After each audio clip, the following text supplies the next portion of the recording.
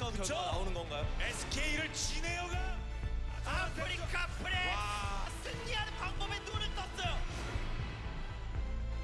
락스타이거즈 전승 가도를 이어 나갑니다.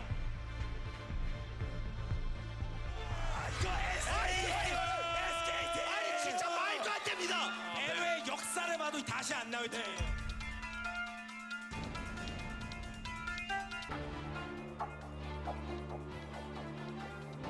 ESC 에버가 꿈에 그리던 로이챔스로 올라섭니다. MVP도 갑니다.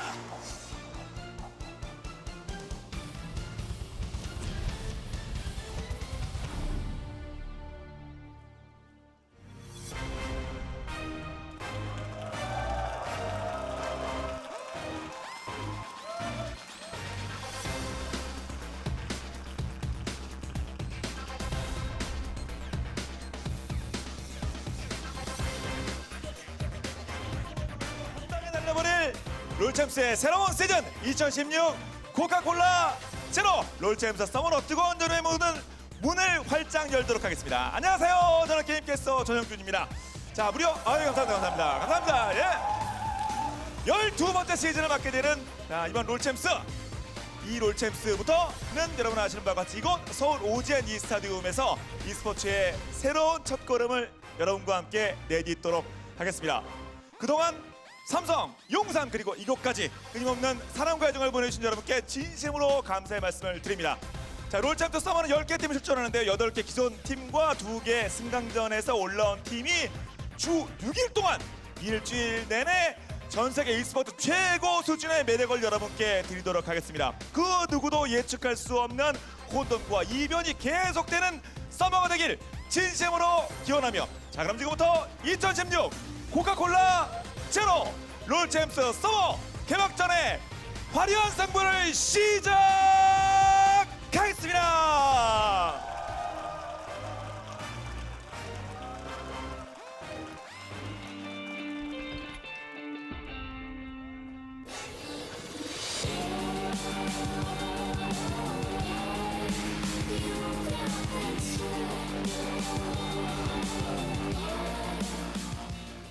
Today's matchup.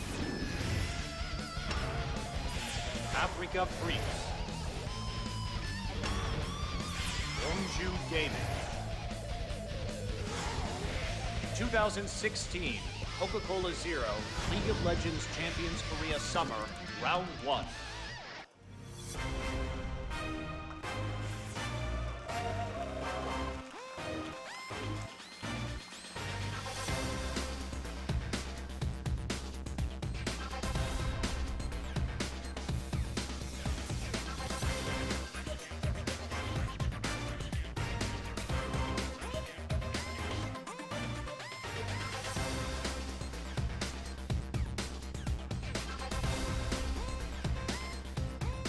Hey guys, welcome to the LCK on OGN. I'm Doa, that's Monte Cristo.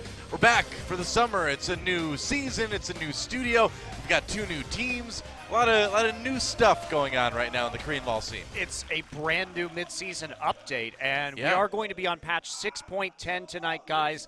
It's going to be perhaps a different game. Now, in Europe, the Challenger Series qualifiers have been played on this patch, and there hasn't been that much of a difference yet. Not a lot of these new champions that you might expect to have seen, especially after the Malzahar hotfixes, but this is a different level of competition, let's say that. And so we might have some True. weird and wild picks tonight, definitely a possibility. Yeah, I mean, we might get to see the Korean debut of the illustrious Tarek, or should I say like Kim Dong-jun, our Korean caster. It's hard to tell the two apart sometimes. But yeah, there's a lot of crazy stuff. Swain may be an option. I don't know. Then there's Elemental Dragons. That's kind of crazy, kind of random. I'm used to a lot of randomness in a different game I cast, but not so much in LoL. Yeah, the Elemental Dragons, we'll have to see how that affects things. Yeah. Still not a big proponent of adding RNG elements into the game, I must say myself. really? Yeah, I'm the crit hater. I am the Hey. biggest crit critic. See, I'm the opposite. I feel like we should just bring back Dodge right now. Let's just do it. Well, here's our tournament overview, guys. As you can see, a lot of Juan on the line. 100 million for our champion. It's about roughly a little less than 100,000 US dollars, and of course we're giving away prizes to the MVP and the KDA champions as well this season. And of course the MVP points gonna help add up to that all at the end.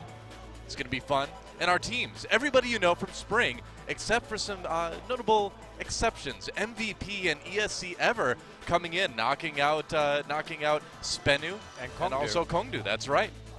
They're gone. They are gone. And ESC Ever and MVP, those were not really close promotion matches either. No, they crushed them. Yeah, they got crushed pretty much. So these teams are actually looking a lot better. And last season was relatively predictable. You had Kongdu and Spenu really at the bottom in the basement of the standings, losing effectively every best of three, except for one or two. And now we have these teams that could be contenders. So in our little intro, I did say it introduced some more chaos. There was a lot of order to last season where it was pretty predictable, with the exception of the late run of the Africa Freaks. That was sort of the one element that came out of left field. But this season, ESC Ever in particular has some extremely skilled players, particularly Bless, their new jungler, and Loken, who is a budding star AD carry. And these guys, combined with Key's resurgence, his experience on the ladder, should make for a very exciting run, I feel. Yeah, and check out our beautiful new studio. It's huge, and it's awesome. And we get to sit way up above everybody, above the peasants below.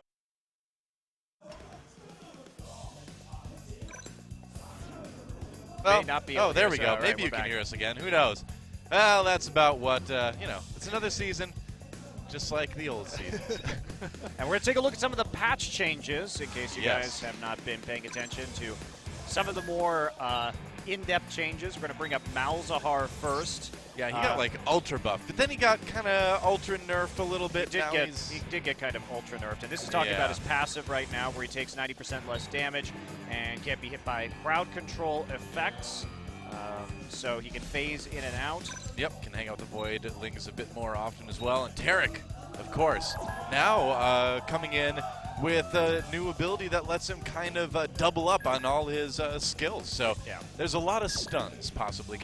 Max health HP damage on hit as of patch 6.10. Mercurial Scimitar now only removes crowd control, so it can't remove things like Zed Ultimate or other effects any longer. Gonna keep talking here. 6 minutes for the Rift Herald and increase to 8,000 hit points. 6-minute spawn timer, 20-minute max health HP damage on hit as of patch 6.10. Mercurial Scimitar now only removes crowd control, so it can't remove things like Zed Ultimate or other effects any longer. Gonna keep talking here. 6 minutes for the Rift Herald and increase to 8,000 hit points. 6-minute spawn timer, 20-minute buff duration, mostly useful for split pushing because it does give you dragons. Yep. Where are my dragons? There they are. They're right in front of us. But there are 4 dragons here, though. There are actually That's 5 right. dragons. So we're doing way better than that Game of Thrones character, man. You've got definitely. And these dragons are almost as random, I suppose, the things that they do, but you never know. Or the fact that they don't show up. But in any case, Infernal Drake, 8%, 16%, 24% damage increase. And Ocean Drake. Yes, the Ocean Drake coming through as well. And Mountain Drake with the increased damage to epic monsters and turrets. And then finally, the Cloud Drake. The Cloud Drake with flat movement speed. But interestingly enough, in Korean, they call it the Wind Drake for some reason. That's what it says on your screen right there. And then the Elder Dragon. You mess with his kids, and he's like, all right, I'm going to wait here and get killed to show everybody who's boss. As usual. That's right. Way to go, Elder Drake. If you kill a dragon's children, they come to get killed too. That's right. Solidarity, man. That's what it's like to be a dragon. So it's time to take a look at our two teams in our first match of LCK Summer. And there are the Africa Freaks. And these guys made a really incredible run in the second half of last season. Players like Mickey are going to be really happy about the QSS changes. He's like, yeah, more Zed bans, or maybe get to play Zed once in a while. Indeed. It's going to be great. They do have a couple substitute players. Linderong has role swapped as a sub into the top lane, so he will be backing up Ixu, and we still have Sungwon as the jungle backup for Lyra. But they've been pretty consistent. They actually didn't make any substitutions last season, so I don't really expect to see Anything new from them when it comes to swapping up players in their roster? That's true. Now, they interview these guys before the season began, and Ixu actually said in that interview that he was the best top laner in LCK. Well, that's a bold claim, Ixu. He's the best Poppy, maybe. Okay, maybe. You could make that argument, perhaps. Maybe. I wouldn't even make that argument, but we'll see what he's got. Even show Linderong was saying in his must- interview that he thought Ixu was at the top of the heap when it came to top laners. Yeah. And on the other side of the arena is the new, more polished, more refined Longzhu Gaming. Yeah, cutting several members. Zeus, Flame, and Captain Jack are all gone from this roster because they always have to have a dash of CJ Blaze. They have picked up Emperor, formerly of G2, but it will be Fury starting tonight. And, of course, Crash will be the other main substitute player on this roster. So they have finally, after a disappointing 7th place finish with all of their ultra star talent, they've finally settled on this roster, so we won't probably be seeing as much switching and flipping around. But That seems to be what it's going to be. I mean, again, in the interview that I read before the show that these guys had done, they were saying that they felt that the locked roster that they have, the more or less locked roster, has helped a lot. The communication is a lot better on the team. So maybe we're going to see this squad be kind of the team we thought they were going to be last season. well, we'll have to see. I do think that all their individual performances, with the exception of Fury, were generally solid. Especially Expression was one of the best laning top laners, frequently getting a large CS advantage on his opponent. Yeah. Fury, though, he played a great Jhin last season, but basically he also performed overall very poorly on essentially every other champion. So Yeah. I'm not too convinced with him yet. It's unfortunate because when he was on Samsung before his ban, he looked like a rising star, and then he has been experiencing some hang-ups, let's say, Yeah. this year. Well, it is interesting. I mean, every one of these players commented on the communication issues in these questions they were asked, except for Crash, who said that he was known for being cute in high school. So a little bit different focus for those interviews, I guess. Crash still #1 in Korean solo queue, by the way. And Afrika Freaks versus Longzhu Gaming. We see 5th versus 7th place. Afrika Freaks went on a tear to end the season with a 10-8 record. Yeah, that's right. And you can really see the power of Songyun down in the bot lane at that 80 position. Pretty great KDA for 2016 spring. Well, and Ixu will still be able to play a lot of these tanks top, which is one of the reasons why we experienced the Afrika Freaks rise. Also because he consistently got Poppy when a lot of the other champions were banned. Target bans, pocket bans, and Mickey mostly. Yeah, and looking at the stats between these two top laners, overall, I mean, it's mostly the KDA kind of favoring Expression a little bit, but he is that stronger laning top laner. So Yeah. there you go. Expression, honestly, his individual performance was quite solid last season. He showed a lot of diversity. He always has these weird split push picks that for his entire career he can pull out I at think he's any better. given time. I think he's better than Ixu. I'm not convinced. I'm not convinced by Ixu's claim of being the best top Well, we'll laner see. in LCK. He could have done a lot of work over the past month and a Hey. half, Doa. All you got to say is Smeb exists. So in a world where Smeb can go from where he was to the state he's in now, anybody can really become the best top laner. That's true. Ixu was never the worst top laner in this league. He was never, Ixu at his worst was never as bad as Smeb was at his worst. Not by a long shot, actually. No, not anywhere close. It's pretty incredible. There he is. Coach Kong and Lustboy entering the booth here for Longzhu Gaming, our brand new shiny booths. That's right. Lustboy looking like he's going to go and sell some insurance door to door after this, too. Maybe he will. Maybe. No, it's going to be too late at night. That'd be kind of creepy if he shows up at midnight.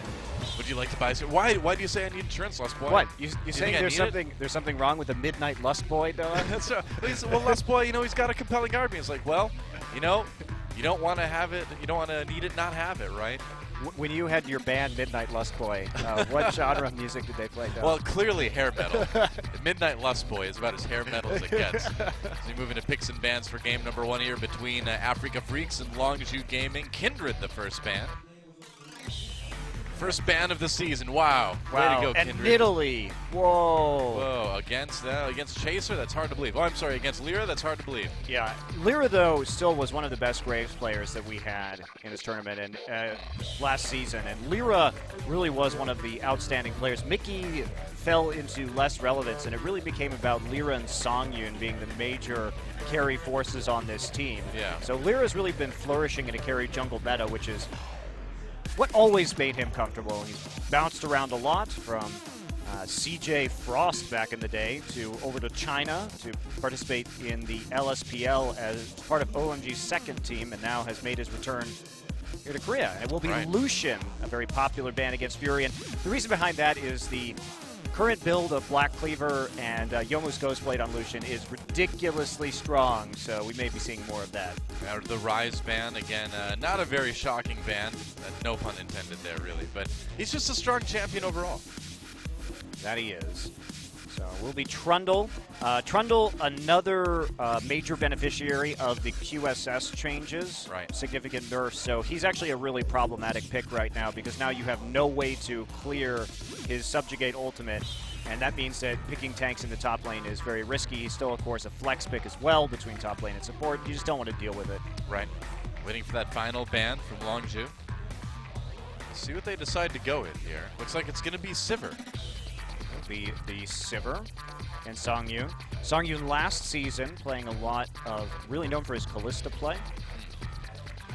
So first pick over to the Afrika Freaks. Some strong stuff left, but what do you think they're going to want to pick up? Well, The we have Maokai. Okay, true. But there were a couple strong jungle bans, so they have to think about whether they want to take the Graves or whether they're going to go with another style of jungle pick. With both Kindred and Nidalee out of the pool. Another pick that's going to be strong on this patch is Victor. Could also be the Echo. Thinking about it, yep, they will take that Echo first pick. Again, still a flex pick, so they're not showing very much. There's the Longju Maokai. will take the Maokai in response. Yep. Think you'd maybe pair this with something like an Alistar, or would you maybe grab a jungler here? Yeah, you could definitely pair it with the Alistar. Alistar is still going to be a top priority pick. Coco, one of the all-time greatest Korean Azir players, was less impressive on Azir last season compared to his 2015 performances because the way Coco liked to play it was as an all-in champion in team fights, and when he did lose some of his crowd control in his all-ins, it didn't do so well anymore, so we'll see if he's adjusted his play style. Azir Alistar will be, interestingly, the Rek'Sai coming through. I've seen a lot of Rek'Sai in Korean solo queue with Titanic Hydra these days. And Caitlyn, the pickup immediately. I don't think we saw a single Caitlyn in Champion Spring. I don't believe we did. We may have seen one, but not more than one, that's for sure. Yeah. Alistar, of course, picked up by Longju as well, and even though his ultimate got nerfed a little bit at earlier levels, he still should be pretty strong. He's still got that really, really good engage. Yeah, and okay, he can't dive as well anymore, but he can still dive super well, realistically. Yeah. And Fury was hovering to Jhin. We'll see if he actually locks it in. He was a very, very good Jhin player last season. Maokai's still available, too. Yeah, That's kind of surprising. Before you commit to a low mobility AD carry against a player like Mickey who loves assassins, it's probably better to see what he's going to be picking in the mid lane, whether it will be that Echo or whether they are going to put that in the top lane instead. So will be the Elise and the Maokai locked in for Longju. Africa with the chance to take the Zed for Mickey here. Again, like we mentioned earlier, the QSS changes means that Zed a bit more effective than he used to be. Mickey gets 2 champions this game. He can play both at the same time. It's okay. He can handle it. What do you think fits better with this combo? Well, I don't know if I'd be so bold as to take the Zed in this particular matchup. We could go for the Fizz, though. Pick that Faker has shown that he really likes and does certainly fit with Mickey's style of assassin-based play. And the Snowflower Bard. will be going for the Bard. Yeah. All right, so Fizz and Bard, the last 2 picks for Africa. And now the final pick for Longju. They need an AD carry. Interesting that Graves has just gone completely through this draft. Yeah. Again though, Rek'Sai does provide so much utility when it comes to just getting vision on the map, sensing where your opponents can be. And interestingly enough, with the nerfs to Blue Trinket, I wonder if this is going to lead to a surge of Rek'Sai popularity, because now that the cooldown has increased by so much, vision control has changed pretty dramatically in terms of trinket usage, and that means that being able to tell whether or not they're doing Baron with a Rek'Sai passive, the Tremor Sense, is going to be pretty important. It's a good point. Yeah, or doing the Elder Dragon, maybe. Yeah, true. Probably not the Rift Herald, though. Well, any objective, because even red and blue buff have also been increased pretty substantially in the late game as of patch 6.9, and what you can do with them. And it will be the Ezreal lock, and you see that Fizz, and you had the Echo, and you start to get worried about playing Jhin. So I like this a lot better. Plus, with Jhin, you'd have to be in the mid lane, which means in the mid game, which means Azir has to go into a side lane. No TP does make things pretty difficult, but they've got a pretty well-rounded composition. Longzhu right now, great scaling into the late game. Africa, not much of a front line. They're going to be playing more for skirmishes and map mobility. They've got double TP. They have the Rek'Sai ultimate, so it's going to be about setting up plays because they're not going to have the same level of team fight capability in the late game, especially because their only real engage, consistent engage, is going to be that Bard ultimate. I really feel like the comps kind of reflect the preferences and how these teams like to do things. It really does. Africa wants to be scrappy. They want to skirmish. Longzhu, I think, really wants to prove to everyone that this is a team that can communicate, that can, work as a cohesive unit. We'll see if they can pull it off. Well, Chaser at his best, too. Not only the team compositions, but the lanes. Chaser at his best needs kill pressure on lanes. That's what he does, is kill somebody over and over and over again in a single lane. He definitely is like a shutdown jungler in that way once he finds somebody. But he's got hard CC in Maokai and in Alistar in lane, so these are great side lanes to gank for. Yep, very true. And so there you have it, our rosters and the skins even for our first game in LCK Summer. Our first match, our first game, Africa Freaks versus Longzhu. And it's a big one. This is going to set the tone for the early stages of the season for these teams. Let's see who takes game one.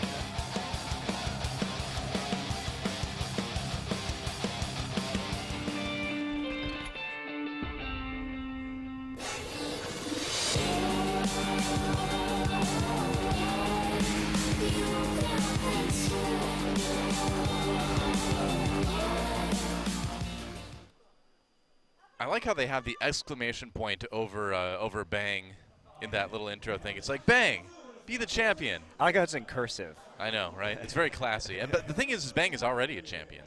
He's he the need to be champion the of champion? literally everything right now, Doa. That's true.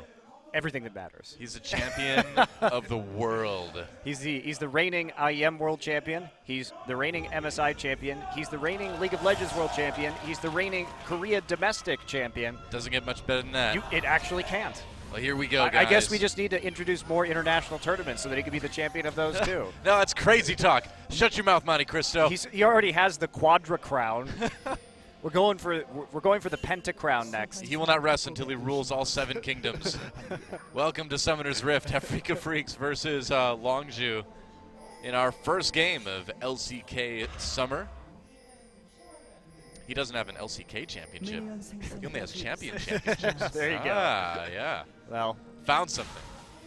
everything is said and done. He may have that as well. Quite possible. They were saying in a recent interview that SK Telecom, the coaches didn't think you should expect a whole lot from them early in the season. I mean, these guys have kind of been playing and practicing hardcore for a very long time, and they need a break. They need some time off. That's the reason why we're not seeing them In week one. In week one as well. So need to give them some time to not horribly burn out. Yeah, that's just because their schedule had been to go through a lot of the gauntlet in the playoffs, then to complete the playoffs, and Then MSI. then MSI. And they crushed it all. But you need a break. Yeah. Once in a while. There you go. And then they had to come back and do photo shoots for the next season, as you can see in our little intro right there. Yeah. So we are going to see a little bit of a delayed invade here from both teams off of the lane swap. So everybody just checking in right now. But Expression is actually dealing with this appropriately. So remember that a lot of the jungle changes with 6.9 were designed to prevent sort of double jungling. So this is going to be a response to that. Also, if you do that invade, what happens is there's free CS there for the top laner, and Chaser's going to help take a little bit of it as well. So difference in pathing already. All right, seems reasonable. Yeah, Lyra Coming did down. have to do Raptors and then go over to his Wolf camp. Snowflower just here to do a little bit of harassment. But what this means is that in the top side for Longzhu, as Pure does a very good job of harassing Lyra right there. Yeah, Lyra manages to get the wolves, but takes a lot of damage in the process. Snowflower still chasing. Pure finally heading back up to top lane. Yeah, Ixu is up in the top side right now because he knows that the jungle and top laner are in the bottom side jungle of Longzhu, so he's going to be able to catch this wave. So this is here we already go. an adaptation. Here's Snowflower. Now Coco in a little bit of trouble, gets slowed down, takes a lot of damage, still has that flash. Ignite used. Wow, knowing your limits. Coco not having to use any summoners. Do you feel like Mickey could have maybe pressed that one a little bit more? I guess there were a lot of minions there, weren't there? Yeah, I wouldn't have pushed that more. You already got the advantage you wanted, which is to open up the suppose. lane for Mickey, who's going to be poked early on in this matchup anyway. Wow, there's so much happening right now that I can't really cover it all in terms of this lane swap because this is so different from what we've seen previously. Ixu did only get a single CS. Expression is still just hit level 2, actually, as he joins up. But because of the harassment from Snowflower, it's going to be a delayed turret take, and that's going to force Ixu to come down here so they don't lose tempo in the lane. Yeah. So all of this, okay, there are several levels to this, by the way.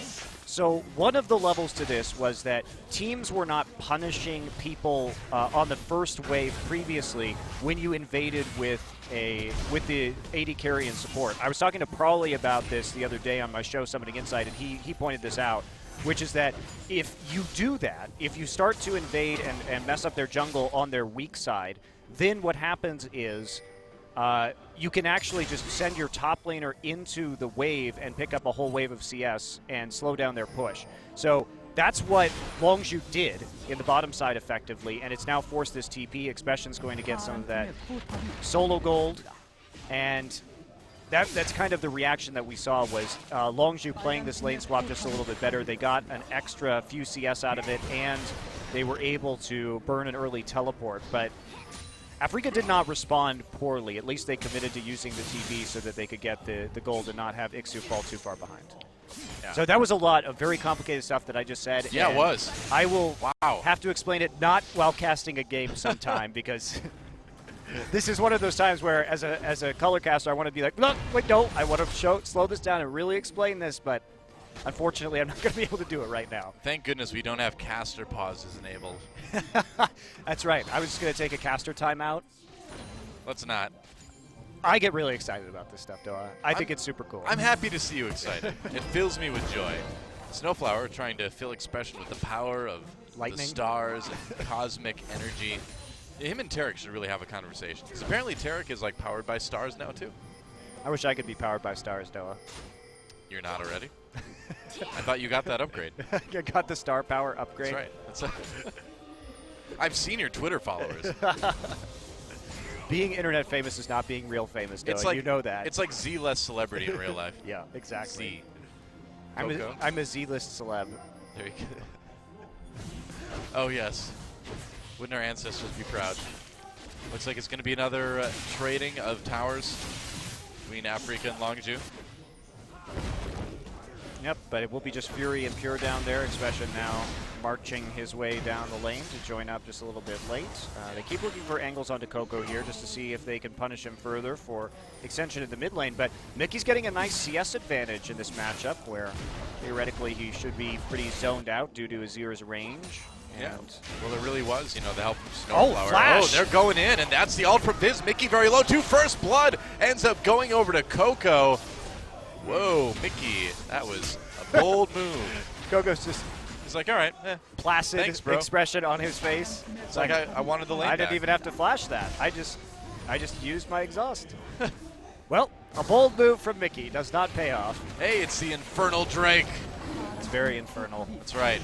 He's going to give Longzhu a damage buff, but it looks like the Afrika Freak's going to respond with this Rift Herald. Now, this is a great buff for Afrika Freak's composition, right? So if we talk about what the change was, remember it's a 20-minute buff right now, and when no other allied champions are near you, it gives you a 5% damage reduction against champions and it builds up stacks that at 100 charges, depending on your level, it deals some magic damage. Right. Pretty nice burst of magic damage, actually. And as we see right here, we're going to get some information on your screen, which is fantastic. Yeah. So there are a lot of changes. So to go back to this buff, for Africa, who is running a 1-3-1 split push composition where they want to get Caitlyn into the mid lane as fast as possible, which is what they're going to do right now. So it should be presumably, we'll see what she's doing with those daggers, but usually you build Hurricane first here, and you just become a wave clear bot. And now that they have this advantage, they're going to have extra magic burst in a 1-3-1 split push for Echo and for Fizz. So we'll see if they can use this and snowball off this advantage. Should be interesting. So it just makes you be able to duel a lot better. So I like the priority on the Rift Herald here from Africa. And here we go. Oh, Mickey going in on a Fury, gets him with the ultimate. Fury trying to flash over the wall, makes it out, looks like he will live, but barely. Both summoners having to be used. And Mickey, had he not wasted Flash to have an unfortunate all-in earlier in this game, he may have been able to actually set that play up and finish it out with the Flash, but he couldn't do it. So now he gets an enormous minion wave, though, Yep. on the bottom side of the map. Should get back in the CS lead against Coco for the moment anyway. But that Flash would have come in handy, for sure. Ixu, meanwhile, pushing up the bot lane against his top lane opponent. That's right. Yep. But, you know, in a matchup of top laner versus top laner, that damage reduction from the Rift Herald for the next 20 minutes, you know, that is going to be pretty handy. So blue buff take here as both sides are invading. Blue buff not going to be particularly relevant to the Afrika Freaks. They're not going to care about it as much as Longzhu will, because their Caitlyn is on wave clear duties right now. And Lyra is taking that blue buff, I guess. So will be our first sighting of one of those new items for the mages. It is going to be a lost chapter coming in here for Mickey. Not so lost anymore, is it? Nope. He's building a Morello Nomicon now, which, by the way, if you have been out of it a little bit, there's a lot of changes to this item. So it doesn't give you mana regeneration anymore, but any kill will restore 20%, kill or assist will restore 20% of your maximum mana. So it basically just rewards mana-based or like mage assassin champions. Yeah. Well, two-shot barrage goes through. Mickey dodging with a playful trickster, but Longzhu is still going to be able to put some pressure on this top lane turret. Indeed. And they're going to try and push this down, so we'll see how Africa can respond right here. They're going to go after Expression. And it looks like they're going to get him, too. Wow, nice catch by the Afrika Freaks. He just had no chance to get out of there. Yeah, well, it's going to be turret for turret traded if they can actually get the damage down onto it, but they're going to need another mini wave, and no, it won't be. So turret is not going to go down at the tier 2. They do just fall back, playing a little bit conservatively. There was a possibility that they could have actually collapsed on them at the tier 2, so they could have taken that kill, recalled, and then they had a ward up top, which they don't, unfortunately. Made a play with Rek'Sai and with Echo to try and collapse on them and take a skirmish, because that's what their team composition really wants to do. They're not going to get it. So slight gold lead here to Longzhu at the end, but it's being made up for by some farm here on Songyun, who has had quite a good time just sitting and wave clearing in mid. Yeah, he's been spending a lot of time in that mid lane. Well, this is exactly how you should do it. I mean, it's usually later that you would see Caitlyn come into mid, like one item Caitlyn. Oh, Coco, they want to just scare him away from this mid lane turret for the moment. A little bit of damage on that. Chaser gets found out. Lyra over the wall. And right now, Afrika Freaks just trying to kind of muscle their way into this top jungle. Now, one other change that's going to be pretty important in this new patch, especially as we see more Morello Nomicons, is going to be the Grievous Wounds change. Because now it stops all forms of healing, or reduces all forms of healing, instead of just self-healing. Right. So that's going to be quite a bit if you can apply stacks across multiple members of the team with masteries like Grasp of the Undying and lifesteal items, etc., etc. Helps you just secure kills a little bit more. I mean, when you look at a lot of the changes that came in the mid-season patch, it kind of looks like it's geared towards seeing if they can make the games conclude a little bit quicker.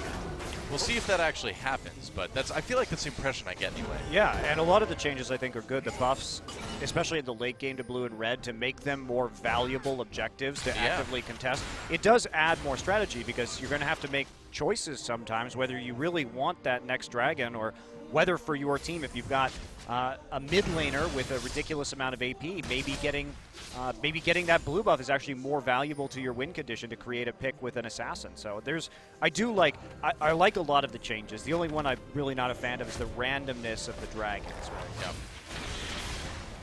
Well, Longzhu responding by pushing their way into the enemy jungle now. Trying to push the bot lane. Looks like they might want to stop after a while because Dragon's coming up in about 20 seconds. It's a bit dangerous for Lyra to be there right now, and we did see Ixu start to move into the enemy jungle, get some wards there so he can continue his deep pushing. They might be trying to make a play right. Nope, they're not going to. Mickey's there too, so they're not going a little to. bit tricky, yeah. Echo would have been stopped by Maokai if there had been any kind of TP attempt. Yep, so Coco recalling as this dragon comes up. Nobody really moving towards it at the moment. Looks like it is the Cloud Drake, I believe. Yep. Look at him. Light as a cloud. If you kill that dragon, you run faster. Wow. True story. That's why Usain Bolt is the fastest man in the world. He killed a dragon? He killed 3 of them. Wow. That's amazing. I thought he was just like really fast, but he's fast because he's also a dragon slayer. He never talks about that in interviews. He doesn't want to give away the secret. Well, now you did. Way to go. Damn it. Sorry, Usain. Looks like Afrika going to go for this one. Longzhu coming down. They want to move faster. But it looks like they might let Afrika go for this one. Yep, they will get it. So the Afrika Freaks get the buff from the second dragon. Now they can run like the wind. That's right. Well, not quite like the wind. They can run like 1/3 of the wind right now. They can run like a brisk breeze. That's a good ability for them. Infernal Drake probably would have been better for their because they want to play that bursty style and assassinate people. But being able to punish people who overextend and go down long lanes and make them unable to escape is a nice little boost there too to a split push composition. Yep. Aside from that, though, things pretty quiet across the board. Still a tiny little gold lead and turret lead for Longzhu.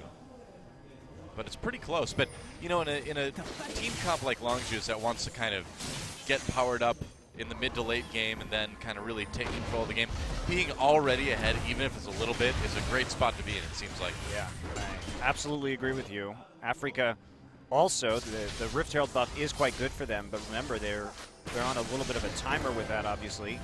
Yeah. 20 minutes, and that buff goes away, and that's going to be a pretty important buff for them. Adding that little bit of extra burst could mean the difference between kills for Mickey or not getting one at all. True.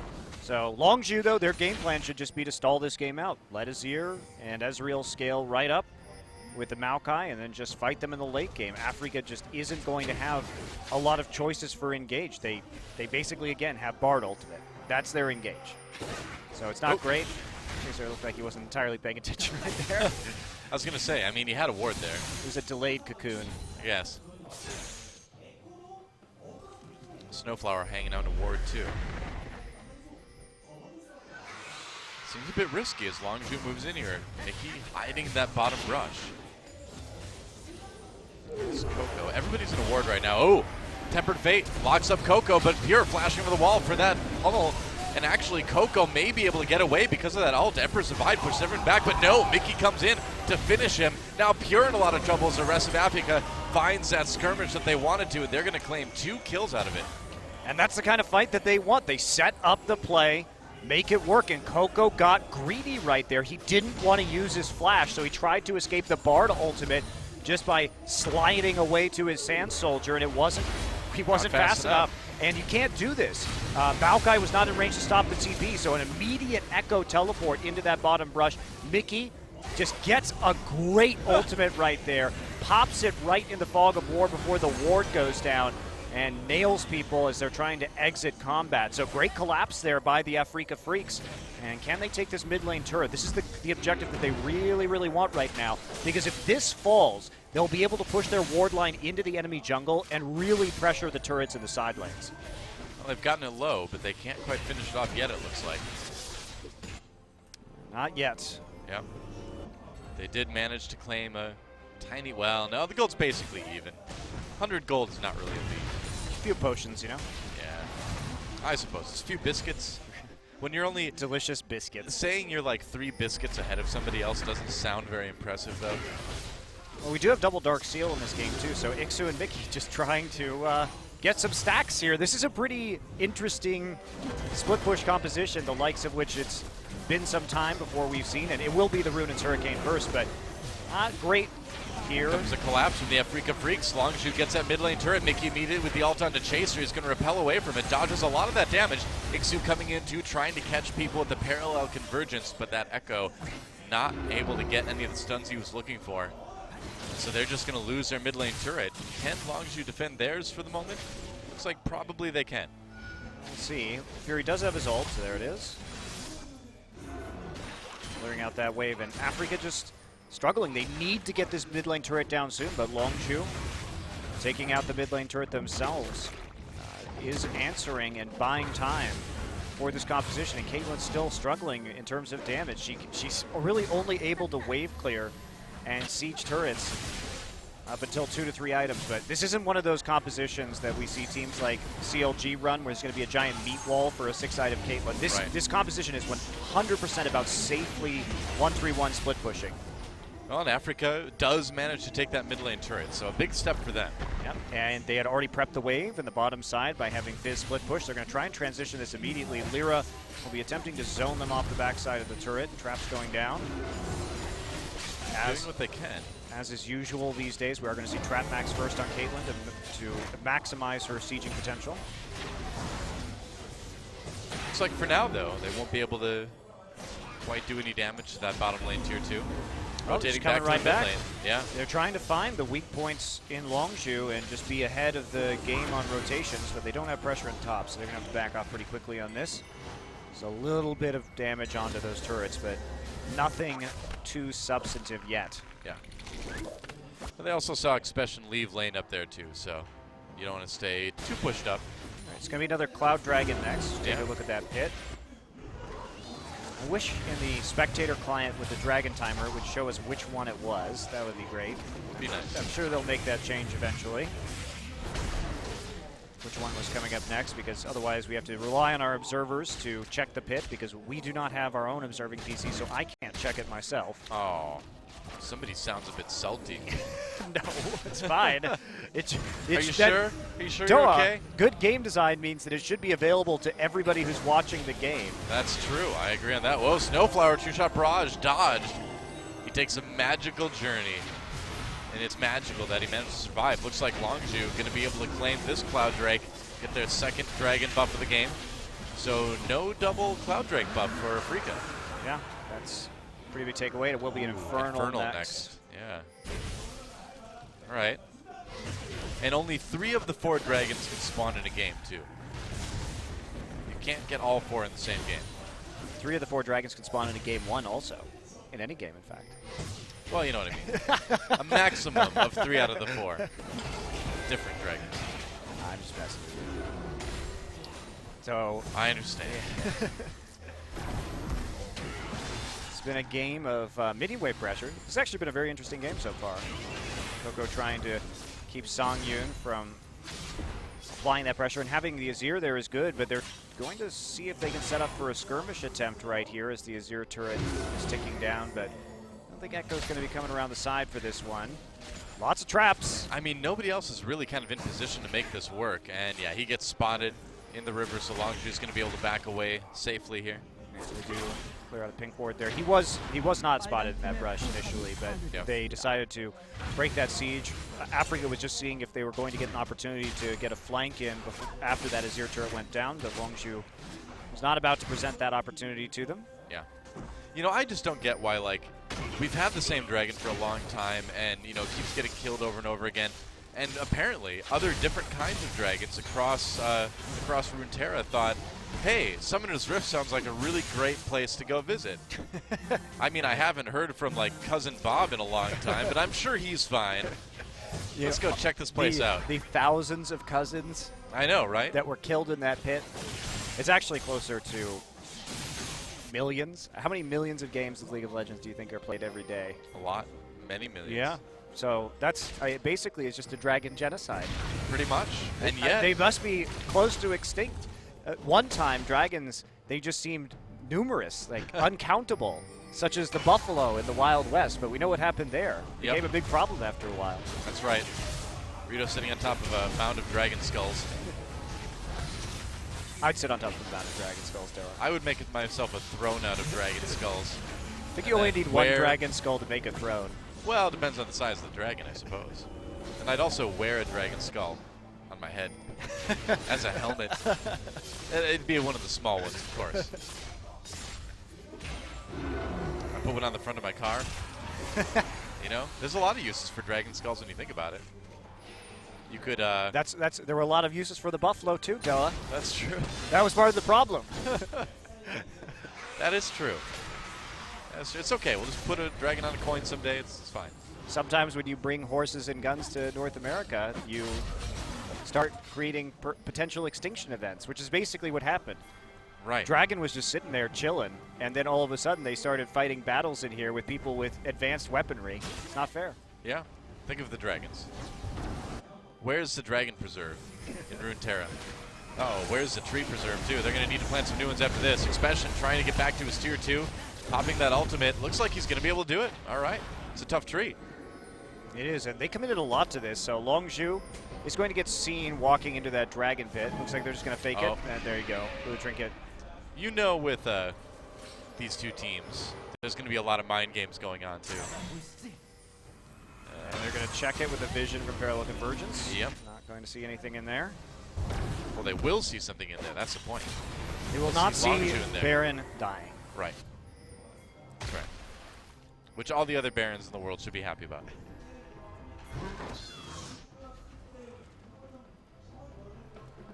Songyun now sitting at 2 items here.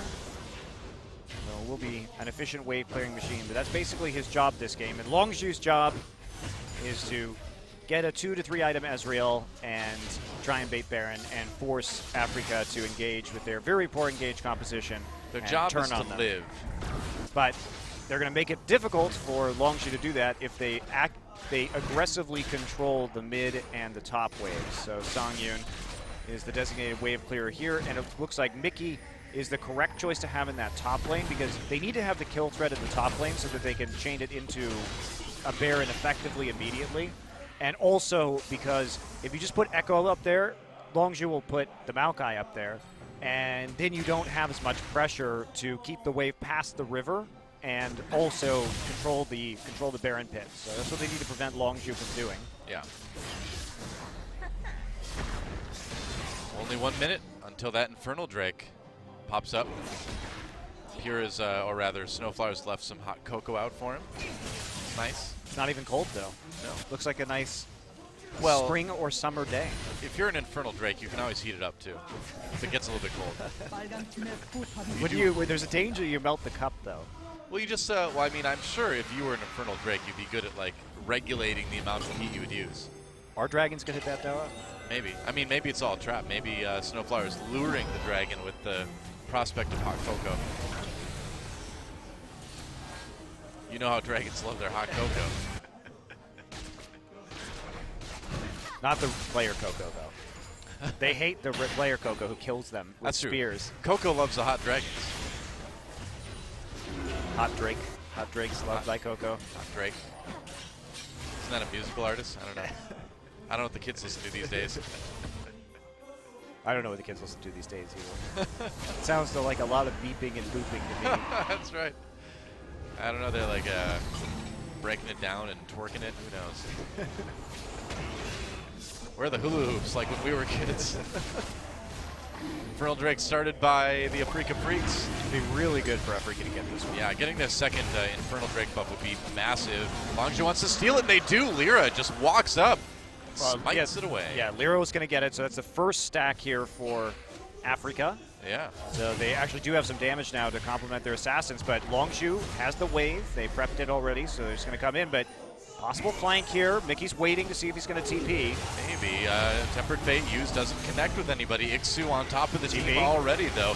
That's right. Teleport bringing Mickey to the fight, but Ixu already going down. Snowflower taking a magical journey out of there. Chaser not deciding to go along with it. And that did not work out for Africa at That all. was a really bad split call from Africa. Songyun was still in the middle, just clearing the wave. And Ixu went in after the Bard ultimate missed, and then Mickey TP'd after that. Yeah. And couldn't really do anything. And this is the opportunity Longzhu needed. Well, it's a Baron, and remember that Baron buff lasts longer now. Mickey, whoa, getting blown up completely, getting out in the last minute with the playful Trickster, but Africa pushed on to the opposite side of the map. That's going to be a bit dangerous. Songyun flashing over the wall, gets cocooned. No follow-up from Longzhu, though. Still a dangerous prospect. Lyra comes in, Emperor's Divide pushes him back immediately. Expression jumping in onto there. And now Africa Freak's in big trouble here.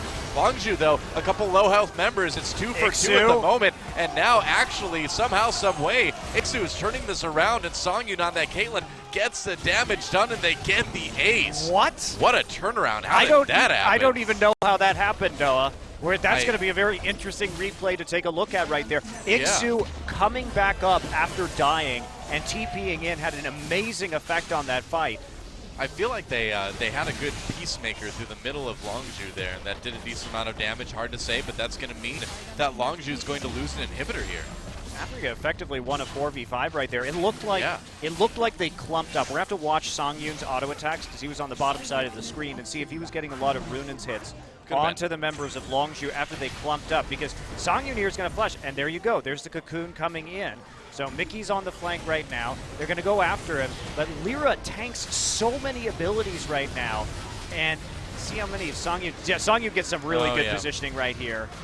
Really good positioning on the side of Longzhu because they committed so much onto the front, like the one tank that Africa had. And Songyun was basically left to freely auto attack into a mob of Longzhu players who, by the way, basically don't have any armor. Remember, Chaser has a Runic Echoes enchantment, and this is now going to be a 3-item Caitlyn. Rapid fire cannon there, so some additional range, and this is where Caitlyn starts to get super scary. Yeah. Very scary. So Africa Freaks, despite the issues they were having, find that team fight that they were looking for. Now they've got a decent lead, and let's see what they can turn that into. You know, no doubt the Infernal Drake buff helped a little bit there too. Yeah, absolutely. It's huge. Yeah. Huge, huge buff. So we are going to see one more dragon, I believe, before the 35-minute Elder Dragon spawn. Should. So we have to check and see that one. We've only seen Cloud and Infernal so far this game. Each team with one Cloud and one Infernal buff. Yep. I believe it's a different one. I caught a glimpse of it, but I didn't get a long enough look to see which one it was, but I didn't see it. I think it was a different icon. We'll see. That we shall. Yep. So recalls coming through right now. There's the Titanic Hydra build from Lyra. So that's very useful for dealing damage in these team fights, especially when everybody's clustered up like they were in the last one.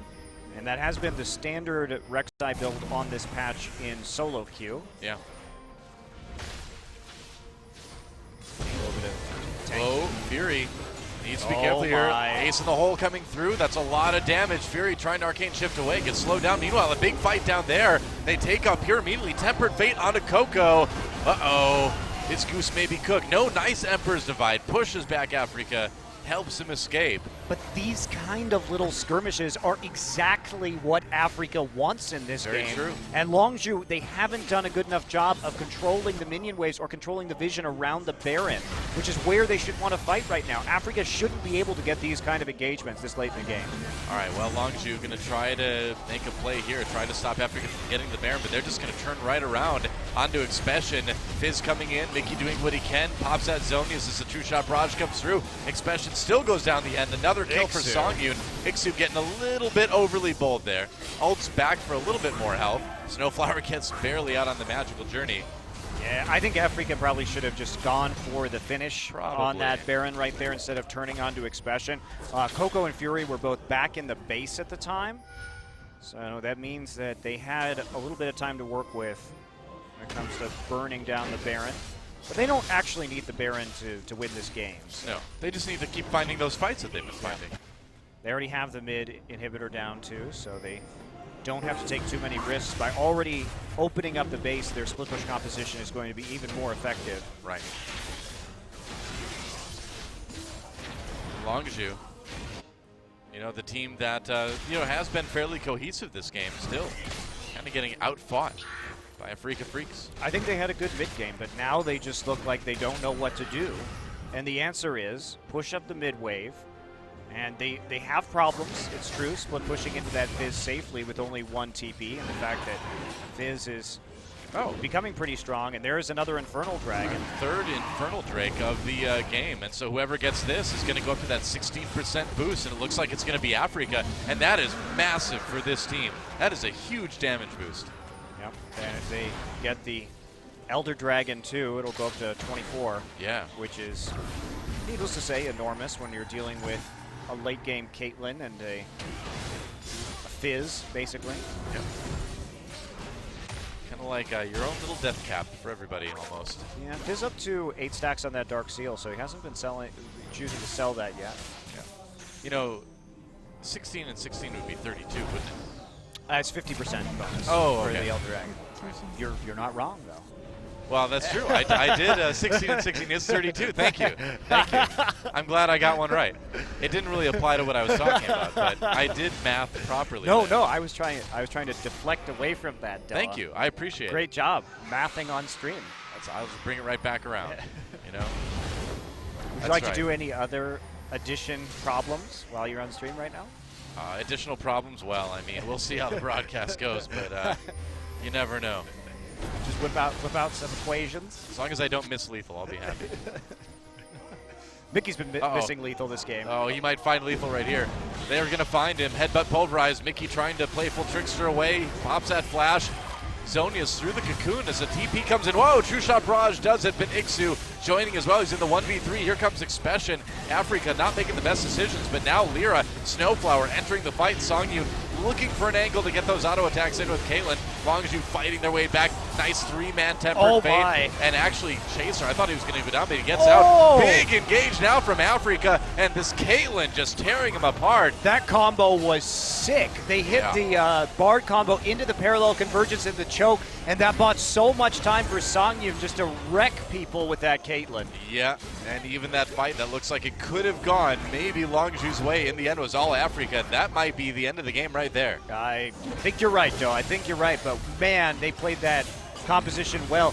Mickey got caught out just face-checking a brush, but Ixu made the immediate teleport. Everybody from Afrika just walked up to assist him, and that's going to be the end of our first game. Man, you got to hand it to Afrika Freaks. Everybody is ready to fight at all times, and it worked out for him this game. Chaser and Pure are back, but I don't think they can stop this Nexus from going down. Nope, turning it around for a little bit more kills, but there goes the Nexus, and Afrika Freaks will win the first game of LCK Summer. Man, Ixu played that last fight super well. The Bard ult was also excellent, turning around that fight after Mickey died early. They did invest a lot, but once the cavalry arrived in the form of the rest of the Afrika Freaks, they set up the crowd control extremely well, and that's what's scary about a Bard parallel convergence combo. He says he's the best top laner in Korea. It's a good start. It's a good start. Echo Stun is one of the longest in the game, and the problem is that it's easy to dodge out with that travel time, but if you have a long setup, like a Bard ultimate, so that you can knock it out of the park, you got a huge stun, and, you know, well, it was 3-4 item Caitlyn is going to do nasty things to you if you're bunched up like that. Yeah, it was just a great tempered fate from Bard to set that up from Snowflower, and they capitalized on it big time. Longzhu, though, held their own in the early game. We'll see if they can improve some of their shot calling and objective control late. Afrika pulling out the 1-3-1 split push composition and skirmishing quite effectively. Yeah, I feel like this one could still easily be a 3-game set. We will see. Looking at a little bit of post-game stats. Obviously, Songyun, lot of damage on that Caitlyn. He played it really well. Yeah, he did. Song Yun continues to impress as an AD carry in this league. A lot of people don't think of him as a top tier AD carry, but he definitely has been in 2016. Absolutely. I mean, they were a playoff team just barely last season, and you gotta wonder where these guys are going to go this season. Yeah. Well, hopefully we won't see them choke in the playoffs if they make it there again. They had a really bad series in that wild card match. We expected them to win, and they just looked lost, but they seem back on form now, Noah. They certainly do. So when we come back, guys, Africa Freaks looking to close out this series 2-0. We will see if they can do that or if Longzhu will bring it back, tie it up, and send us through Game 3. Mickey looking pretty disappointed that he didn't get to be part of that last fight. It's all right. He baited them into the choke point. He did. It was a clever ruse. It was the plan all along. Way to go, Mickey. See if what Lustboy and Longzhu have for us in our next game. So don't go anywhere, guys. We'll be right back after this.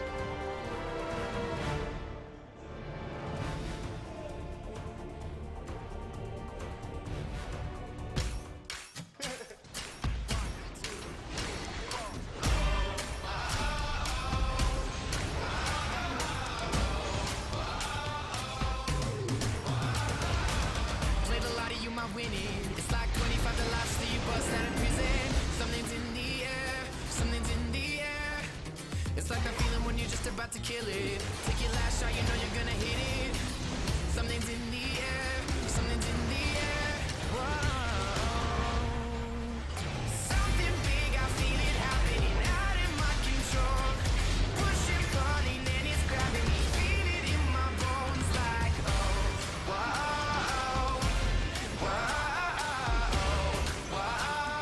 Something big, I feel it happening. Oh, whoa.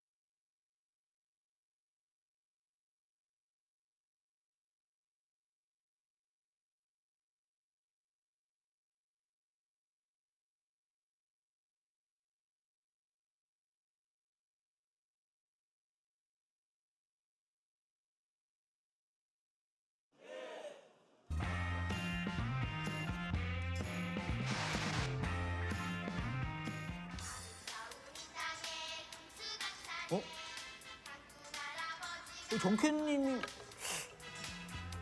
예, 정캐스터님. 예, 안녕하세요. 너 지금 뭐 하냐? 너 왜 롤챔스 안 왔어? 제가요? 롤챔스요? 그럼 롤챔스 너 와야 되는 거 몰랐어? 몰라요. 모르는데 어떻게 가요? 모르는데 어떻게 가요? 왜 몰라? 빨리 와. 이게 결혼식도 안 온 사람이 이래라 저래라. 아쉬우면 자기가 오든가. 씨.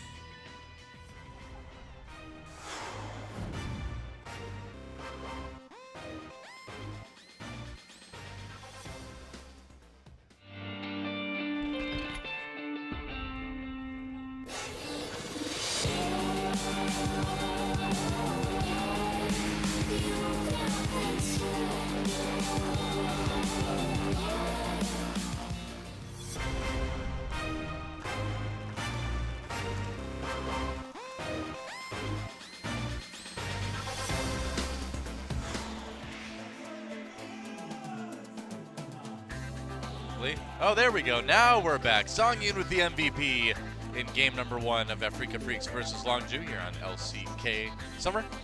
I don't understand. Song Yoon had a great game, but He did. he really didn't have to do much No. in that game. He attack moved a lot in the right places. He auto-attacked, but Snowflower and Ixu did so much work in these team fights to set it up.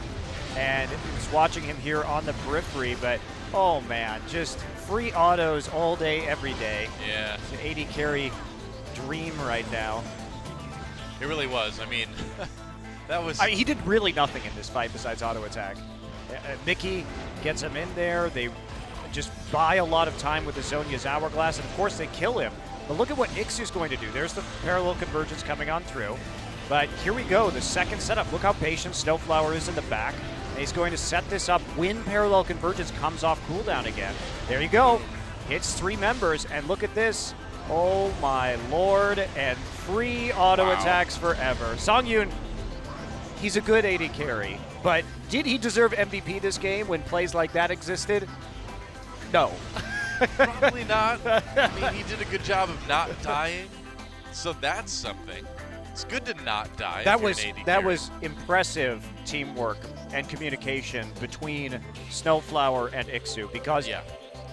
he waited until the parallel convergence was coming off cooldown to throw the Bartle. And I Right. think that's what was the most important thing about that fight, was he wasn't just throwing it willy-nilly. They were very patient, knowing that synergy, and then they executed it extremely well in a choke point. It was great. And a great start for the Africa Freaks. A little bit touch and go in the early game. But I'm curious to see what we're going to see in game number 2 as far as picks and bans go. Are we going to see similar styles attempted by each of these teams, or are we going to see something a bit different? A bit of variety. Bit of variety indeed. And Longju, will they go for that big scaling team fighting composition? Will Africa, now that they are on the red side, and they have that counter pick, they can go for a more skirmish-based composition once again. Will be a LeBlanc ban. We did not see that in game number 1. All right. Yeah, kind of interesting to see that coming out suddenly for Longju. Don't want Mickey last picking that, I suppose. It's pretty safe blind pick, really. I suppose. Africa thinking long and hard about their first ban. They're going to go with Kindred. Again, so they did ban Kindred, Lucian, and Trundle in the last game, as you can see on your screen right now. And we did have a couple of those jungle bans coming through. And no Graves pickup, interestingly enough. And the Rek'Sai making a surprisingly high priority return in that game, but it did work nicely. And again, as of the latest patch, the Titanic Hydra Cinderhulk combination has been very popular among top Rek'Sai players in Korean solo queue. Wow, and the Bard ban actually drawn by Snowflower. It was a great game last game. He played it extremely well. Same ban again for Africa as they take out the Nidalee. And we are going to see Rise be the final ban here. So Sivir is going to be left up unless Longju, or Africa rather, wants to get rid of it. And they did take away Fury's Lucian. That is one of his all-time signature champions. We think about Fury and the Fury of 2015, and certainly Lucian was terrifying. And with the Black Cleaver Yomu's Ghostblade build that the Lucian tends to go for in the early game right now, he can be a bit of a problem. Yeah, and it's going to be the Rek'Sai ban. Wow, Africa. Huh. 3 junglers. So are they just going to take the Elise and force Chaser onto something else? Interesting question. Yeah, maybe trying to get another Maokai as well. Will be the Lucian. First picked here. Sure. And it looks like they are going to take the Elise. Now the question is, Echo, Maokai, all available. Trundle, another very high priority pick that That's is true. Was going banned to in be game 1. available. Lyra. Hovering over that Lee Sin. He has been a Lee Sin player for a very long time. Could still He's- take the Graves too, though. Yeah, he's one of the better Lee Sin players historically in this league. Lyra's always been an excellent mechanical player, so I think you take the Graves here. The Graves seems logical. I mean, you've banned so many junglers. You might as well take that Graves. Really thinking about an early Lee Sin pick. I wouldn't imagine we're going to see the Karma. Oh, we could. We could definitely see it mid or support. I mean, picked right now. It's a You think they it's pick it right now? It's a flex pick. Why not? Yeah, maybe they Get will. it, get in Okay. their heads early on. So no Karma pick or banned in the last game. Does rise to the first round of the draft. This does mean that they had an opportunity here to take Echo and Maokai at the same time, but that would tip their hand a little bit because it would no longer be a mystery as to what the solo lanes were. Well, looks like Longju might decide to grab that Echo before Africa has a chance. Coco and Faker. no, not Faker. Faker's played a couple of games He of can mid lane play on it Echo. Coco and Kuro are the long-time mid lane, like the original mid lane Echo players here in Korea. Faker actually didn't play any mid lane Echo until this year. That's right. But when he did, it was pretty good. insane. It's good. So we don't know where the Echo is going. The Elise will be the repeat pick here for Chaser. So they're getting us some pretty strong picks. And with 3 jungle bans, it's interesting to me that Africa isn't taking any kind of jungle priority pick here. Instead, they may go after that Caitlyn again. Songyun, I think, is hovering over the Jin because that's what Fury was doing in the last game.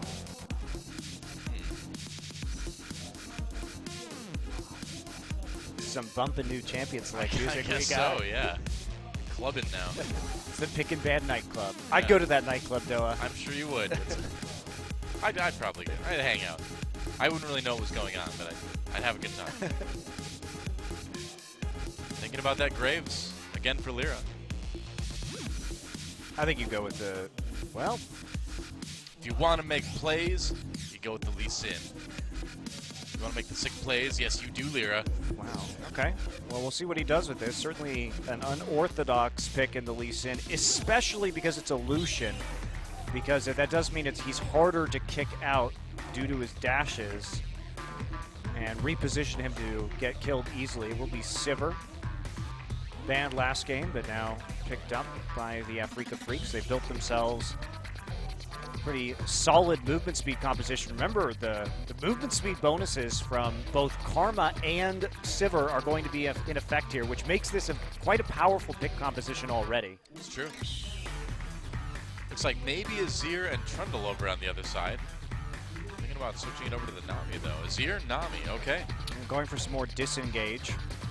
And this is an excellent composition for kiting from Longju Gaming. They've got a lot of protection. They have parallel convergence, tidal wave, Azir ult, all possible disengage tools in this game. And this is going to Wow, be, if they go Thresh. it's a pure pick comp at that point. Yeah, no kidding. And they are going to be so fast. Yeah. The Mantra Shield from Karma plus the Sivir ultimate means that their speed of collapse will be absolutely crazy.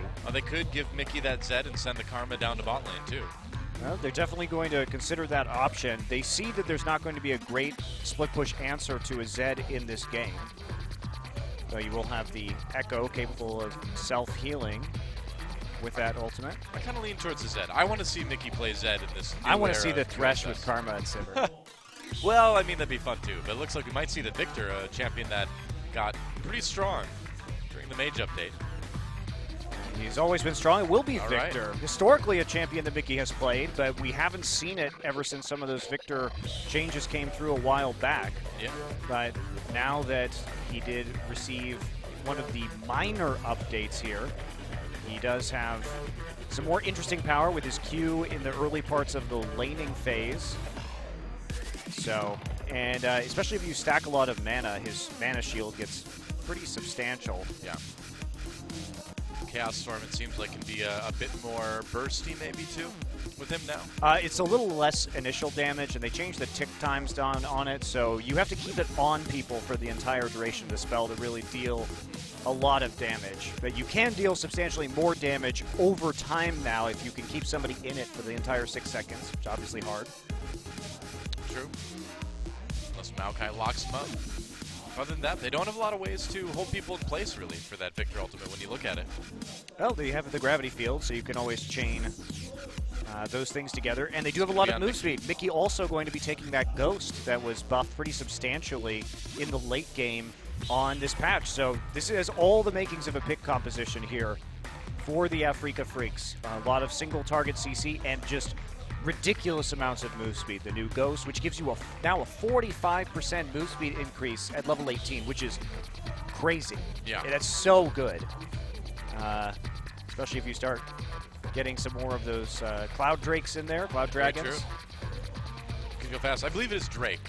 It's Drake and then Elder Dragon at the end. God, I don't even know anymore. I got it. Don't worry about it, man. So, Afrika Freaks looking for a 2-0 in their very first series of the season. See if they can do it. It'd be a good start. Longzhu trying to tie it up. Let's get in the game and find out who takes it.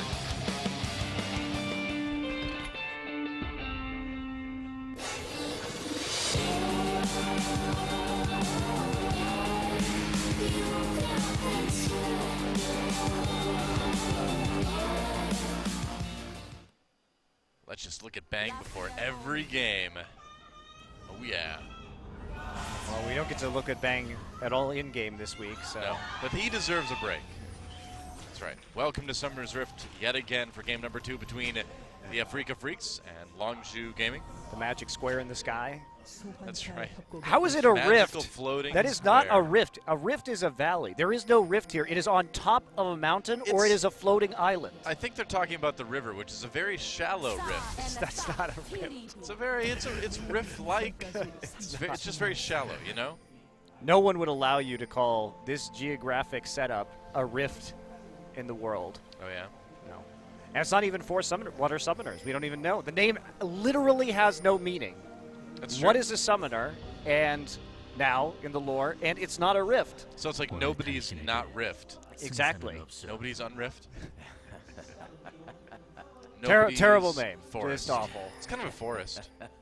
Floating island, mountaintop. Floating forest. That's kind of cool. We'll take it. Floating forest is significantly more descriptive. All right. Well, you're welcome, Riot Games. That one's free. Welcome to Floating Forest. Much better.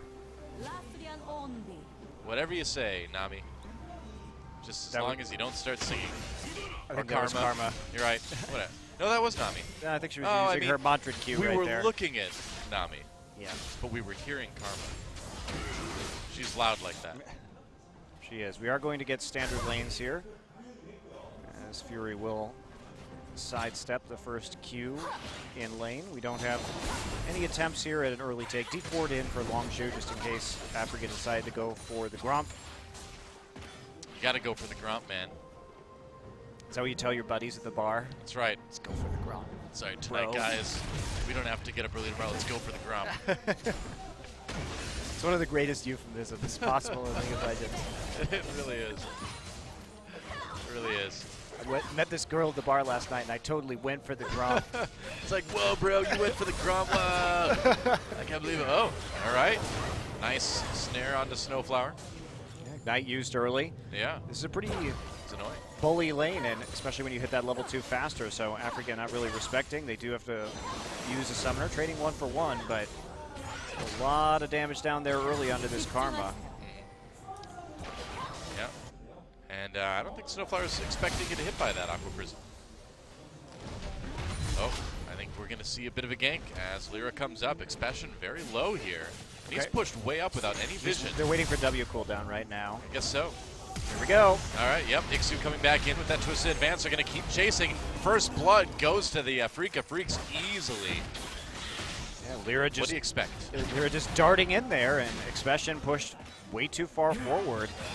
Good patience from Ixu, and Expression not respecting the W cooldown coming back up as a possible trigger for a gank attempt. Yeah. And I mean, no vision at all for Expression. So play that far up with that low health, you can't really be surprised if you get killed. At a little after 3 minutes into the game. Exactly. Nope. Yeah, that one's on you, top laner. Yep. Very true. So Lyra now with his first blood gold, going to come into his own jungle. And he might find Chaser. Chaser might find him, gets him with the cocoon. That's a lot of initial damage from that Elise. As Lyra walks back into lane.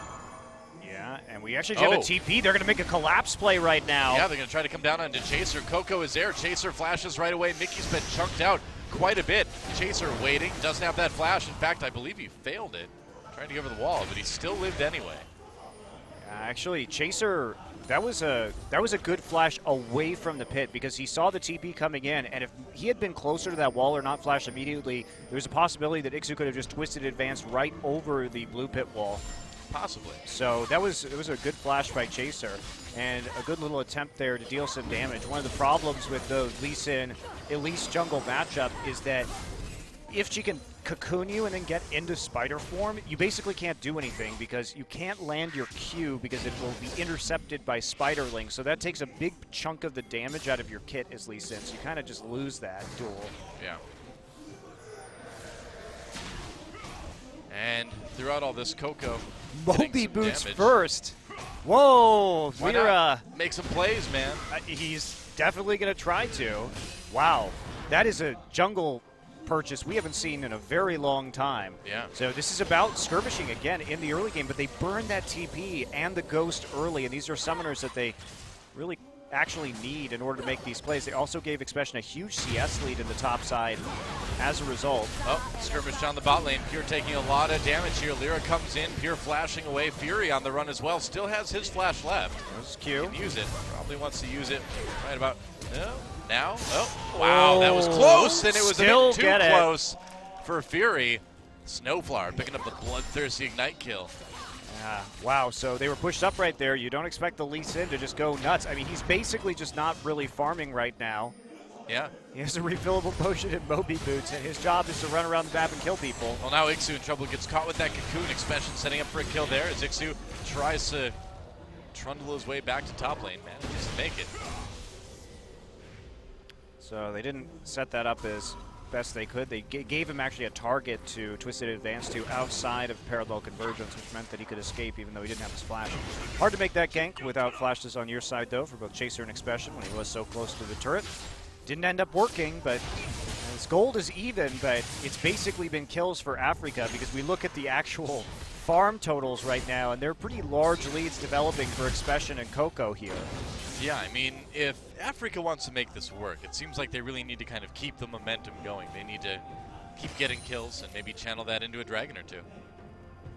Looks like it's going to be an Infernal Drake coming up first. Hey, dude, did you miss the Azir Victor mid lane matchup? I did not. But Did it bring you now back that to it's back, 2015?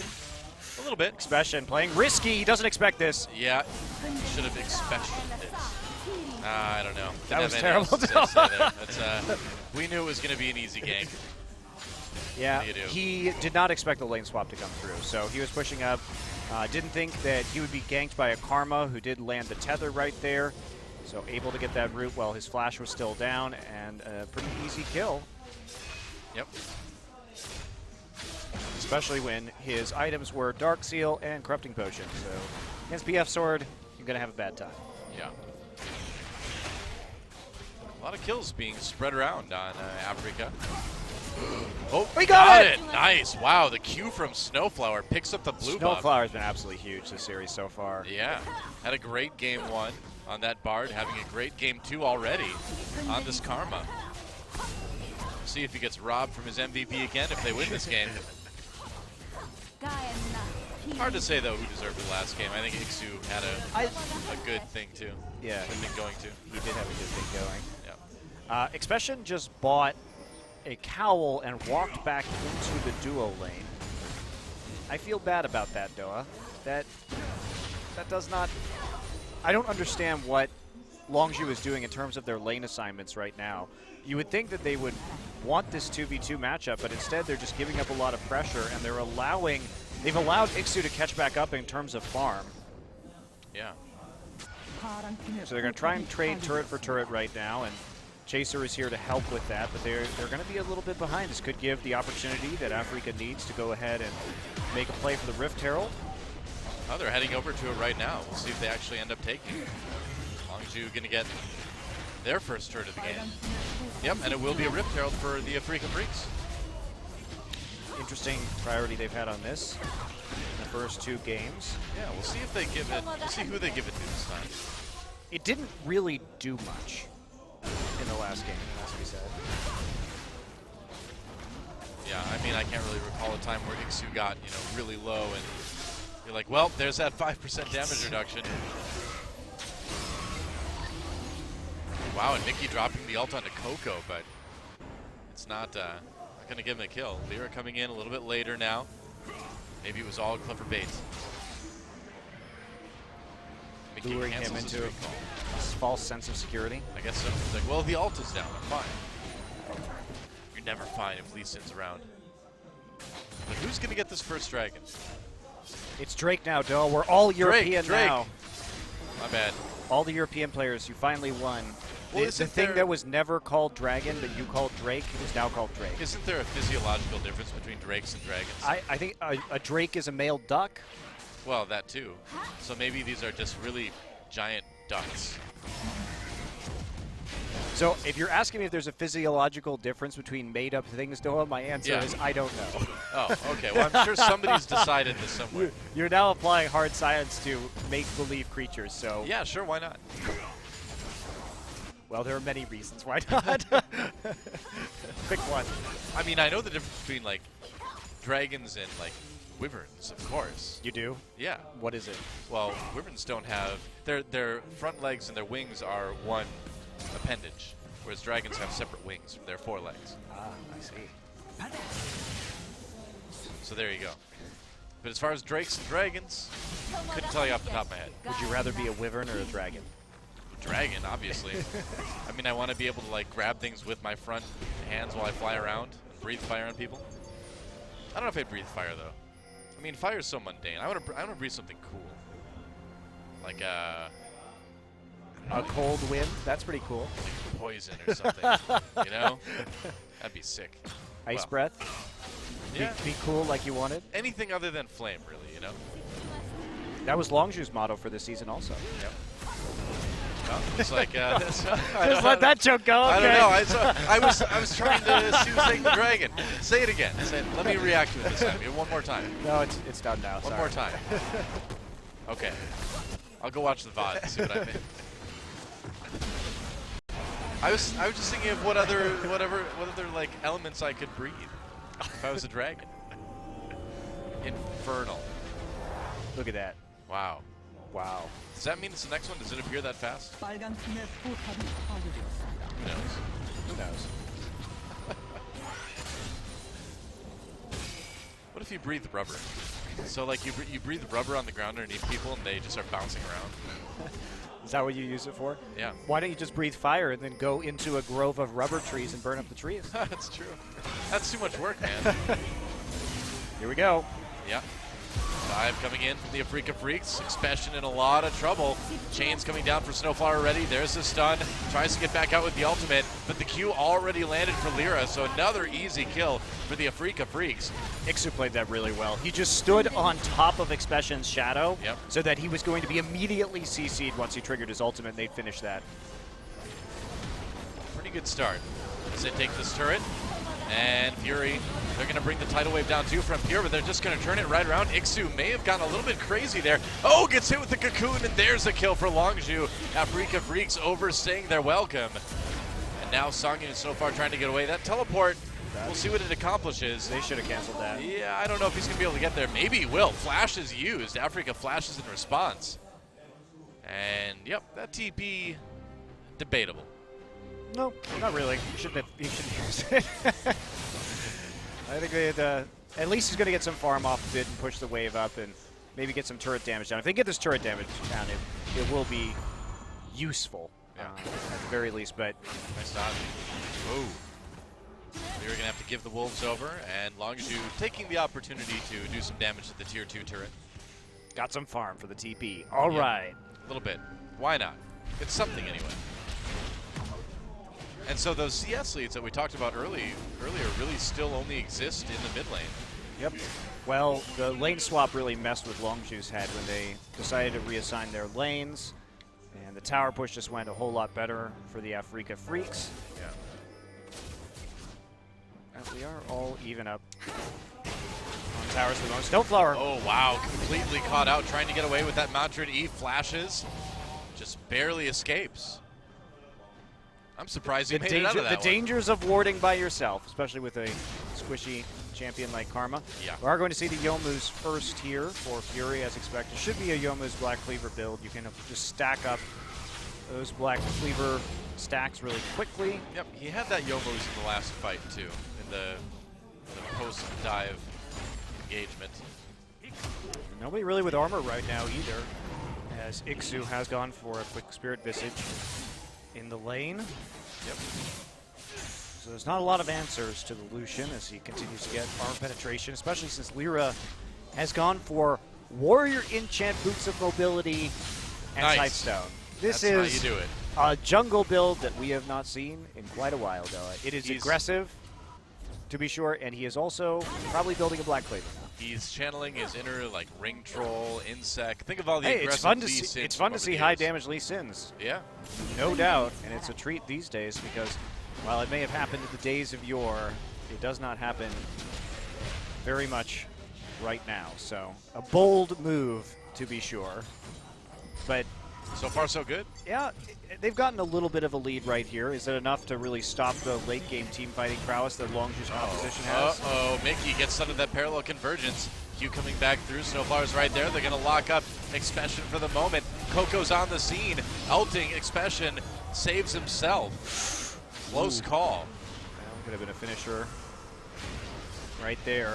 And wow, that was a lot of damage. And Mickey intentionally walked into the parallel convergence that didn't flash so that he could bait him into that play. Almost worked. Snowflower was there to provide the heals, and that early game damage spike of Karma and Lee Sin definitely noticeable. So Expression forced to use his ult, forced to use his flash. And Mickey gets out only with a Ghost, which is on that lower cooldown now also. Yep. Yeah, Ghost just got such a huge buff. Ixu coming in. They're going to try to catch Coco, but he's already over the wall. Escape. Dragon. Next dragon in 1 minute, and it is another Infernal Drake again. I love this composition from Afrika. It's Super aggro. It's super aggro. It would be very difficult to reasonably practice against this because they've gone for Boots of Mobility Lee Sin first, Karma, Sivir, and Ghost Victor. That's a really fast composition, and therefore they can collapse on you to create picks faster than you would normally expect or reasonably expect if you're Longshu. And it's very, very dangerous. 2 team-wide speed boosts from the Karma and the Sivir. Yeah. And this Lee Sin could be basically anywhere on the map at any given time. He's even winning the farming war now against Chaser, which is a little odd. Yeah, that is a bit surprising. So while Chaser wasn't really part of a lot of those early ganks, he at least, used that time to get some farm, but now Lear's been able to do a little bit more even. It's interesting that we're seeing Sightstone on some of these junglers too. Not so much on the Lee Sin because you're going to get that, especially if you want to change it into a red trinket. But because with Chaser and Elise, you wouldn't expect that Sightstone to be there given the Elise play we've seen recently. But I think this is probably going to be a reaction to the blue trinket changes because you just have to have more wards down now to contest objectives. Yeah. All right, Infernal Drake is back up again. Wow, Drake. Coco just killed a baby dragon in front of you, and you're not going to do anything about that? I mean, I don't know. I guess not.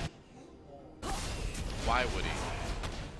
Afrika Freak, Saving your own kind, perhaps? if they get this second buff, that is a pretty big damage boost team-wide. Yeah, no And doubt. you do not want that on a very fast pick comp. Afrika backs off the Drake for the moment. Trying to defend that mid lane turret, but Longju is going to need to be very, very sure that they do not let Afrika have that dragon. Drake, whatever it is. Draken. Drake. Sounds like a video game. Draken. Probably was at one point. I'm half dragon, half Drake, the artist, musical artist. Let's go fight some crime. Why crime? I don't know. because nobody likes crime. Longzhu getting that Drake. Coco kicks back. Wow, I think Lyra does a lot of damage. Yeah, I think he thought he did a little bit more there as he kicked Coco back to it. Can they get the Drake? Lyra blocked from it with that tidal wave. And so they do trade. Cohen. Wow, Oh, okay. oh, Whoa! Lyra, you crazy. Oh boy. Aqua Prison just barely misses, and I think it may be time to disengage. That was a moment of Lee syndrome right there, I think following so. up on that Q. It's like, Yeah. he was so excited that he finally managed to hit Elise with a Q instead of a Spiderling. He Yep. had to go for it. Just gotta make a play. I mean, on the inside of that headband for Lee Sin, he's not actually blind. He's just got it over his face and it just says "make plays" on the inside. So he just sees it 24/7. That's where Lee syndrome comes from. I don't know if you want to tank that one. Did have the Karma Shield up. Yep.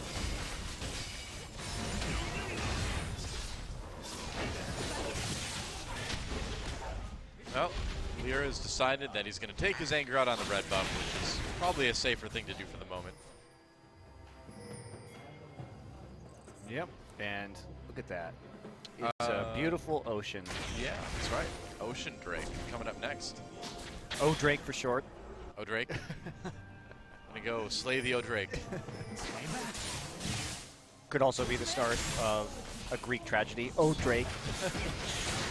Oh, Drake, you lived in the pit and did not see the danger that you were forewarned of. You wear the Ides of March, oh, Drake. Well, you successfully bridged We went 2,000 from, 2,000 years of history right We went there. from Greek to Roman. It was great. Yes, to Roman. Rome. Technically, Rome? What are you talking about? Technically, that's from Julius Caesar, the Shakespeare play. Yeah, he was a Roman dude. I can't help It it. just that, wasn't written. I can't help it that Shakespeare wrote about him. I mean, Greek and Greece and Rome can't- pretty close. You can't help if Shakespeare In wrote history? about him. That Yeah. implies that you would if you could. If you had a I- time machine, Doa, would you go back and prevent Shakespeare from writing Julius Caesar? I'd go back and I'd be like, Will, all right, look, I'm going to be doing this esports, but don't worry about what esports is. It's not important. I'm going to make a dumb comment about something you wrote, and that will never happen if you don't write it, so don't. So what would you have Shakespeare write? Uh-oh. Oh, okay, we're safe now. A tragedy about dragons. I'm like, there's these mythical creatures. They're really big, a little bit. Well, in I your think he area, knew. I really think. right I think now. he knew what dragons were. Yeah, doing. I was gonna say. They're cool, man. In the future, like 500 years from now, people will be really into dragons. So write about them now. You'll be ahead of your time. Dragon Riders by William Shakespeare. Yep, that's right. Might be kind of difficult to stage that in Elizabethan times. Maybe. Yeah, we'll have to bring some special effects guys back with us. I guess so.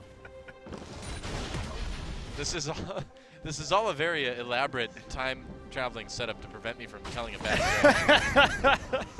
But it's worth it, I think. Let's just alter time and space for that. That's fine. I agree. That's not. It's certainly not a reckless use of No. time travel at all. No, man. I mean, Rick and Morty do that kind of stuff all the time. Fine. I'm not worried about it. And you shouldn't be either, viewers at home.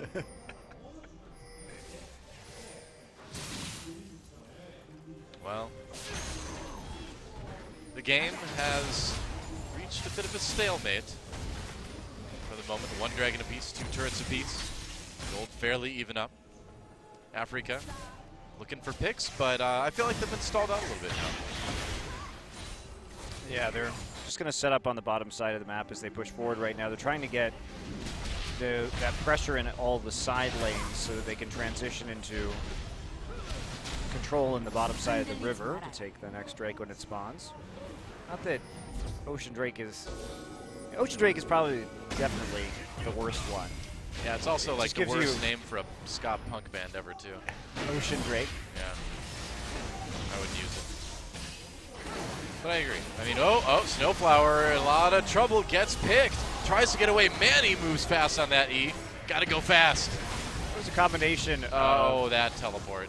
Yeah, you can't TP in under that. They can get out too. That was a combination of Sivir ult and Whoa, Mickey goes in with a flash Chaos Storm. There's a kill from Snowflower. They're going to do a ton of damage with the knockup as well. Chaser trying to flash away. Turret getting very, very low. Kills coming in from the Afrika Freaks and from Longju. And now the flash from Expression going back in onto Songyun. Double kill for Fury. Looking for the triple now. Going to almost get it.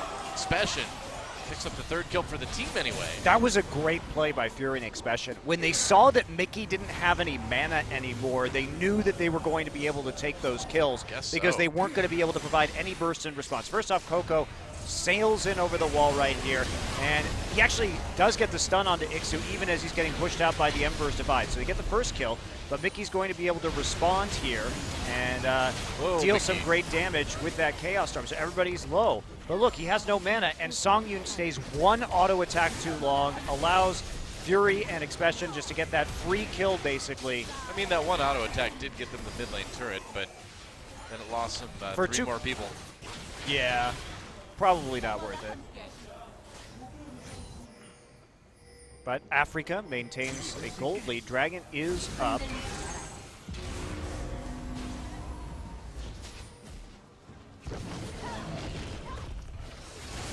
And so, it's Ocean Drake time. Longju, Chaser fishing for a...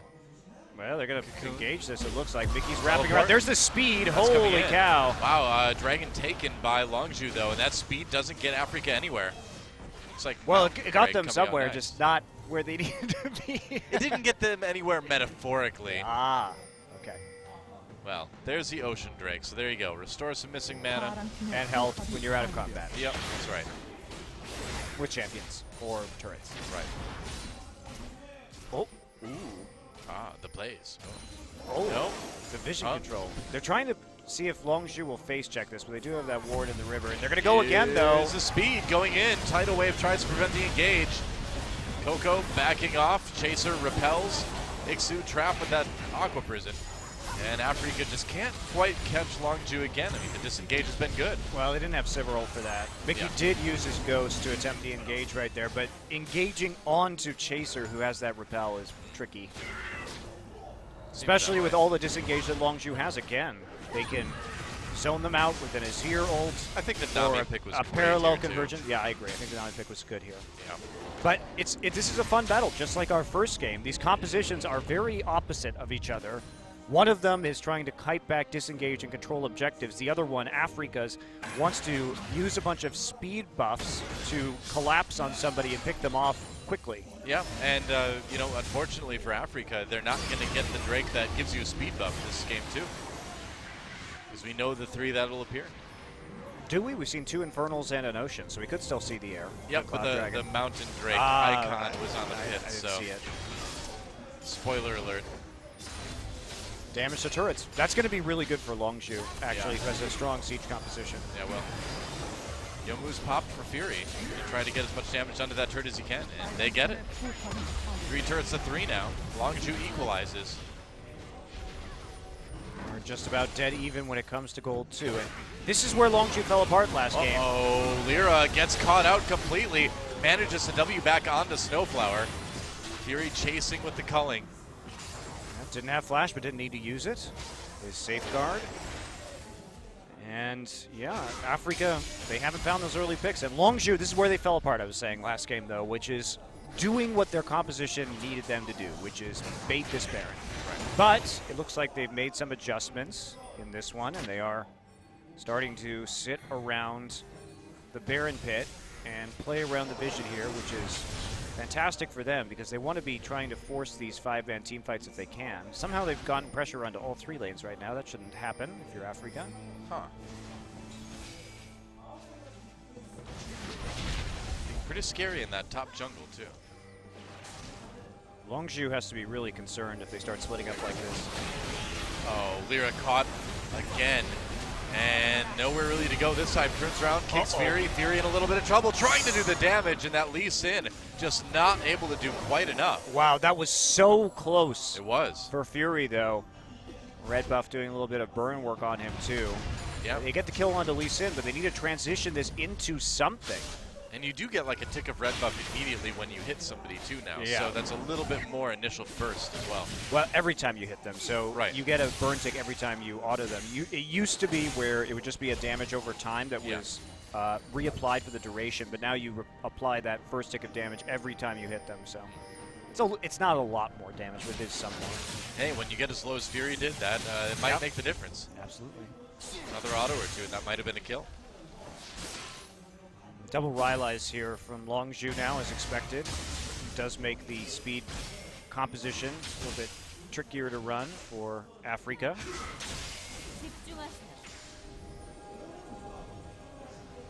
So, Phantom Dancer now done too. Big crit build here for Fury, Armor Shred. Crit. Yeah, I mean, letting Fury have that Lucian was. Well, they brave banned it in thing. game number 1. There's Yeah. a reason it's really, really strong right now. I think if we go to a game 3, which it looks like we certainly might, probably going to see that Lucian banned again. Oh, but first, we'll see a pause. Our first series Doa and our first glorious Korean pause. Hooray, but where's our first Bug Splat? We haven't had that yet. Oh, that's coming in the next game. All right. We gotta work our way up to Bug Splat. Awesome. I'm excited. You see the Bug Splat icon on the Drake pit? Dragon pit.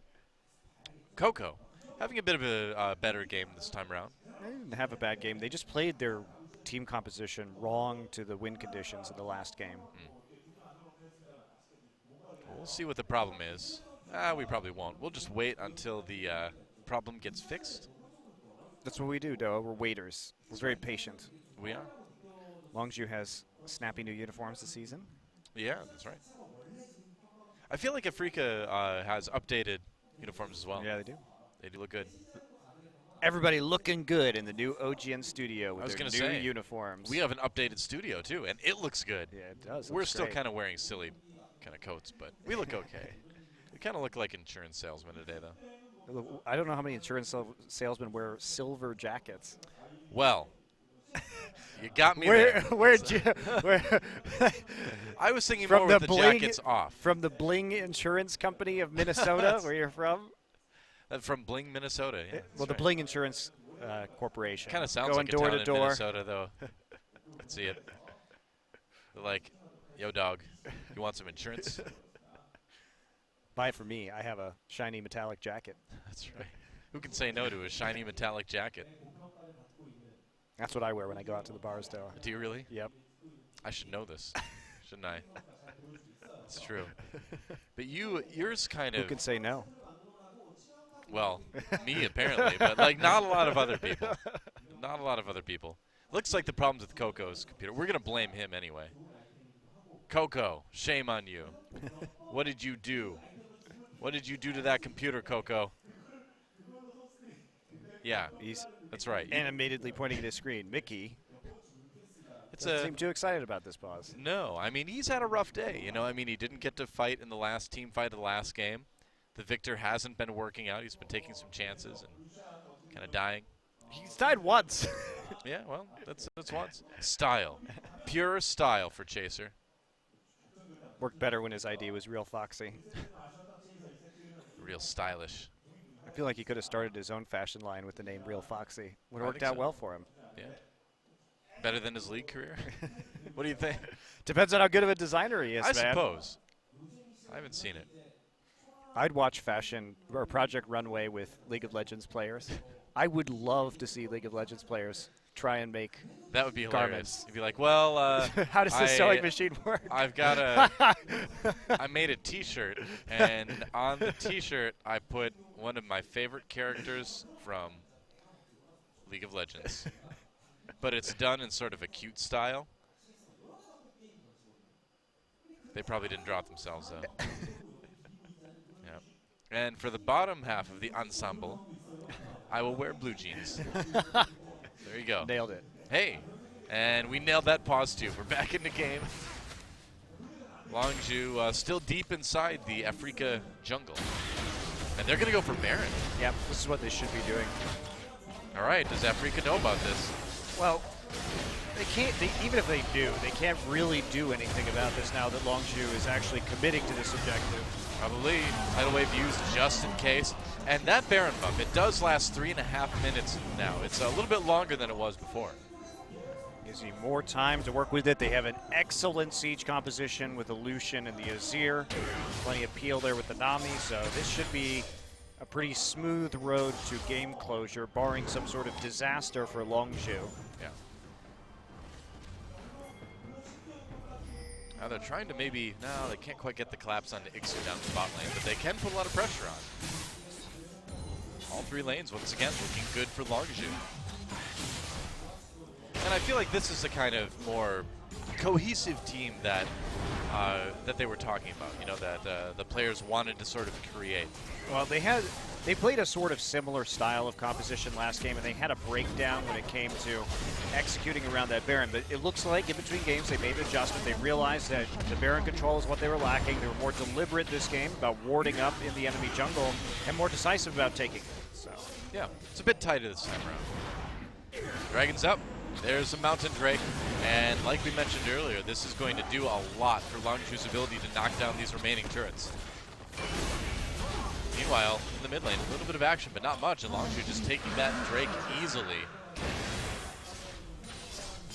And another helpful tooltip to remind all of our viewers about the 6.9 changes. We are on 6.10 now. Yep. And now, I mean, combine that with the Baron buff, this turret's going to fall really fast once they get a minion wave onto it. Yeah, that's a huge bonus for this team.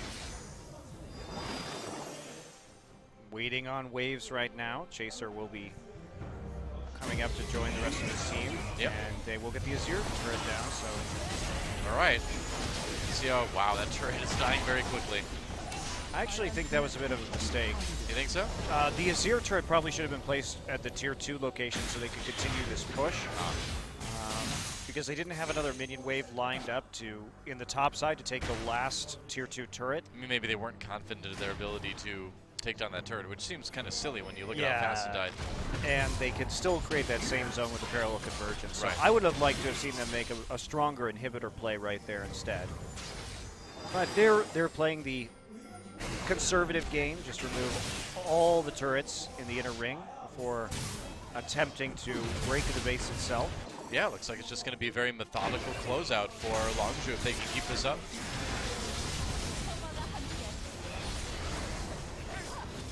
So far, so good, though. Another turret going down. Expression dueling with Ixu in the middle lane, or the jungle, really. That's another turret for Longzhu. Yep, and that should be the end of the Baron buff. It wasn't a great Baron power play. They got a few thousand gold out of it, but nothing spectacular. Yeah. And it will be the Elder Dragon next, and his scary purple face. Wow. That looks really dangerous. Don't do that, sir. Well, Sivir has one of the least safe weapons to herself. Yeah, really. It's been amazing for years. She hasn't cut her own arm off, waving that thing around. Or cut herself in half as it comes back to her. That too. She does have to kind of reach down in the middle of it to grab it when it comes back. So. Yeah, terrifying. I'd rather just be Lucian and deal with some guns. Yeah, no kidding. It's way easier. And see, the thing is like, Sivir has to worry so much about cutting herself to ribbons with her own weapon that she can only run around, really. Whereas Lucian, like, he can dash, like, do all these cool things. He's got guns. Doesn't need to worry about hurting himself, you know? Get out of here with your antiquated, dangerous technology, Yeah. Sivir. Move into guns. Guns are the best. This message brought to you by the NRA. That's right. There you go. This message brought to you by Riot Games, excuse me. Guns are the best. Well, I mean, Lucian's the strongest AD carry right now, so I guess it's definitive. It is. Yeah. The culling use, pushing Afrik off of that turret. Baron buff still. Oh no, it's just right now.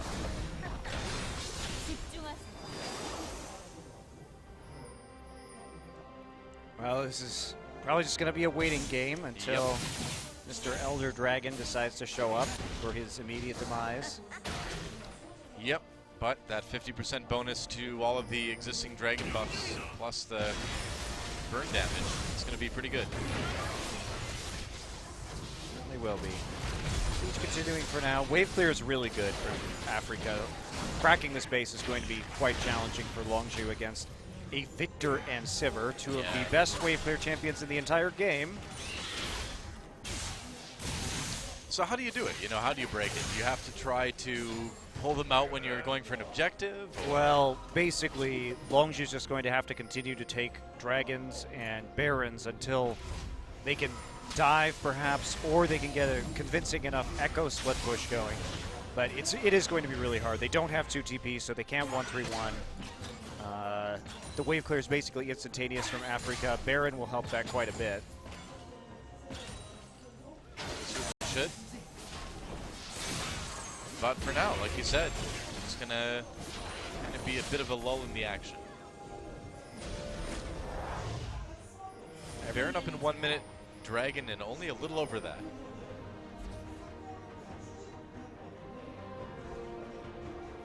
And I mean, if you don't have any previous dragons, that Elder Dragon buff is nice, but it's just not quite as valuable. Yeah, absolutely not. So value is pretty low there for Africa. Yeah. But I mean, there's value in preventing Longzhu from getting it. You know, that's some pretty big value. Yeah, you do get some nice burn damage too, like you would have with a 5th dragon buff back before this patch existed. The spawn from Baron coming up Youmuu's soon. Teleport flank coming in, Expression looking for a play onto Lyra, I suppose now. Wanted to go after Mickey. They didn't get a lot out of that. No, but they got him in position to do the Baron, which is right. It's not ideal, but he's there to make a play at the primary objective. Going to be able to clear out some of these wards, maybe. Fury will take some damage. Afrika does not want Longzhu to have this one.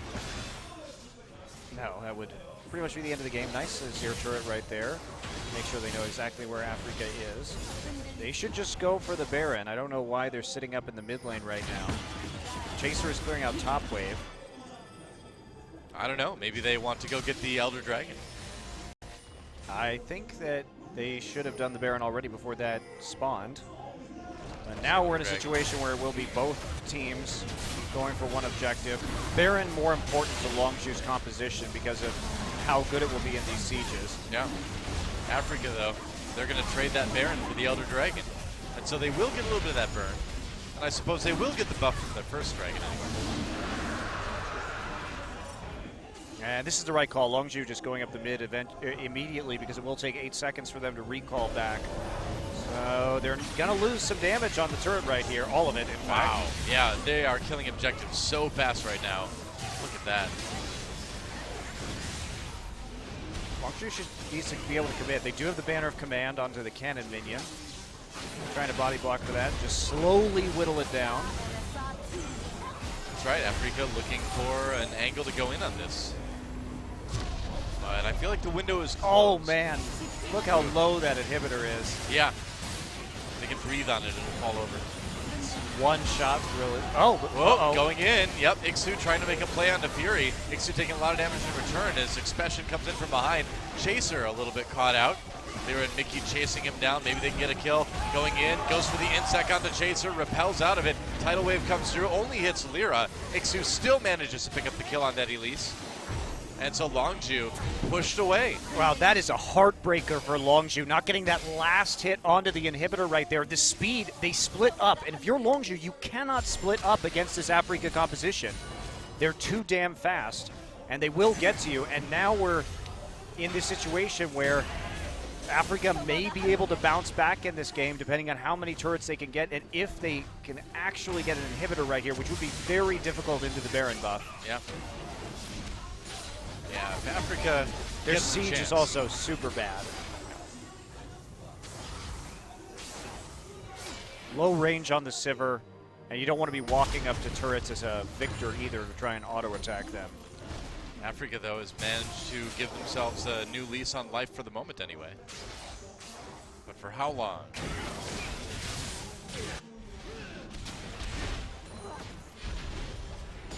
Lear now has that Randuin's. He has the Locket of the Iron Solari as well, so going for a little bit of tanky stats.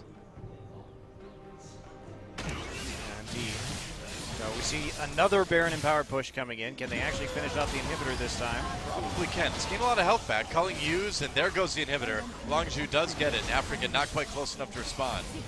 So they got the kill, but the scaling is fine generally for Africa, but Karma and Lee Sin are not going to be powerhouses in the late game because they're so reliant on getting a flank or getting a pick onto somebody. They just don't have the tools to. Oh, nice. It's a little sapling right there. Yeah, they don't have the tools to really win a 5v5 team fight against all the kiting power of Longzhu.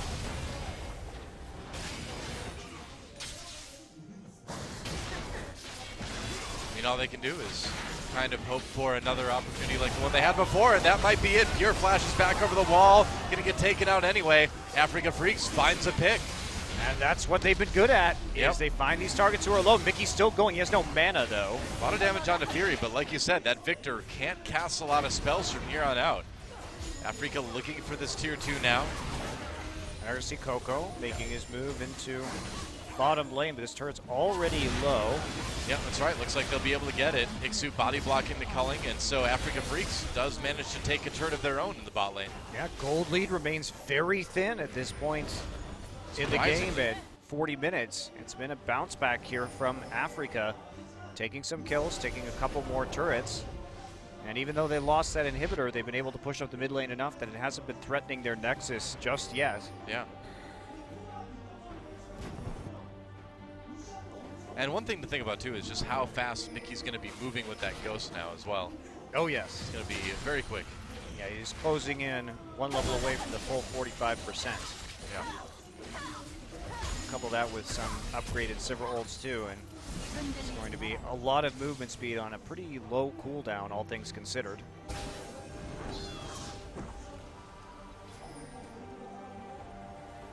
Well, Africa doing everything they can at the moment just to keep these lanes pushed back. And saying it looks Songyun actually has more money right now, thanks to his 100 CS advantage over Fury. It's not bad.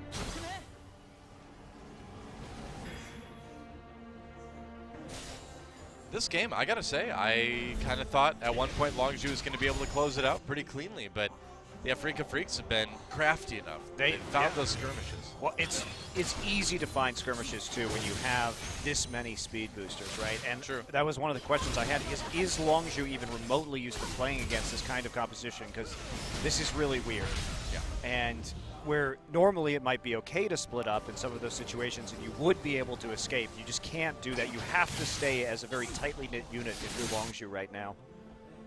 Because any deviation, even a small one like we saw from Pure into his own jungle, proved fatal.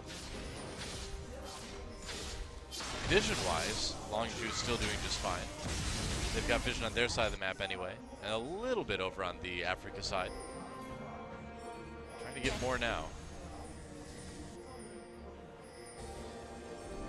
Here we go, another deep warding mission. They're not going to catch anybody else out. Africa has no reason to be outside of the base right now. Yep. When the Baron isn't going to be spawning for another minute. So Longzhu going in on this inhibitor turret, looking to get their second inhibitor of the game. And Snowflower pops that Mantrid shield. They're not doing a good job, Longzhu, of defending their bannered cannon minion right there. They basically just let Songyun walk up and kill it for free. He's taking a little bit of culling damage, which he will be able to heal up thanks to the Bloodthirster that he bought as his most recent item. Wards being cleared by both sides there. And can the Africa Freaks hold on? The later this game goes, I feel like it's not really going to get much better for them. Nope, sure isn't. And Longzhu again in the driver's seat, setting the pace of this game, and they will be able to fall back in 7 seconds to this Baron. They have a huge minion wave developed in mid. And just take the Baron and start sieging up a different inhibitor should they so choose. Yeah. Our Baron's up. It's time. And Africa immediately moving towards that. They really want to stop them, but Ixu maybe walking into a trap. Nope. Gonna check the bush with that sapling again. So plays it safe. Blue trinket used on the side of Africa and then immediately cleared inside the dragon. So they know that they're not going to have any vision right now. Both blue trinkets down. Specian is now making a split push attempt. Interesting. Inhibitor is back up in the mid lane though. Oh, Longzhu, you have to be super careful about that. They know where Expression is.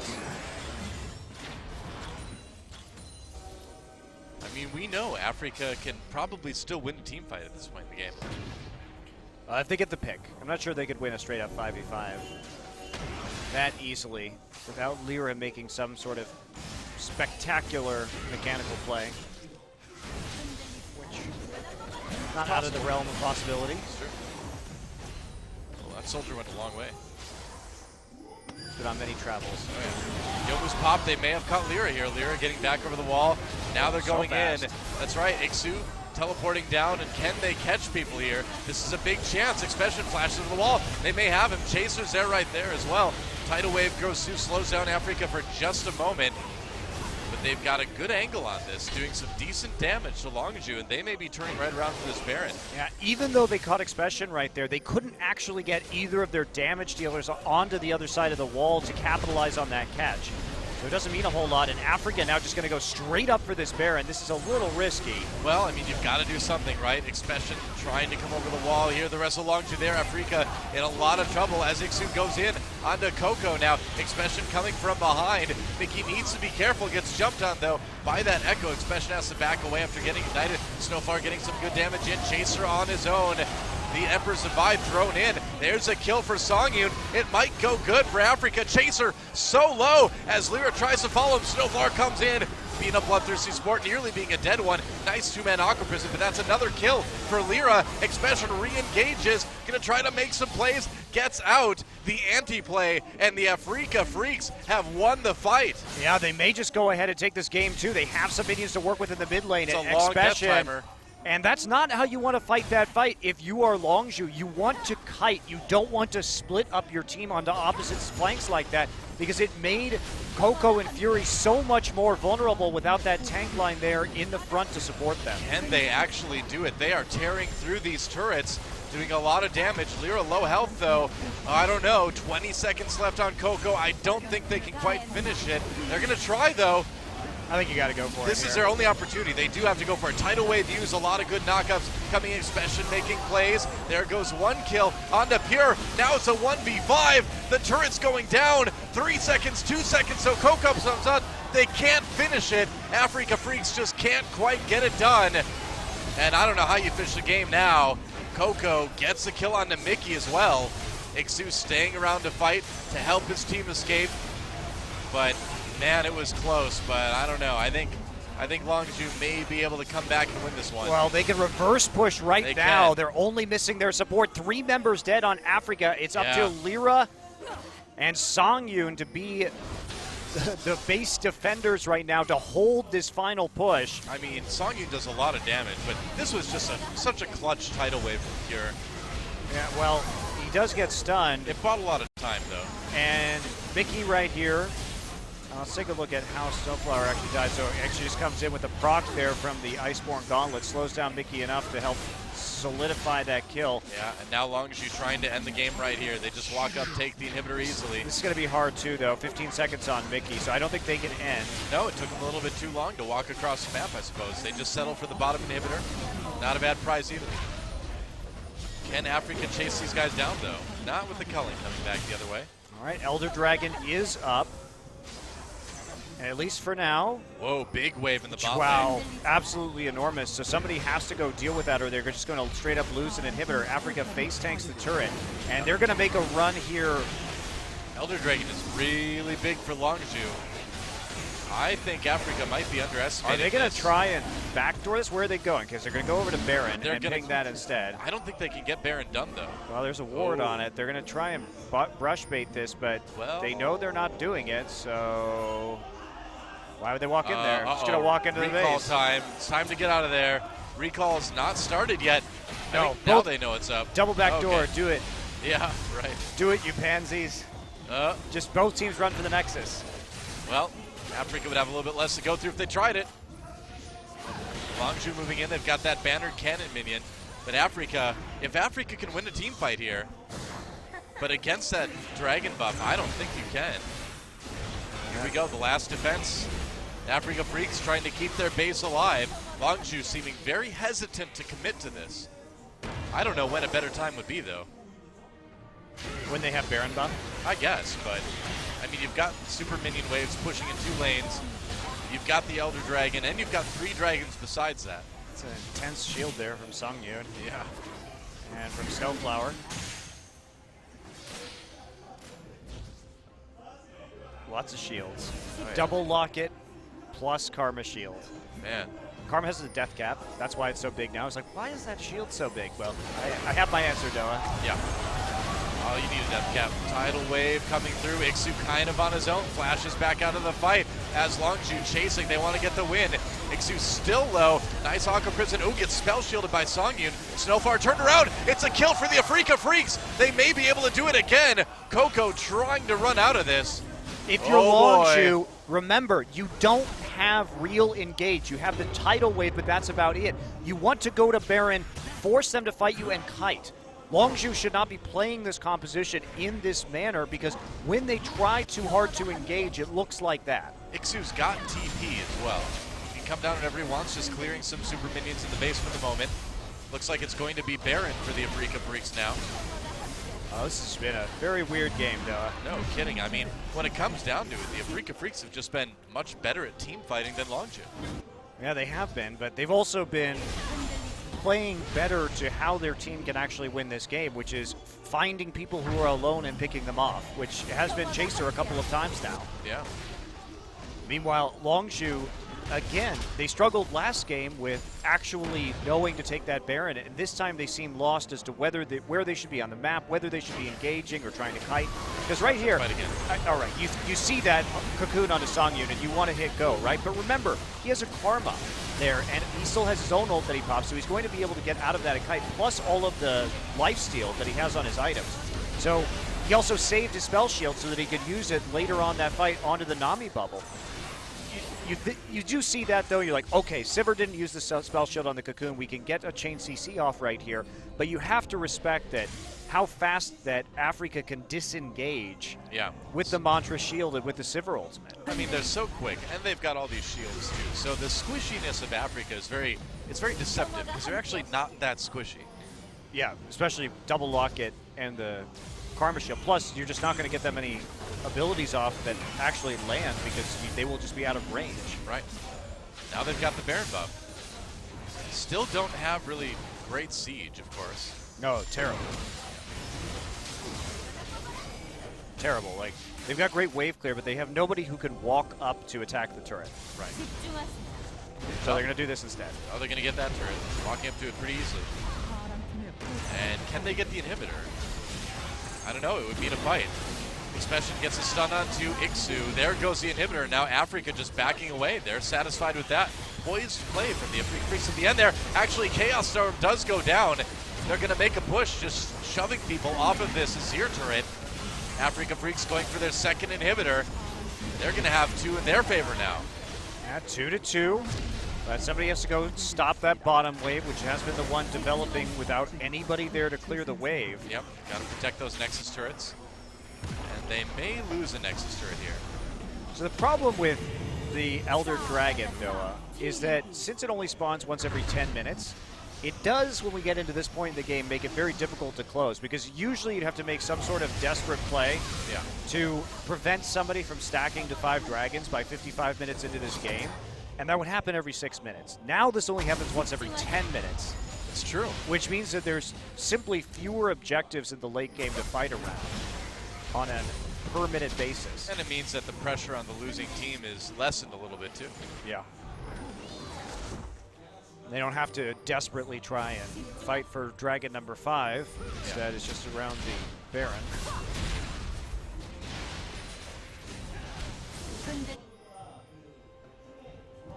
So as improbable as it seemed, when the Afrika Freaks were like 6,000 gold down earlier, now they've jumped out to a 5,000 gold lead. And Longzhu's shot calling has just not been there. yeah, This is a good composition that they're running, but they've continuously made mistakes with it, not played around the right objectives, and sort of found themselves in this situation. But credit to Afrika because they never stopped playing their pick comp. well, they're going to use the Karma E to go in, try to take out this last inhibitor turret. They'll get it. Great use of the Baron buff. Really excellent. It's down now, but Yeah. they squeezed every last drop out of that Baron buff. They really did. I mean, they got 2 inhibitors, inhibitor turret up in top lane. And I mean, they're just, 1 pick away from winning this game. And at this point, Longzhu just looks scared too, They look like they don't even want to try to fight Afrika. And, why would they? They've lost the last 2 or 3 team fights in a row now. Think about going in now. Expansion.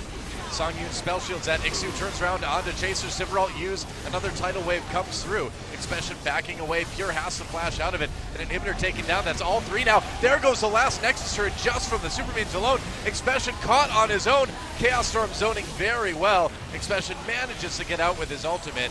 Still dies in the end. Guardian Angel going to bring it back in just a moment. But there goes the Nexus. And the Afrika Freaks get the 2-0. I really thought we were going to see 3 games in this series. I But really did too, Doa, but Longzhu Wow. was not insistent enough in their objective control at the end. And Afrika Freaks, they kept playing for those picks. They Yeah. kept trying to find somebody and take him out at the end. Well done by them to Well- take the 2-0 here. And you know what's interesting? They did it with this super speed composition that was very different to what we've seen before.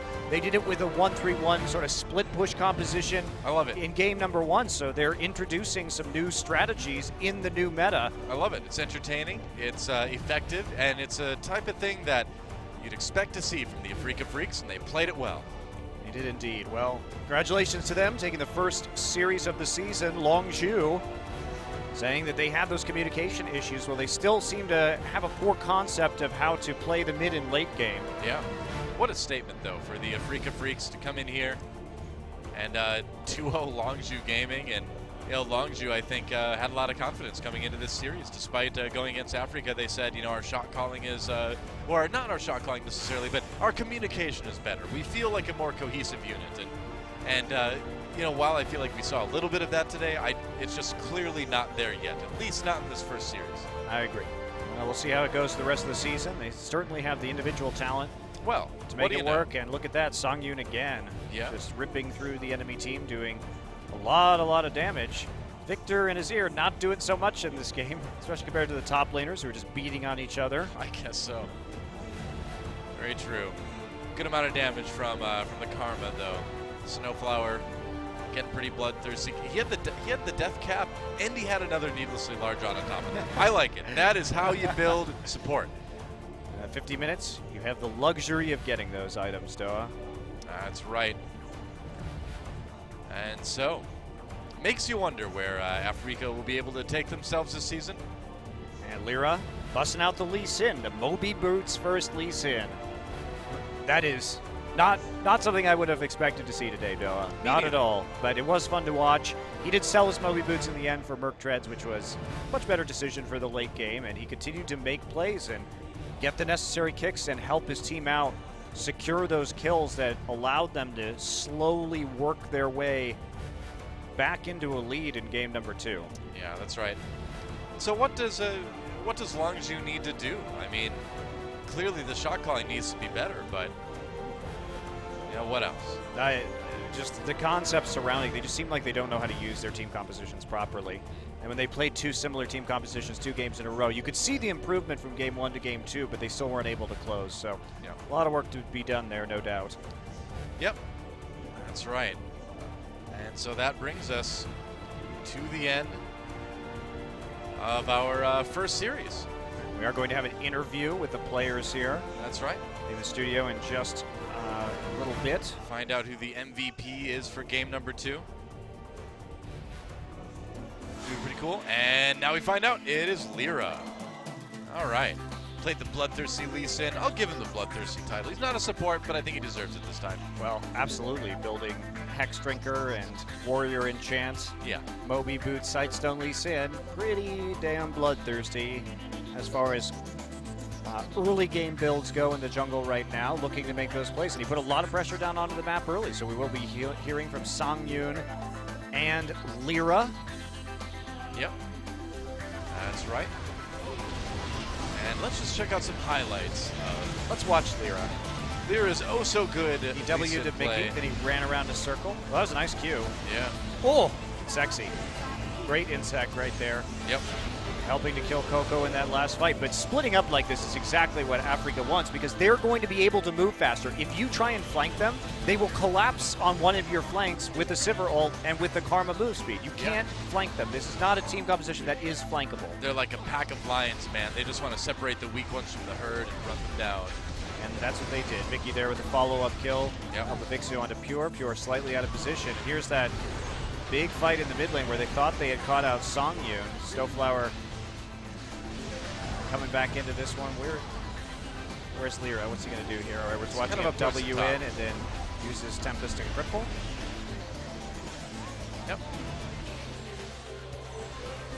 Well, final fight. Let's check out Lyra again. Nice. All right. Nice undo expression. Pinballing around, making sure Expression not going to have too many options to escape that, but does with the help of this flash and the chrono break. It was just a lot of disruption too, you know. Yeah. It looks like it's He time. did lease in things. Looks like it's time for our MVP interview, and we've got a new translator today. Oh boy. That's right. His name's Kevin, and he will translate the heck out of this interview for us. So take it away. Thank you very much, guys. This is Kevin. I'll be translating the interviews from this season. We have a whole new format of a new interview. No more show, sad news for some of you guys, but we have Dongjun and Hyunwoo, the commentators, doing the interviews and analyze the game at the same time. Yeah, we are not as beautiful as the show, but we'll try to make this fun. He looks like Tarek, it's okay. It is fun. So first of all, you guys did a really good game for the first game of the season. Please a round of applause for Lyra and Sang-yoon of Africa.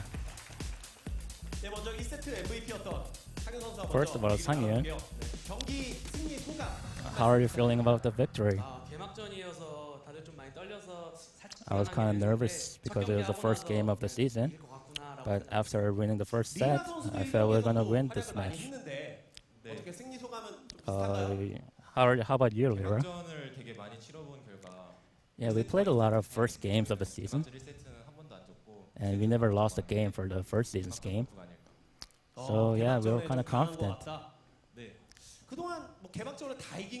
So for the past games, you haven't won all of the first games, but how are you feeling about this game? From our memory, it's 3 wins and 1 lose, so we were kind of confident about it. So for Sang-yoon, before the game, you felt really confident about it. You didn't really think the opponent was going to be very strong, and you felt really confident. How do you feel about Fury?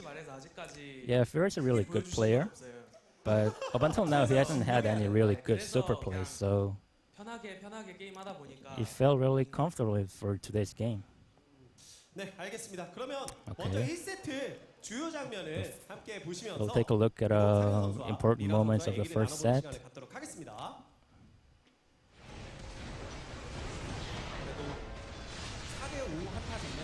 was a team fight 4-5. Do you guys remember? Yes, of course. Yeah, your team was in a really big danger with the Echo down in the first place, and you're retreating.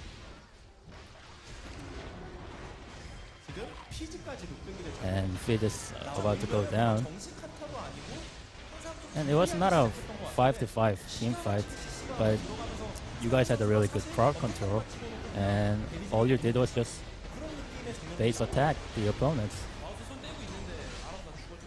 Yeah, all I did was just attack them, and all the enemies went down. that Caitlyn, compared to Lucian or Israel, it's not really a popular pick, but you guys picked it. Why do you guys pick the Caitlyn? Yeah, well, just we prepare for it, and we're not going to tell the reasons right here, right now. To be honest, I don't have anything up my sleeve, just trying to show off. So you guys didn't ban Lucian on purpose as a strategy. What do you guys think about Lucian? Lucian's really good on the lane phase, but rather than, engaging, you just try to, counter them.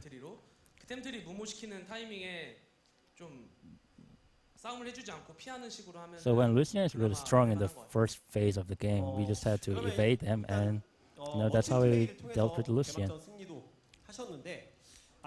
So after a good play, you won the first game. How far do you think Africa will go up into the rank? Don't really care about how far we can do in the LCK. All we want to do is just go to the America for the World Championship. Now we'll take a look at our second game.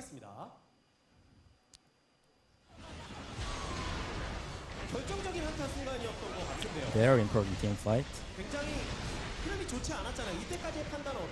Not very good in the first phase, but how do you guys feel about this in the first, when you're doing the team fight? Well, we didn't have a good win rate for the Lee, but well, after fighting for a few moments, we thought we were going to win the team fight. Do you engage just instantly or after listening to a shot call? Well, I just do it instinctly and just hope that my teammates will, follow me and do a good team fight. So even if I die, if I take another opponent down with me, I think it's going to be a good team fight. You're kind of like leader for your team. How do you guys feel before the team fight? Well, as a gamer, it's really hard to say how I felt about the team fight. But the coach told us to never give up. We had a nickname for Serenki because we did so much Serens in the first phase. So as the coach told us, we just keep on practicing hard. So both of you guys got the MVP. And what's your goal for this season? Personally, my personal goal is people call Chaser 15-minute jungler, and I really want to win against Chaser. So I achieved my personal goal, winning against Chaser. And our team's goal is going up to the finals this season. And we'll keep on practicing hard to achieve that goal. 누구보다 긴장될 첫 개막전을 기분 좋게 승리로 마무리 지은 아프리카 프릭스 두 선수와 인터뷰를 나눠봤습니다. So we had an interview with the MVPs of Africa, and this is the first interview, so it's kind of not really set up well. 네, 그렇죠? 알겠습니다. 개막전 첫 MVP를 받은 상현 선수와 So please another round of applause for the first MVPs, and thank you very much. Back to you guys for the next game of CJ versus ESC Ever. All right, thanks for the translating, Kevin. And that's right, our next match is CJ versus ESC Ever. But first, our results. A 2-0 for the Africa Freaks in the very first match of LCK Summer here on OGN. And man, I thought this was going to go to 3 games, but Africa was like, no, we're going to find people, we're going to kill them, we're going to win the game. Yeah, Africa, they continue to be that scrappy little team looking for these pick compositions. They know what their style is, and this is what we're going to have next. CJ Entus versus ESC Ever in a best of 3. It will be broadcast in about half an hour. Yeah, it'll be at 8 p.m. Korean time, which is approximately 28 minutes from now. So don't go anywhere. Leave the tab open. Go get yourself a snack. Maybe take a little nap, set the alarm again. You'll be able to find this match right here on LCK1 on the OGN stream, and it will be epic. It will be indeed. And here's our matchups for this week. That's right, yeah. Rocks Tigers versus Samsung coming up tomorrow, and then on Friday, MVP versus KT Rolster, and finally on Saturday, Jinair taking on Longzhou Gaming. So Longzhou with a chance for redemption already here in week number 1. Yeah, and we'll have to see how well Jinair is doing, a playoff team. One ended in 6th place at the end of the season, so one rung up on Longzhou. No, 4th place, sorry. Well, it's going to be interesting to see where a lot of teams like Samsung and MVP kind of end up here in the end, because Samsung obviously had a lot of issues. They had a lot to work on. MVP, I mean, a big name in the Korean League of Legends historical sort of sense, but it's a brand new roster. See if they can make anything happen too. Yeah, absolutely. There's a lot of work to be done, but we are going to go into ESC Ever. I'm really excited about this next match. Now, me too. CJ hovered around 50%, ESC Ever a new team, but we will see CJ's new jungler. That's right, so don't go anywhere, guys. Right back here in about half an hour, ESC Ever versus CJ on OGN. Don't miss it. Dylan Monte Cristo will be back with you soon. Thanks for watching.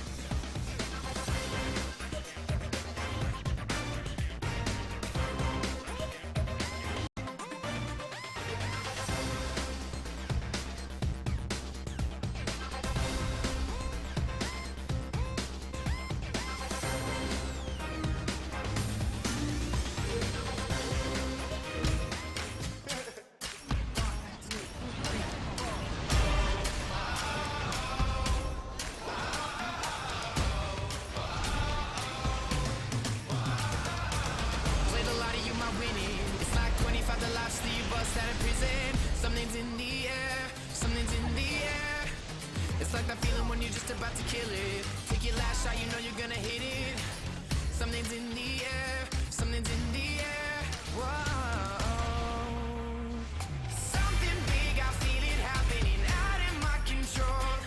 Pushing, pulling, and it's grabbing me. Feel it in my bones like, oh, whoa, whoa, whoa. Something big, I feel it happening. Oh, whoa, whoa, something big. It's like that feeling when you're about to win the medal.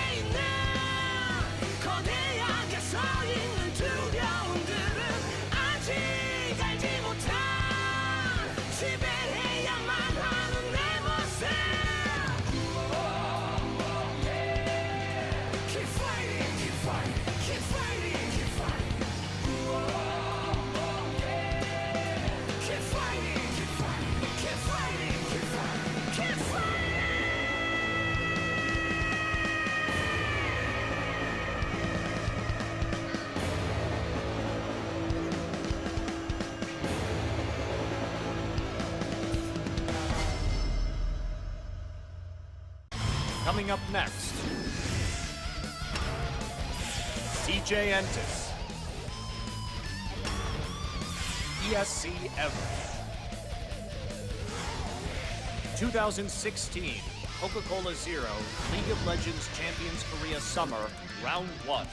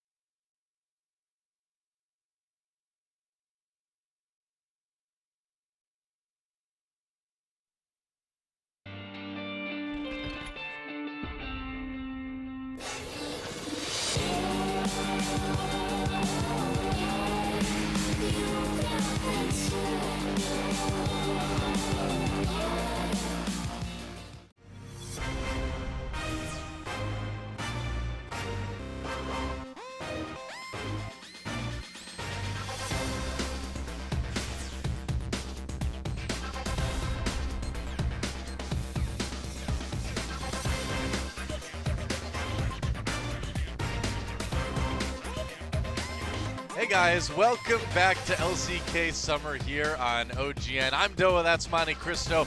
We saw a great view of our casual-looking Korean casters because that's right. The second part of our evening tonight is what you might call a piggyback broadcast. That's right, where the players are not here, the fans are on Twitch chat, which is where I prefer them personally.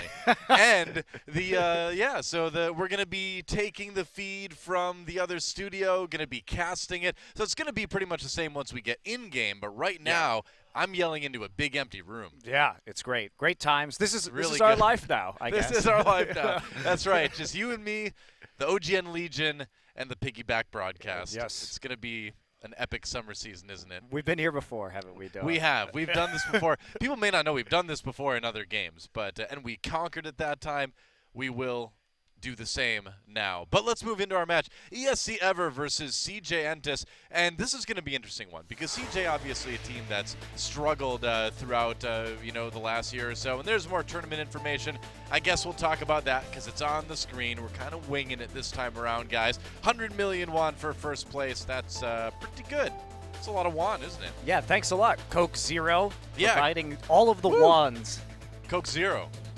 The zero is for many zeros in the wand prize that they're giving. So there you go. Doesn't get much better as far as promotion goes, I think. I would agree with you. Well, I thought so. taking a look at our teams, of course, in this tournament. You know Yep. them. You love them. And we're looking more competitive than ever this season. In many ways, that's true. That's very true, Monte Cristo.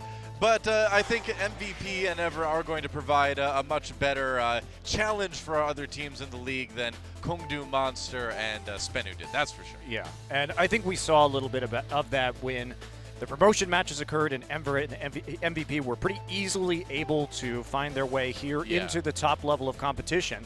And I'm really excited about Ever. This is a team that really didn't look good about halfway through the Challenger season when they went to IEM Katowice to perform after winning, of course, the Kespa Cup, which was sort of their highlight as a team. They've made some changes since then. Most crucially, they have a new jungler named Bless, and Bless is one of the top players on the Korean ladder right now. He's been hovering around third place in the solo queue rankings, or I suppose dynamic queue queue rankings. Dynamic Excuse me. makes it sounds more exciting and energetic. Whoa, it's dynamic. That's one way we could call it. But Which anyway, is the opposite of what you would think a queue would be in general. But anyway, that's besides. it depends on what country you're in That's true. as to whether queues are in fact dynamic There's or some not. very dynamic queues in certain countries. I was in Egypt at the end of last year, and those queues were crazy dynamic. That sounds like a very dynamic queue. That's right. There was also a dynamic queue in Star Trek: The Next Generation. You never knew what that guy was going to do yeah, next. you never. He was never very knew. dynamic. Yeah. But anyway, Bless is good. That's what we're trying to say. That's the point. That was the roundabout That's- way to say that. Bless is a very right. strong mechanical player. He definitely was an upgrade over Ares, who I think sort Yeah. of hit his skill ceiling. He did used to play on Incredible Miracle and wasn't really ever that impressive in terms of the team game. He was another jungler who did actually hit some of the higher ranks in solo queue way back in the day, but wasn't able to deliver, I think, at the level necessary that junglers really have to when they can carry in this meta. So that was another nice pickup. And then the other factor was Key sort of had a drop-off in performance. Key now has been rocketing back up the ladder, of course, with his signature Bard play that really wowed people at the end of last year when they won IEM Cologne. So they did go through a little bit of a dip, had a resurgence at the end of the season, ended up where they are right now, back, or for the first time, in Champions Korea. It took them winning an international title before they could even get into this league, which is kind of crazy. I don't think anybody else has kind of done that, where they won an international tournament before entering the league. Let's take a look at our teams for today. Of course, CJ Entus, there they are, Shy up front and center next to Mad Life. But it's going to be Untara up in the top lane. Shy still taking a breather on the bench, it looks like. Yeah, I'm not sure if Shy is ever going to be part of this active roster again. He didn't play at all last season. I'd be kind of surprised, honestly, but he had a long career. And it will be Haru instead of Bumbling. So Yeah. I've been hearing a lot about this guy, just rumors about his performance level. People say he's very good, and he's taking the first game as a rookie player, so should be exciting. BDD, of course, the mid laner who took the reins from Sky in the middle of last season and showed us some very impressive Azir play. Yep, that's right. And we'll see if he can kind of continue that, expand the champion pool a little bit as we move into LCK summer. Certainly going to have an opportunity. Meanwhile, down at the AD carry position, it is Kramer. There we go. And Kramer is, even though he's telling me to be quiet right now, I'm not going to do that, Kramer. I'm sorry, I have to cast this match. But Kramer is a great AD carry. He really was one of the shining stars, I think, on this new CJ roster, and we're expecting a lot from him. Well, we are, but he's also one of the most demanding AD carries when it comes to resources. And yes, he had an extremely high damage per minute. He was topping the charts last season alongside Faker, but it was all about protect the Kramer, and you have to play around him. Mad Life had an outstanding season on CJ in the spring. Really was the catalyst where, especially when they had Sky and Bubbling on the roster at the start, they did a lot better than we expected because they were able to just play around that bot lane duo so effectively. That's right, and there are their opponents for today's match. ESC Ever Crazy up in the top lane. Crazy does live up to his name at times, can be overly aggressive and too much concerned with some of these solo outplays, but he's been relatively solid. This is the guy to watch, though. The two players that I'm really looking forward to seeing today are Bless and Loken. So Bless, he's going to come in, and this is his professional debut. So we've got two rookie junglers going head-to-head. Should be exciting. Yeah, no kidding. And Tempt in the mid lane. Again, fun story with this guy. He's played for a while, but then, of course, got to do that trip out to Poland for IEM World Championships a little bit earlier this year. And this is the guy that made a name for himself playing in a small town out in the country on his own. And he just got so high in the dynamic queue that he got noticed. And here he is. And Loken, what more can you say about this guy? This guy is looking like he could hit top 3 levels of AD carry performance in Korea this season. Absolutely astonishing.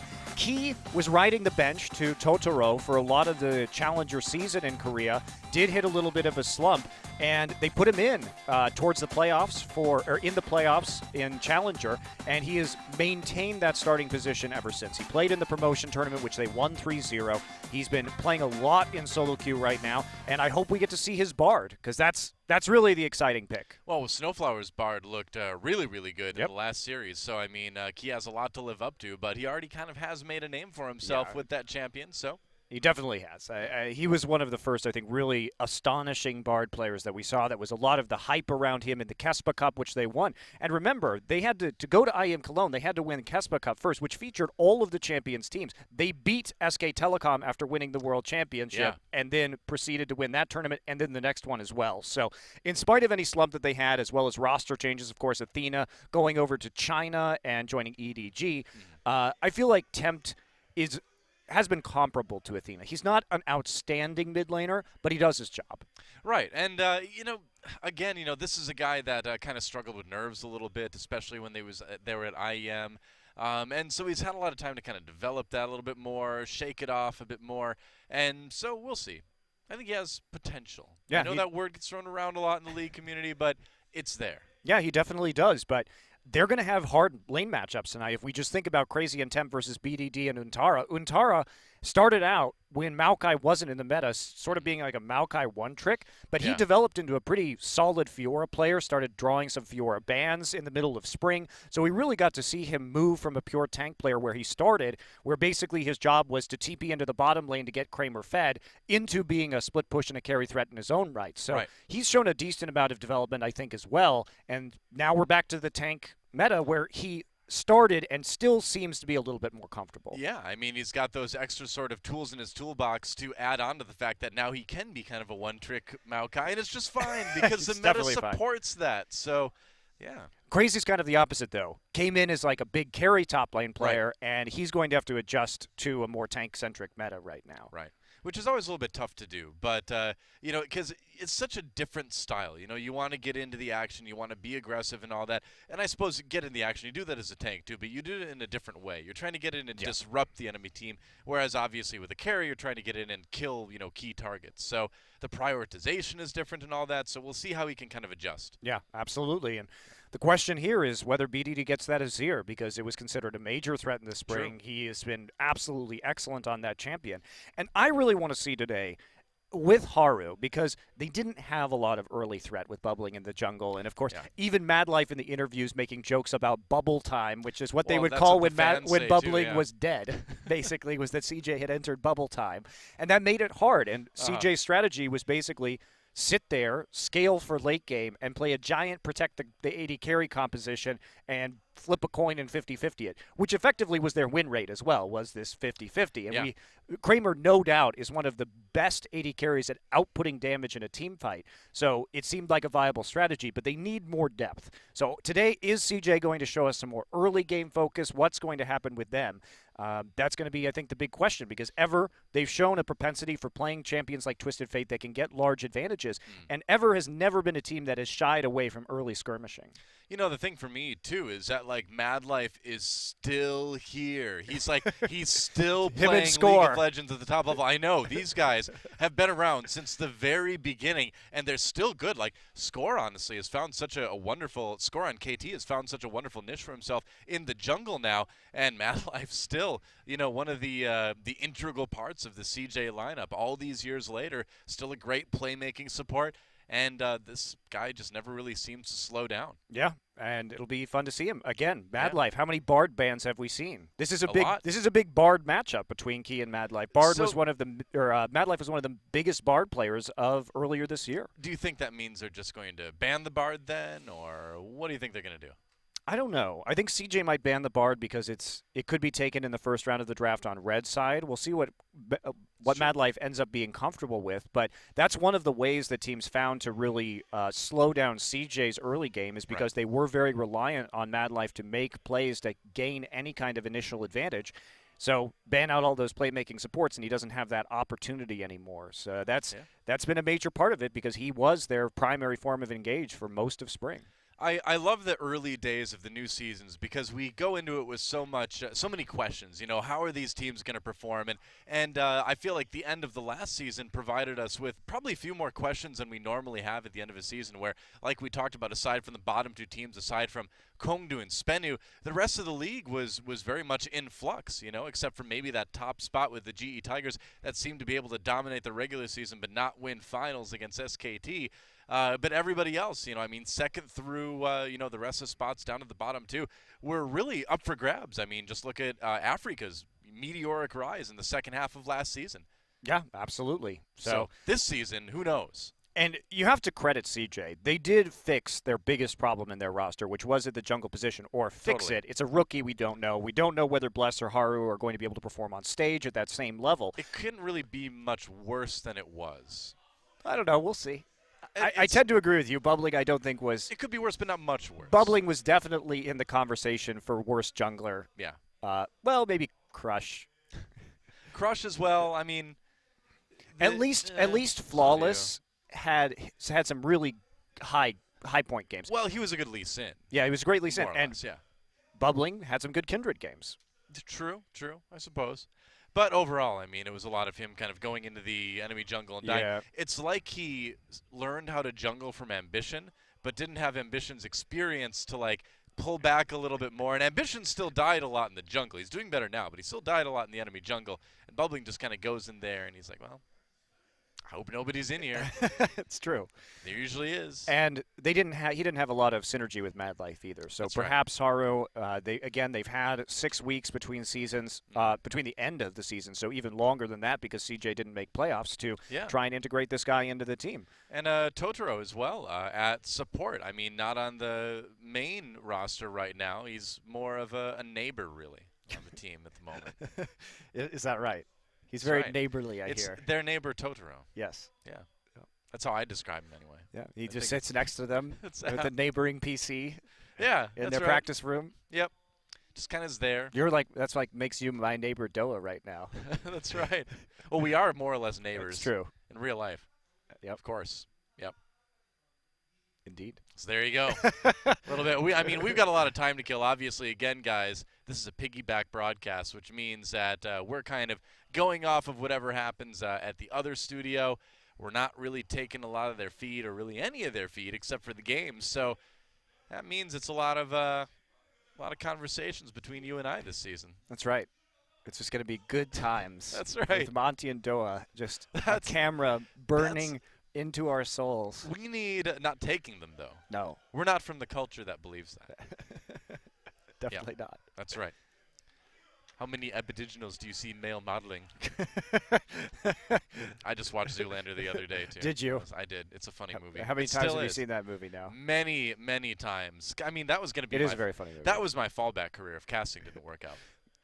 Male modeling. Zoolander watching? Well, I mean, that kind of ended up being my. But no, male modeling really. I mean, I can turn both directions too, left, right, Wow, you're already step up. ambi-turner. Yeah, It's true. damn. I'm impressed right I know. now. But then I thought, isn't there more to life than being really, really, really ridiculously good looking? And it turned out there was esports. So I thought I would do something really valuable for the human race. Yeah, I was going to say. and that's- yell about video games all day. Pretty much equivalent value in terms of our contribution to society. We make people feel good about video games that they watch. You know? Yeah. Somebody's got to do it, I suppose. That's just somebody's got to do it. It's a tough life, but somebody's got to do it. We'll just keep struggling through it, struggling through this piggyback broadcast Yeah, that's right. together. You know, if we're going to be nihilistic and the world means nothing, then therefore it doesn't matter what our contribution to society is. I suppose. I mean, in the grand scheme of the universe, we are but specks, simple motes of dust floating through the light that is the all, the everything. I see. That was very, very profound, wasn't it? I thought it was. The light that is the all. Yeah. Most of space is pretty black. Well, I mean, yeah, sort of, but I don't know. I've been reading the World of Warcraft Chronicle thing. It talks about there's like light and dark and all that stuff, and so I'm kind of imprinting that in this my analogy for the universe. That's so. great. I know. How, know how, you you- like how do you that. feel about the Warcraft movie coming up? I haven't seen it yet, and I will never judge a movie until I've seen it, unless Lindsay Lohan is in it, and then I know I won't like it. Okay, fair. But aside from that, I'll wait and see it. I'm not going to ask what you think. I'm You're gonna tell really me anyway, nervous. though, aren't you? I'm really nervous from seeing those previews. But there's Are there's two factors to this. Uh-huh. Okay, so I watched the previews Yeah. and I was skeptical, extremely skeptical. But then I remember that Duncan Jones is directing it, and He's he good. directed Moon, and Moon is Yeah. a super good movie. So then I think maybe there's hope. Yeah, and I mean, the thing is too is that the marketing and the movie are two different things, right? I mean, you've got people marketing films that oftentimes don't really know the film they're marketing, I feel like, from what we've seen in a lot of trailers these days, coming out of Hollywood, I mean, they used the Prodigy song to market Warcraft. How ignorant of your material do you need to be to try to market your movie like that? And I know they're trying to appeal to the larger audience, right? But Didn't they use I the don't think Beastie that's gonna Boys to help. market the new Star Trek movie? they did. That was actually. terrible. It was. And another good And example. I am yeah. a fan of both Star Trek and the Beastie Boys. Me too. I like Warcraft and I like the Prodigy. But you put the two together, it's not going to work, man. Bad things It's happen. trying to make It's trying to make a sandwich out of peanut butter and thumbtacks. It's like thumbtacks are great for putting your Star Wars posters on the wall, and peanut butter is great to eat, but you can't put them together. Otherwise, it's just going to result in a lot of pain, much like the Warcraft trailer with the Prodigy music or the StarCraft trailer with the Beastie Boys. Unless you're a masochist, and then you like it. That's true. Some people do. Maybe I'm that's not the gonna new. judge 'em. That's the new the new angle. Advertising for masochists. There you go. Trailers for masochists. I feel like that could be a pretty good YouTube channel. I was just gonna say, yeah, that sounds like a great YouTube channel. We may have struck gold there. I mean, by the time now that we've said that, it's been about 5 seconds, so it's probably already been made. Oh well, yeah. So piggyback broadcast. That's what right. We're doing now. Yeah. So how was your weekend? It went well. It's pretty good. I went to the beach last week. How was the It's beach? fun. It's beautiful weather out. I really sunburned my ankle though, because I wasn't I'm wearing sorry. shoes. Doe, were you showing your angles in public? I was. Victorian England would be very angry at you right now. I was. That's really inappropriate. I'm a little bit of an exhibitionist, so I was. My ankles were revealed at the beach. It is true. Shame. I know, but shame you weren't there to see it. Is what you mean? Yeah. That's right. I'm getting all hot and bothered just thinking about it right now. Well, my ankles got hot, and that was a problem because now they're sunburned. I thought I put suntan lotion on everything because in case you haven't noticed, and it's not just a lighting. I'm really white. I'm really, really white. super like Swedish ancestry white, and so I sunburn and I don't tan. It's not that I am inside playing video games all day. It's that I just burn and then I go right back to pasty white. So that means that if I don't have sunscreen on every square inch of my body when I go outside, I will sustain horrible burns where if Deadpool saw them, he'd be like, that guy looks pretty good. Yeah. Deadpool approved. That's right. He's like, wow, I wish I don't had feel so bad now. that guy's burns, you know. I think Deadpool would be like, I think I ended up better. Better than that, yeah. My skin came out better than that poor Swedish guy. Yeah. So there you go. That pretty much covers everything, huh? Yeah. We got it. Nailed it down. I think we've gone through the entire gamut. Wow, yeah. Whoa, we really have a lot of time to fill for these piggyback broadcasts. Yeah, I don't know. I don't know what's Man. going on. I'd really just like to get into this here game. 8:21. It's the time right now. 8:21. Thanks for sticking with us for 21 whole minutes. If our broadcast was aging in years instead of minutes, it'd be able to drink right now. Yeah. Yeah, in America. Lots of other countries you can drink a long time ago. Could have drank before it even started, but we're from America, so Yeah, that's what we think about. we'll go for the 21 in this particular analogy. Yeah. But, I mean, I would hope that going forward we have a little bit less time to have to get to. I mean, That's to right. have the privilege of setting this all up for you guys. But it is the first day, you know, of the season over There there. may be- I'm there sure may be they've some got a lot kinks. to do. And cakes? Really? Kinks. Oh, kinks. I thought you said I was excited about. I wanted to eat some cake. Doa got really excited about Cake? Really? And then I you didn't know took you it all away. You just grabbed that dream away from me and crushed it in your evil fists. Yes, my evil fist.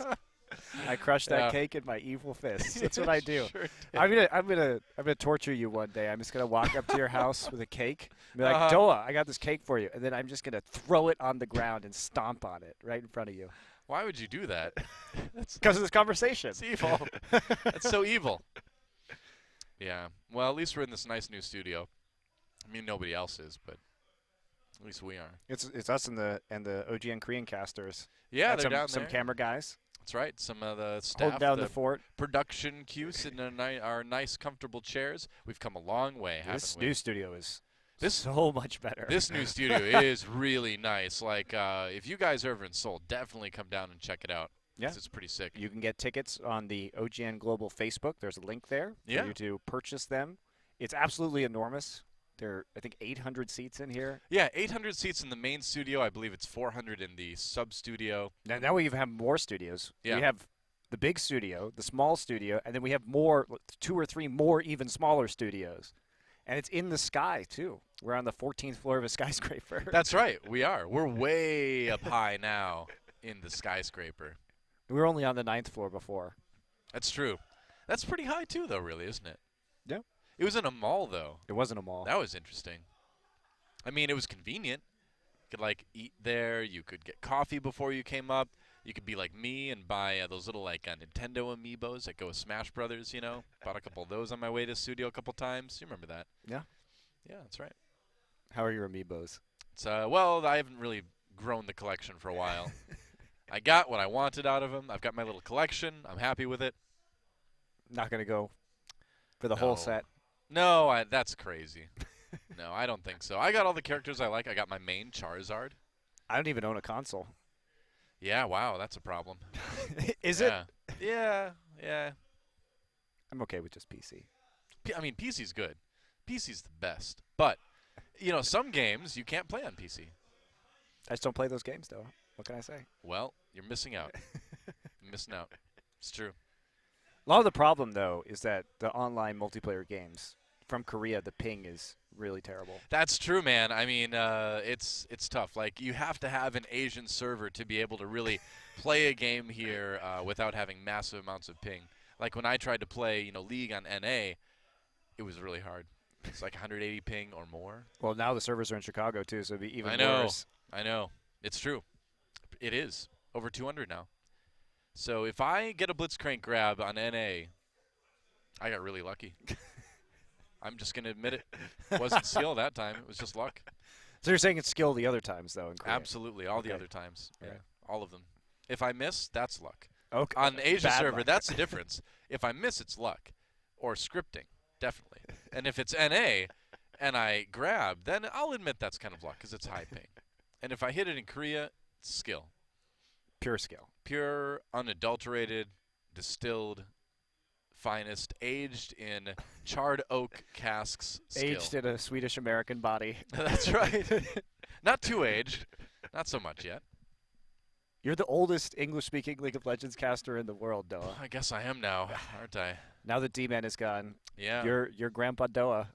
I am. I'm actually third oldest. He passed the torch of oldest League of Legends English caster to me at IEM Katowice. He did. Yep, that's right. You were there. I'm number Now- 3 now. It's good. It's you, Riv, and then me. You are. This is starting to sound like the line of succession in some sort of like That's right. medieval kingdom. And I've been playing a lot of Crusader Kings too these days, I know. Doa, so I'm probably going to have to secretly murder you soon. Well, no. I mean, that's the job of the guy above you. That's Riv, right? Oh, geez. I got to watch out. Why can't I have plots against you both? It's efficient, I suppose. It is. I don't know. Who would, if you were going to pick someone to assassinate me, who would you send? Who would I send to assassinate you? Yeah. Who would it be? Well, I have to pick somebody Yeah. who you wouldn't suspect, or that Okay. you would be really exciting. That's true. Oh, whoa. Well, forget that. I guess I'll have to wait and be surprised, Monte Cristo, because we're moving into picks and bans between CJ and ESC Ever. What a cliffhanger we left that on. I'd send Harrison Ford. Oh, man, I would totally be like, yeah, let's grab a drink, Harrison. I would not expect to be assassinated by Harrison Ford. And we know that he truly shoots first, so That's you true. wouldn't even have a chance. I would respect that. He'd You do get it. you get a drink with him, and then just blam, laser gun under the table. He would do it, and I would be shot, and I would just lift my drink to him, and I'd be like, I don't know what I expected, Han Solo. And then I would flop forward on the table. That'd be it. Wow, we survived. Here we go. Going to game number 1. It's going to be an interesting season, isn't it? Trundle and Lucian, the first 2 bans, and there's a Rise ban as well. So that Lucian, I feel like that's going to be a ban we see a lot. Yeah. First pick worthy in our last series when it was left up. We got the Rise bans in our first couple of games. We are on patch 6.10, Zed. guys, and a Zed. Well, BDD is a very famous Zed player. He is. From solo queue. He is. I want to see some Zed play now, man. We had our Zed specialists already, Mickey and BDD. I know. Faker. Faker is also a good Zed. He is. Sivir, the other band, a popular band tonight, apparently. And so waiting for one last one from ESC Ever. Yeah, we don't have any jungle bans this game, which is already a big differentiating point from our last series. Yeah, no kidding. But again, you know, with 2, I think with 2 amateur junglers, I mean, or rookie junglers, I should say, I think people just want to see what these guys can do. Well, also, you'd think maybe ESC Ever would want to try and pinch the jungle pool to make Haru less comfortable. Well, you could say that. The because Nidalee pick is big. Yeah, if they're going to first pick the Nidalee here, they may have been convinced to take a different pick if indeed that jungle pool had been pinched and there were more power picks available. I mean, both junglers are going to get pretty good picks here. Yeah, absolutely. So it looks like it may be the Kindred for Haru. Yeah, CJ has preferred Kindred as a team because it allows them to kite. And True. most of CJ's compositions are late-game kiting compositions, or at least they were in the spring. Hey, we can check out the Korean casters the entire time in picks and bans too now. Nice. Look at that. They look so good on their casting couch, Doa. Korean, I know, right? The casting couch, they were always meant to be there. Kindred locked in. And Jung Jun on the left there. Cloud Templar in the middle. You remember him, right? I do, yes. I've known him for years. And then Dongjun on the right. He's the one that everybody says looks like Tarek. Can you see it? I can. I can see easily. it too. Yeah. So Aurelion Sol has been nerfed on this patch, but the Azir is taken away as expected by Ever, and they grab a top lane pick. So they show their solo lanes really early on, just trying to get strong picks and take those away from Untara and BDD. But the Maokai, the old Untara special, they'll be happy with that. Mad Life maybe going back to the Braum. No Alistar, Yeah. surprisingly.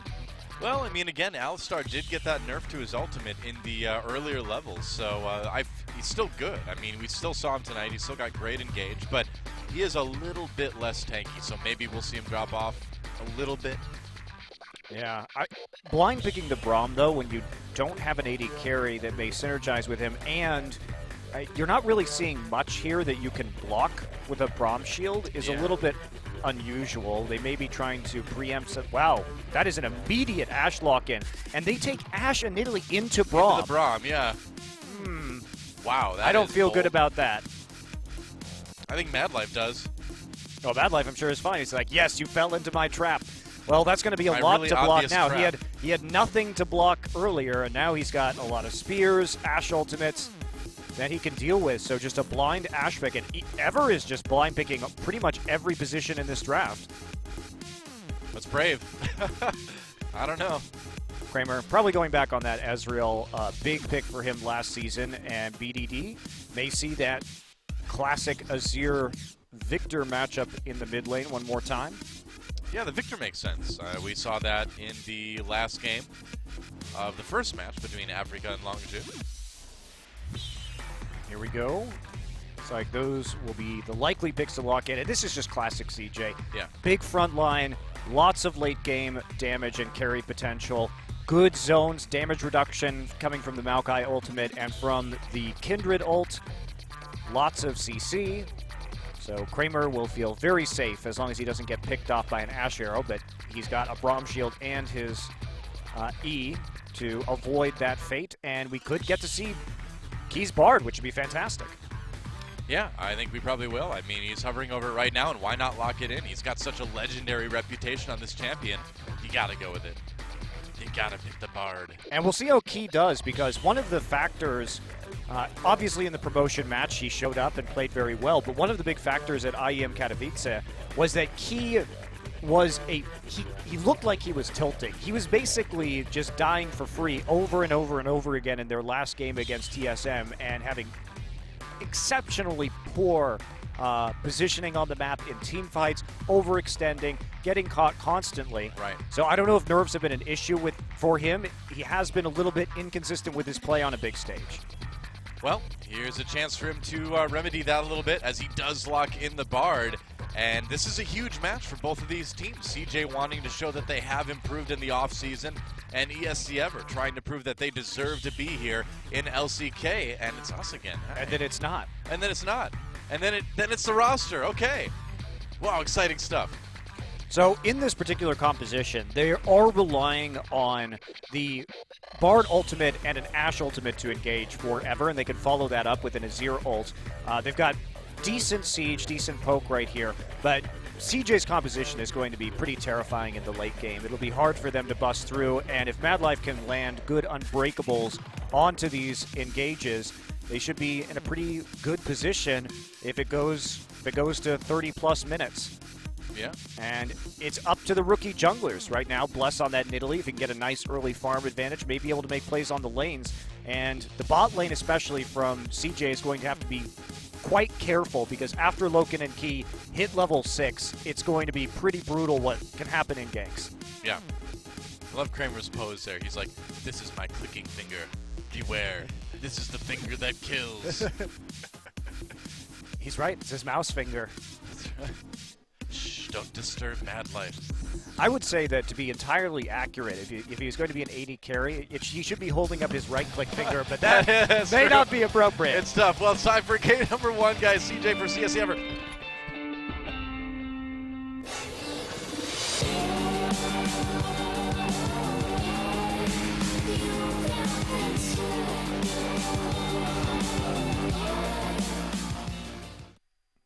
Show him your right-click finger. I don't know. I don't know if we can suggest that, Monty. Well, match 2, game 1, CJ Entus versus ESC Ever. Welcome to Skyforest. Skyforest. Skyforest square in the sky. Much more accurate description, as we discussed earlier today, for Summoner's Rift, which contains no summoners. You know what's Or weird? rifts. Is that the Summoners were never even on this, even when they were part of the lore. Yeah, that's true. They were never here in the first place.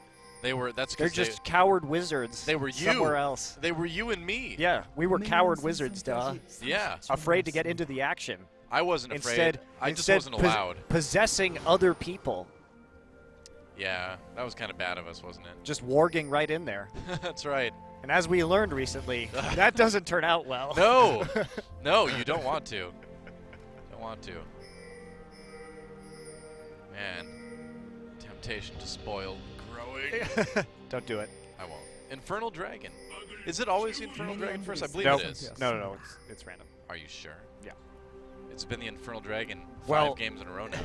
I mean, 3 games. I don't know what it felt like 5 games since we started this broadcast. That's what I'm saying. Is that what you're saying? Well, I'm saying we're going to see a lane swap right here. Kramer and Madlife both looking to take the Gromp early on. Same thing on the bottom side for ESC Ever. So we will see a different lane swap than we saw in the first game of our last series. Gonna go for the Grump Just going for that Gromp. right away. Both junglers starting on the weak side. And that'll be it so Yeah. far. Oh, those cute penguins of death. So Untara and Crazy doing the right thing, getting a little bit of XP and CS off of that first wave before they are chased out by the supports. You're going to be seeing this a lot more often.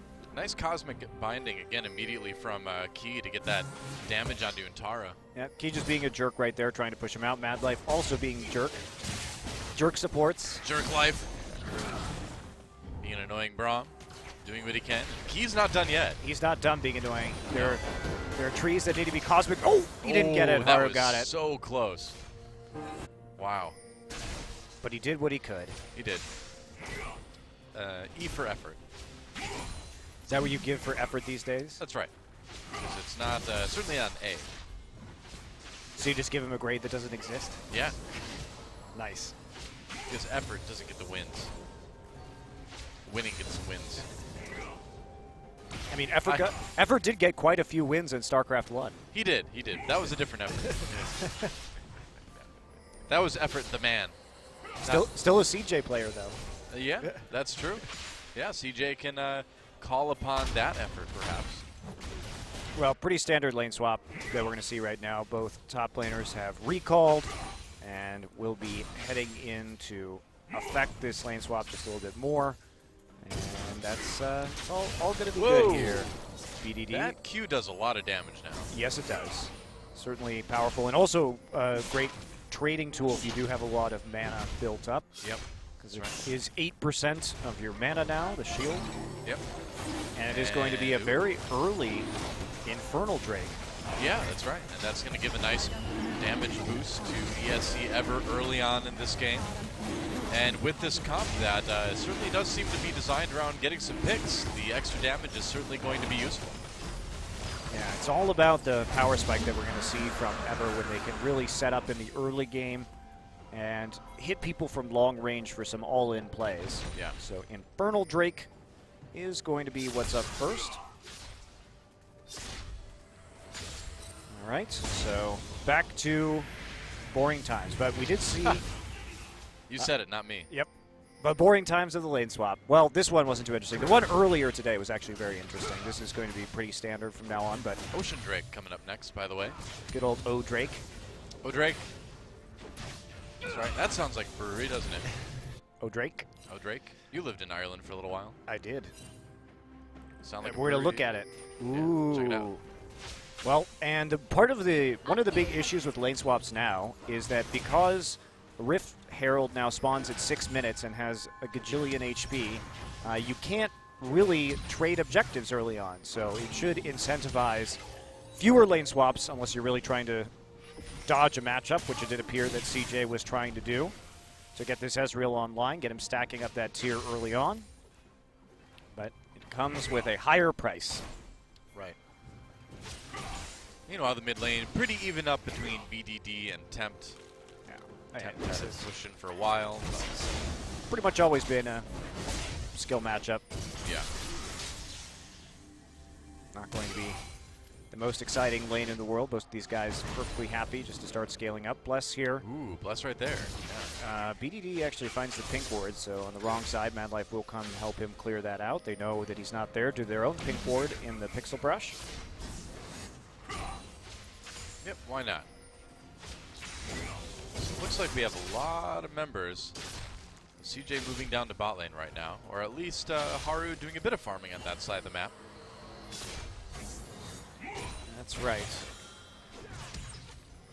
So we are going to see the standard lane swap back. Echo getting a bit of a freeze right now. So onus on CJ to make a play, but just a tier Ezreal that can get a little bit complicated. Yeah, you're not going to be putting out a lot of damage quite yet on this Ezreal. Cosmic Binding onto Mad Life. A little more damage. Puts up the wall. I mean, it's a Cull Ash. You're not going to be hurting a Braum at this point. Oh, nice job from Bless. Good yeah. spear. Spear that Risko got the flash, too. Yep. Saw Tempt was collapsing down. And that's a mistake that a rookie jungler can make right there, getting greedy for the Scuttle Crab in the river. There were wards in there He had for his smite, too. forever, but with the positioning on the mid lane, when he was that close to the mid lane with Tempt controlling it and having the wave pushed up all the way to the tier 1 turret, made it so that he had to flash, otherwise Tempt was going to come over there and rock his socks. True. Rock his socks. His socks would have been rocked. You don't want that to happen, Doa. No. I want my socks thoroughly unrocked. Country socks are way better. Country socks? As opposed to rock and roll socks. Oh, I don't know. I prefer just like classic socks. They sound very comfortable. Classic socks. Not punk rock socks. I would like classic country socks. Yeah. Go back Well, to the Johnny Cash days. The country music that is called country music is not country music right now. It's not. It's not good. No, it's not. It's not good and it's not country music. I don't care how many trucks you talk about in your song. What if it was Transformers trucks that I talked about in my song? Transforming trucks? Well, that would be a different story, man. That'd be great. I'd endorse that fully. Of course. Talk about rolling out and like really actually transform and roll out. Yeah. That'd be sick. You love Optimus Prime. He was a transforming truck. Yeah, that's true. Admirable guy. See a guy? Admirable robot. Guy robot? I don't know. I mean, despite being robots, they do seem to have male and female versions. I don't want to think females, about that too though. much. You know? Okay. Not interested in transformer biology? Or, I don't know. Technology? Robology? I don't know. Technology? Sure. Who's your favorite transformer? I don't have one. What? Come on. Everybody has one. No. You know who I liked? Who? I liked Soundwave because he turned into a boombox. That was awesome. When he wasn't fighting Autobots, he could just like chill out, groove to the beats. Could he really groove to the beats? Was he a dancing boombox? No, no. I mean, he could just internally groove. Oh, okay. Is that how you groove internally? Generally, yeah. Internal grooving? That's right. That makes nightclubs really boring. Dance a lot. That's why I just stand there staring off into space. I'm internally grooving. It's about right. Just like Soundwave. He had a cool auto-tuned voice too. Kind of. Okay, well, this is just going to be further lane dodging right now, as Kramer's still trying to scale up and doesn't quite want to be there against the. Oops, I'm going to steal No that. Krugs for you. Bless comes through and tries to spear a Krug. Crazy there to catch the wave, and this has basically just been a perfectly symmetrical lane swap the entire game so far. Pretty much. I mean, it's about as non-interactive as it can possibly be. And as Futurama taught me, Doa, perfectly symmetrical violence doesn't solve anything. That's right. Certainly doesn't progress a game of League of Legends. Look, they've got identical gold. Is the Ocean Drake? He's here, showing us his Right on the trap. What a dumb Drake. his ocean face. Yep. His O Drake face. His O Drake face. There you go. Oh, True Shot Barrage comes through, but it doesn't steal it away. And that will be a dragon for ESC Everett. They've got two now. Get some nice sustain Yeah. in there. As you can see, restoring 12% of your missing health and mana every 8 seconds, if not damaged by a champion or tower in that last, or the last 5 seconds would probably be a better way to say that. But Probably the least objectively powerful of the buffs, but it is nice, I suppose. yeah, it depends on what you want to do, because if you can pull back and regen before you TP in as a top laner. You can get advantages that way if you just went in for a heavy trade. I mean, I suppose it's useful in sieges too if you just pull back for a short time and regen a little bit. Yeah, you do have to pull back pretty hard not to get hit by absolutely anything, though. But you're Yeah. right, can be of use. So. Very true. And at 8%, that's a lot of regen for your health. Yeah. Also very useful if you want to pull back for a siege and you run out of mana and you need to get some extra spells off to continue the siege. No need to recall. Yeah, just pop into the jungle and chill out by the Grump or the Krugs for a few seconds. Give him a high five. That's right. Well, no, I don't know if that'd be interacting too much. I mean, if you tried to give the Grump a high five, I think he'd just fall over. Can he reach up that far? Probably not. He can high five you with his tongue. Yeah, there you go. Who doesn't want that? All right, looks like it's going to be another Ocean Drake coming out next. Oh, goody. Although, I mean, if you get both of those, now that does come to be some pretty significant regen out of combat. That's actually the point where it does kind of get... 8% is a lot. Yeah. It's a lot. It's good. Haru here. Clearing out some wards, or attempting to, walking through Tri-Rush. Oh, there we go. All right, Ash Arrow onto Kramer. He's going to Arcane Shift away. There's the flash now. Mad Life trying to block. Here comes the teleport from Crazy. Going to go in, gets exhausted immediately. Trying to finish off Kramer. He will. First blood comes through just before that. Bless picks it up. 2 kills for ESC Ever. They're going to give one back to CJ, though, as they try to turn this fight around. Crazy in a lot of trouble, so 2 down on each side. And Bless going to take the magical journey out with Key at the end. So started out well for ESC Ever. CJ responded, ended up even. Well, the fact that Kramer actually didn't dodge that arrow was highly problematic in the first place. Very slow reaction there from both Kramer and Mad Life to that gank. But they didn't respect the fact that there are 2 TPs on the side of CJ Entis. So even though they're massively overextended, Crazy comes in for the E flash to finish off this kill. But at the same time, they find themselves cut off. Great flash from BDD on the Bard ultimate right there to make sure he could maximize his damage. Create some nice zones right after that, and Tempt is there just too late because he can't get there in time. In fact, Tempt should never have come down to that fight in the first place because he didn't do anything, and he could have at least tried to deal some damage to the mid lane turret, which ultimately, if you're going to go 2 for 2 or an even trade in that scenario, would have been a win forever. Yeah, you need to get some advantage elsewhere on the map. You can't win that team fight, but We got to punish them for using 2 TPs. And Yeah. it's not the end. Of course, now they can punish them for using 2 TPs later on in this game. right. Any other overextensions here that Kramer and Mad Life are going to attempt could be disastrous. Once the Bard ult and the Ashe ultimate are both back, Bard ult still on cooldown right now. Meanwhile, though, back to fairly normal laning here between these 2 teams.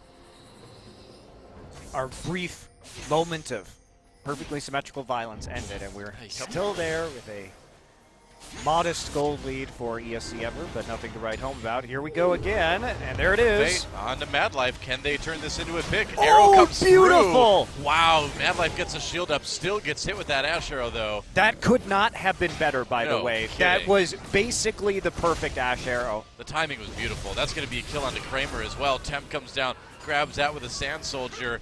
That is some sick CC timing, though, from ESC Ever. That is... It sounds like it, or it seems like it might be easy to do, but remember the it's not. The hitbox for the arrow is by the fletching of the arrow, so it's a little behind the midpoint of the arrow, so it's actually super hard to get that level of CC chaining together. And that's what we've come to expect from Loken, is just, that's why I keep saying, this is the guy to watch. This guy is an unbelievable AD carry player. I think he can be top 3 in Korea by the end of this season. And it's plays like that that are just masterfully well timed that make me believe that that is a true statement. Well, he showed it right there. And so that will give a little bit of a gold lead over to ESC Ever now. Nearly 2,000 gold ahead. I want to see that again. Me too. Why can't I see that again? I don't know. I'm not in control of these things, Monte Cristo. I don't know if we can do that. Well, we can. We can do replays. We should. Oh, they're going to set it up again. Yes, They were seen by a pink ward in the river brush. So pinged out right there in the try, just a little bit of a mission. Gotta wait for those ults to come back off cooldown. But CJ, they weren't playing around the Bard ult cooldown, and they were punished. They used their double TP to prevent that play from happening before, but the execution was so on point. Yeah. And that's against an Ezreal Braum lane. Talk about hard to pull off, but they did it. They did. Yeah, I mean, I suppose the shield stops the a little bit of damage, but doesn't stop the stun. Yeah. And getting hit by that Bard ultimate. Life a little bit surprised by that, but he had no time to do anything at all. Ocean Drake number 2 now for ESC Ever. We'll see if they can pick that up. Haru in position to try to steal this one. Oh, nice tempered fate from Key. They don't get it, and ESC Ever picks up a kill afterwards too. This team is looking so good in game 1. Oh my god. Like, Man. that ultimate, sure, you could predict it, but they knew that Kindred was going to be coming over the wall right there, so they preempted it. And that's a stasis effect, so Yeah. you can't smite through that. Yeah. So that's 2 Ocean Drakes now for ESC Ever, and that 1 Infernal Drake at the beginning of the game. They've picked up all 3 so far. Well, excellent execution out of the bot lane here from ESC Ever in this game. That is very impressive what we've seen so far. And sure, it's just the early game, but remember that they blind picked this Ashe. That's how confident Ever is in Loken. Just no respect, really. Well, remember, I mean, CJ picked up Braum, and then the response for Ever was to pick up Nidalee and Ashe. Confident. They're like, all right, we Confident don't care. play. Yeah, and it's worked out. That confidence has paid off. They've looked amazing. I still think objectively it's not a smart maneuver because Probably not. you're basically saying that's one of those moments where you're basically saying, okay, we're just going to outplay you. Yeah. And you have more tools to counteract our plays because all it takes is a short cooldown Arcane Shift to dodge that out, or Mad Life hopping over to dodge himself to the Infernal. AD carry. But they're making it work. What can you say? They sure are. Infernal Drake coming next. Again, that would be the second one of the game. Okay. So this is Mad Mad Life is there, standing at a pink ward. Arrow gets flash, and that's a good trade. Just wasn't enough backup there. Big minion Yeah. wave in the mid lane, so Victor wants to stay there and make sure that's up. And the minion wave and bot pushed up, so Ever making a timely play, a timely invade into the enemy jungle. Well, I like, too, that they just throw out the Ashe Arrow. They're like, I don't think they were expecting a lot from it, but they did expect to get the flash at least. Yeah, and why not? Yeah. Just go for it. Dragon's not going to be up for another few minutes. So get those summoners out while you can. Your arrow will be back up for the next dragon. The flash will not be. Very true. Crazy just keeping his top lane pushed up on that Echo. Has a nice 30-something CS lead now. So we talked about the team compositions and how CJ probably has an advantage in late game team fights, especially when QSSs start coming through or Zonias, so BDD can also dodge the engage from Ever, and he's going to have to TP right back to the mid lane to prevent his mid lane turret from going down to Tempt, who is rapidly pushing up and has that Arise to chew through the turrets. Right. But in this particular scenario, Ever is using their early game pressure. They're playing around the bottom lane power spike. I talked about that coming in. This is what Ashenbar, this is where they're going to be strong, and they need to set up these picks and transition that into objectives. Well, so far we're looking at 3 dragons to 0 for Ever, which is really going to put a clock on this game, especially if they get another Infernal Drake here. The regen is already crazy, then their damage is going to be nuts, and that will allow them to compete with CJ in the late game with an extra 8% or 16% damage, and if they get the Ancient Dragon after that, they're going to have 24% increased damage, which will certainly do wonders in these team fights and make up for their lack of, I think, advantage in a late game team fight situation. Yep. Baron is up. The Rift Herald was untouched this game. And so he decided to just get out while the getting's good. Was the getting good right there? Well, it kind of looked like he offed himself, so I don't know. Hey, well, Ever doing a wonderful job of controlling this bottom side, and credit to them, they're playing around their strength extremely well. The bottom lane is quite strong. They have vastly superior wave clear with the Runaan's Hurricane down on the Ashe already, building the BF Sword into the Runaan's. So, playing the pressure game, even Crazy up here in topside, just bullying around Antara. Doesn't really look like it, I know, but he is able to slowly wave clear and chip away at this turret. And Dragon's up in 2 minutes, and if Ever gets this one, CJ is going to be in a lot of trouble. Yeah, I mean, if that damage boost jumps up to 16%, that's That's insane. It's a lot. And there we go. Tempered Fate used, doesn't hit anybody. Key coming through anyway. There's the exhaust onto Haru. Mad Life throws up the shield, but not a lot of damage blocked there. Kindred ultimate used. Mad Life gets out of it. Kindred goes down anyway. BDD falls as well. A double kill comes in for Bless, and ESC Ever just seems to have this fight no problem. There goes Kramer. A kill for Crazy. Meanwhile, Bless picks up the triple. And this team is just dismantling CJ Entus. Well, they have that early game advantage. And look at this. Key forces him next to the TP right there. Meanwhile, remember, Victor isn't back in lane yet, so Ever knows they can take this fight, right? Come in immediately. Bless is trying to mop this up. Does pick up a kill with a long-range spear, and then starts getting into the mix, flashing forward to deal some damage within melee range. And Tempt, what a beautiful Azir play all the way through the red Brambleback pit right there, onto the other side in order to help pick up those last kills. And now ESC Ever is really running away with this game, and damn do they look good doing it. They really do. I was not expecting such crisp play out of these guys today. I didn't expect this either, Doa, but this is very impressive. Yeah. And, Well, I hope they can keep this up because it's going to be a really good season if they can. Scary team. Tempt playing well in that mid lane, even against a player that was as hyped up as BDD was coming into the middle of last season after he turned 17. And BDD has shown very good play. And CJ's bread and butter was late game team fights, so you can't count them out. They've been able to come back from some ridiculous deficits in the past. Oh, that is true. I mean, they rely on Kramer, they rely on Mad Life to help set up plays, but it's going to be tough. I mean, Ever's team fighting is looking really strong, and here we are, 4 dragons at 22 minutes. Oh, and Tara engages onto Key. Key blown up immediately, couldn't get on the magical journey. Mad Life takes it, though, to get onto Crazy. ESC Ever comes back in. CJ really wants this Infernal Drake. They cannot allow ESC Ever to take this one. CJ trying to get it nice. Spear onto Haru. The Infernal Drake getting lower and lower. Can they get it? No, they can't quite. CJ picks it up, and now CJ trying to win this team fight. Crazy on his own in the middle as BDD picks up a kill, and this is a convincing fight for CJ Entus. ESC Ever probably should not have fought that one. No, and that's where the old ESC Ever comes in. Yeah. They never would shy away from a fight in Challenger, and sometimes it's a 4v5. It's not the end of the world if you don't get the Infernal Drake. You just got to let it go. Yeah, I mean... Because, look at this. We're only 22 minutes into the game. If this Drake goes down, there's still 2 more you can pick up before the Ancient Dragon spawns in 35 minutes. You already have 3. It's going to cost them their bottom tier 1 turret as well, so...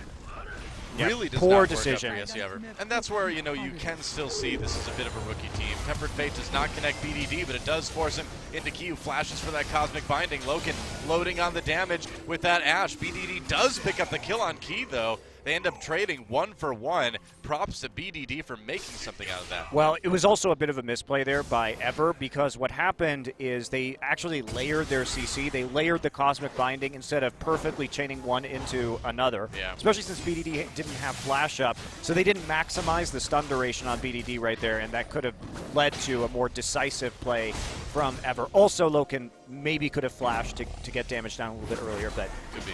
so a little bit of a miscalculation there. They do pay for it, but still support for the mid laner. Worthwhile trade. No, he didn't quite get it. Yeah, he did. Oh, he did? Yeah. Wow. Bless gets the Gromp.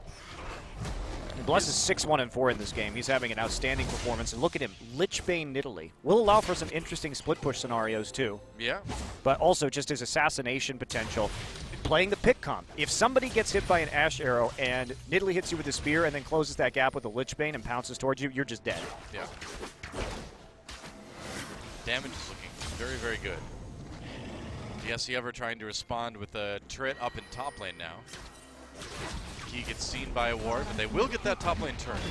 Yeah, they still have a huge gold lead, obviously. 6,000 here at 25 minutes. Yep. CJ was the comeback team of last season, though. I can't really stress that enough, where I thought they were dead to rights many times, but their late-game team fighting was their biggest strength. Yeah, very true. You can't count him out. The thing is you can't count out a team with Mad Life on it. He's going to find a way. Untara notices Crazy has that turret aggro, uses a twisting advance to get a little bit more damage onto him. But that echo's pretty tanky already. Yeah, he is. Magical Journey. The problem here for Ever is that so much of this gold, of their gold lead, is actually on Bless. And Nidalee is not the best jungler in the late game. Will be a Mountain Drake up next, by the way, as we can see as we pass the pit. So much of this gold is on Bless because he's got the vast majority of the kills. He's been a part of 10 out of 11 kills. He has a 50 CS advantage. And this is kind of, not with the kills, but with the farm, this is where Nidalee has to be quote-unquote even in the late game, because Kindred just adds so much more to a team than Nidalee does. QSS, interestingly, on Bless as the next pickup, trying to avoid getting caught there by the Twisted Advance. Yeah, I mean, it does break that at least. Yeah, breaks Victor Braum stuns too, so. Yep. There is a lot of value in that if he wants to just get right into the thick of things and not have somebody crowd control him and focus him down immediately. Well, that's definitely possible. Well, that's what he's been doing so far, and he's been playing these team fights very aggressively as an Nidalee, but also beautifully. Threading the needle with some of those spears and not being afraid to flash pounce into some of these engagements. Yeah. ESC moving into the enemy jungle. Ash Arrow goes through, does not connect with Mad Life like they were hoping. But a little bit wide. Cooldown. Yeah, it's a short cooldown. You can be pretty liberal with that ultimate. Yes, you can. Absolutely. So no sign of a Rylai's yet here for Temp. That's going to be a pretty key item for them come the late game. Rylai's now onto the Nidalee. So they just need to be able to kite as best as possible to avoid Loken getting jumped on and killed. Loken also going with the third item QSS, which I really agree with here because he's the one who's really under threat.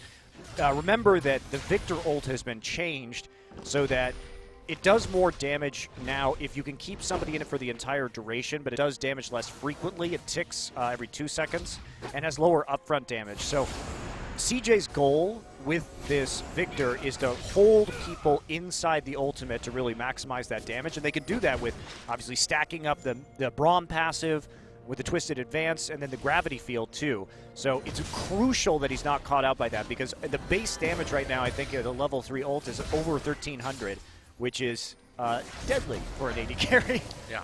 Especially when you start to tack on AP ratios to that. Oh, hi Kramer. Bye Kramer. Bless getting into the enemy jungle again. Just being really annoying with that Nidalee.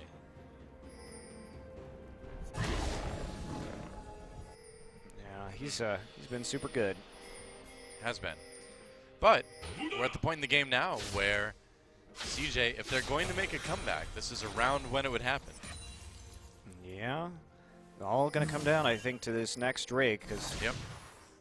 The Mountain Drake not going to actually mean a whole lot for Ever's composition, because they're a decent siege comp with the Nidalee and the Azir, but Ashe walking up to auto turrets is a fast way to find yourself rooted by Maokai and exploded. Right. They are going to go for it, though, and CJ's just going to give this one up. Not interested in the Mountain Drake, I guess. I just don't see really how ESC ever is going to use this Drake that effectively. I mean, it's a little bit more damage to turrets. I mean, yeah, you do more damage. That's not bad. Definitely not bad. So we're going to have... Oh, we're not going to get another one. Sad times. Oh. Wah, wah. That's right. Not 6 minutes between now and when the Baron spawns, so, or the Elder Dragon, rather. Close, though. Very close. Yeah. Still, 2 Oceans, an Infernal, and a Mountain Dragon with another 50% buff will be a powerful tool for Ever. Could be a lot worse for CJ because they got that Infernal. Teleport coming in. CJ going to go for this Baron. That's right. They know Ashe is in bottom lane. The SC Ever is trying to collapse as fast as they can. Here comes the Ashe Arrow. Ashe sends her regards. Who's it going to hit? It's going to go right onto Kramer, actually. The damage from Crazy. Whoa! Tempered Fate comes in. Stalls that Baron out for just a moment. Kramer throws a two-shot barrage from behind, and this is good for CJ. Kramer barely got out, barely got the ult off as CJ picked up that Baron. Kill came in for each side, but CJ, the ones with the buff in the end. Now Bless a little bit on his own. Cosmic Binding doesn't pin Untar out of the wall. Bless gets out anyway. No, they're just trying to control the waves right now, and a great call from CJ, but rookie mistake there from ESC Ever. Loken should not have been in the bottom side of the map this late into the game, pushing up by himself. That's right, and now ESC Ever in a lot of trouble. Key very low as well. Whoa, okay. CJ is starting to kind of make that comeback happen now. There's an easy kill from BDD.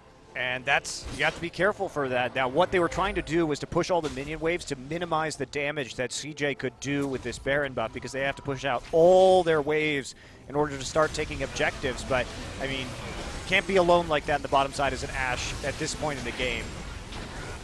And you wonder whether or not that was a good idea. The Tempered Fate. The Tempered yeah. Fate, they were trying to buy time, obviously, but it wasn't the best setup. And remember in our last series when we saw that Tempered Fate into the Echo Parallel Convergence, and I feel like that was a better play, but Crazy had already used his Parallel Convergence at the mouth of the Baron pit, Right. which basically forced CJ to continue doing the Baron instead of turning. But I think that wasn't very well coordinated or team fought by Ever, because you could have come in with the Tempered Fate and then set up like a 5 or 4-man stun right there with Echo. Yeah. And it probably would have ended a lot better for Ever, but they did, I think, panic a bit and misplay that.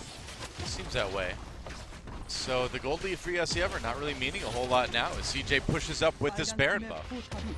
They need to find that sort of scrappy fight that they're looking for. They need those picks. Yeah, and they're CJ again starting to mount that comeback. 5K gold the difference, but with their late game advantages when it comes to damage, or team fighting, I should say. It's a pretty major concern. 3 minutes though until the Elder Dragon. Elder. I called it Ancient earlier. I don't even know what it's called. Elder Dragon. It's not that old. It's just an Elder.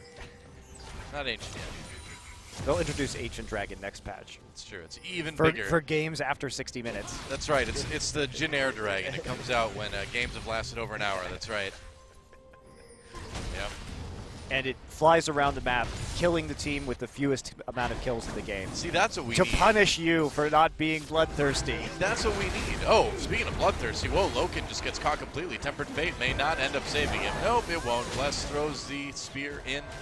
CJ, you know, for a team that's supposed to be finding picks, they're getting picked now. Yeah. Greedy play there. Going into the jungle. Nice death brush set up by CJ, and instead of just playing defensively and using that Hurricane Ash for the wave clear, they get a bit cocky and see how much it costs them. At least they have the Azir now in this bottom lane, and none of the waves are in a good place for CJ, so at least Ever, despite all their flaws and getting picked off, they actually did set up the waves very well so that CJ can't make a lot of use out of this Baron, but they're getting a few things here and there.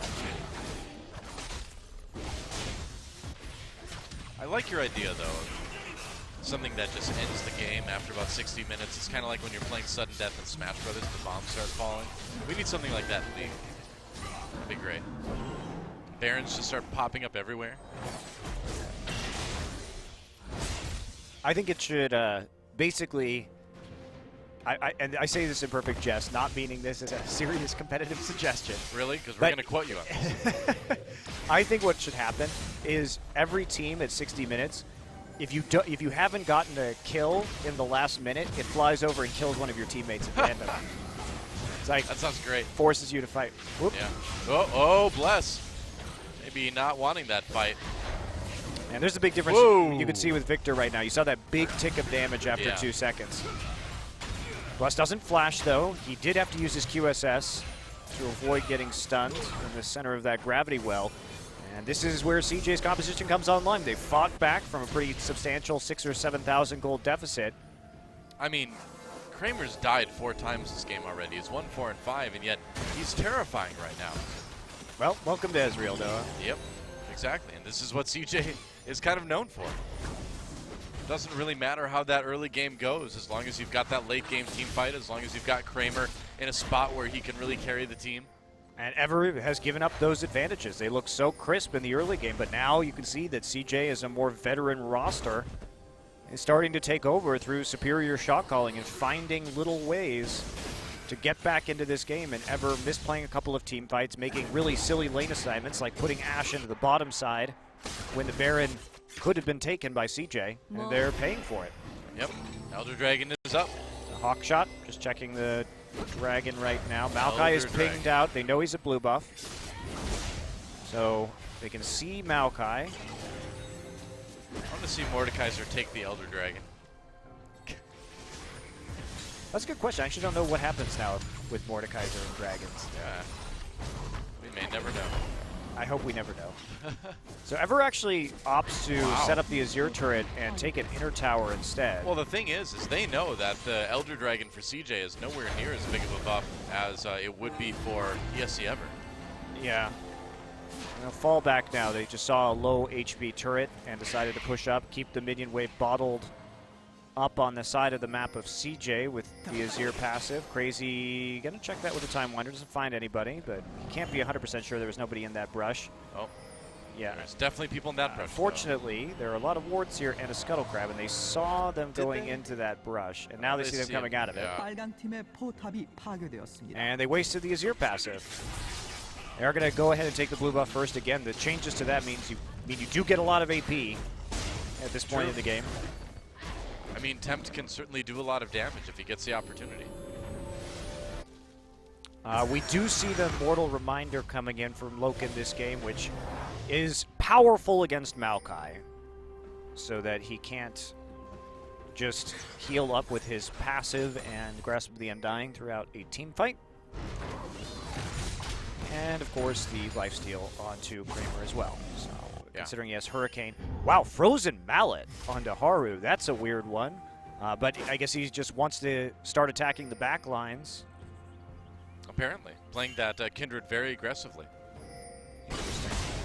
And yes, Ever, they're going to go for a sneaky Baron. CJ coming up, though. Well, they can do this Baron so fast, Dilla. That's right. Utara can't get there in Too late. time. Teleport use CJ or yes, Ever against the Baron. Nice arrow onto Mad Life. Can they get the pick?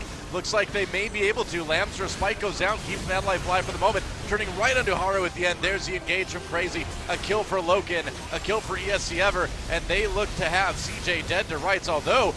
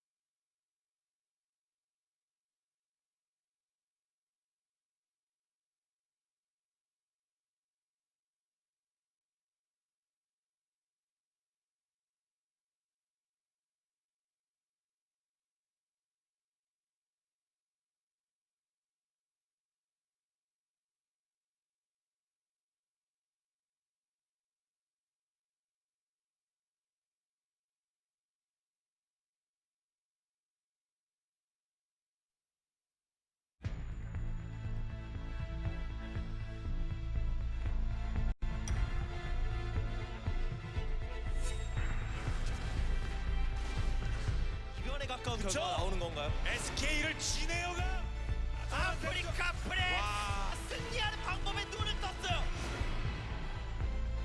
락스 타이거즈 전승 가도를 이어 나갑니다. 이거 SKT! 아니 진짜 말도 안 됩니다. LO의 역사를 봐도 다시 안 나올 때.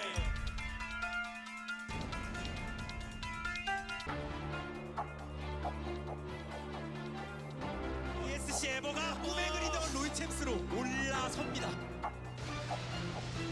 MVP도 갑니다.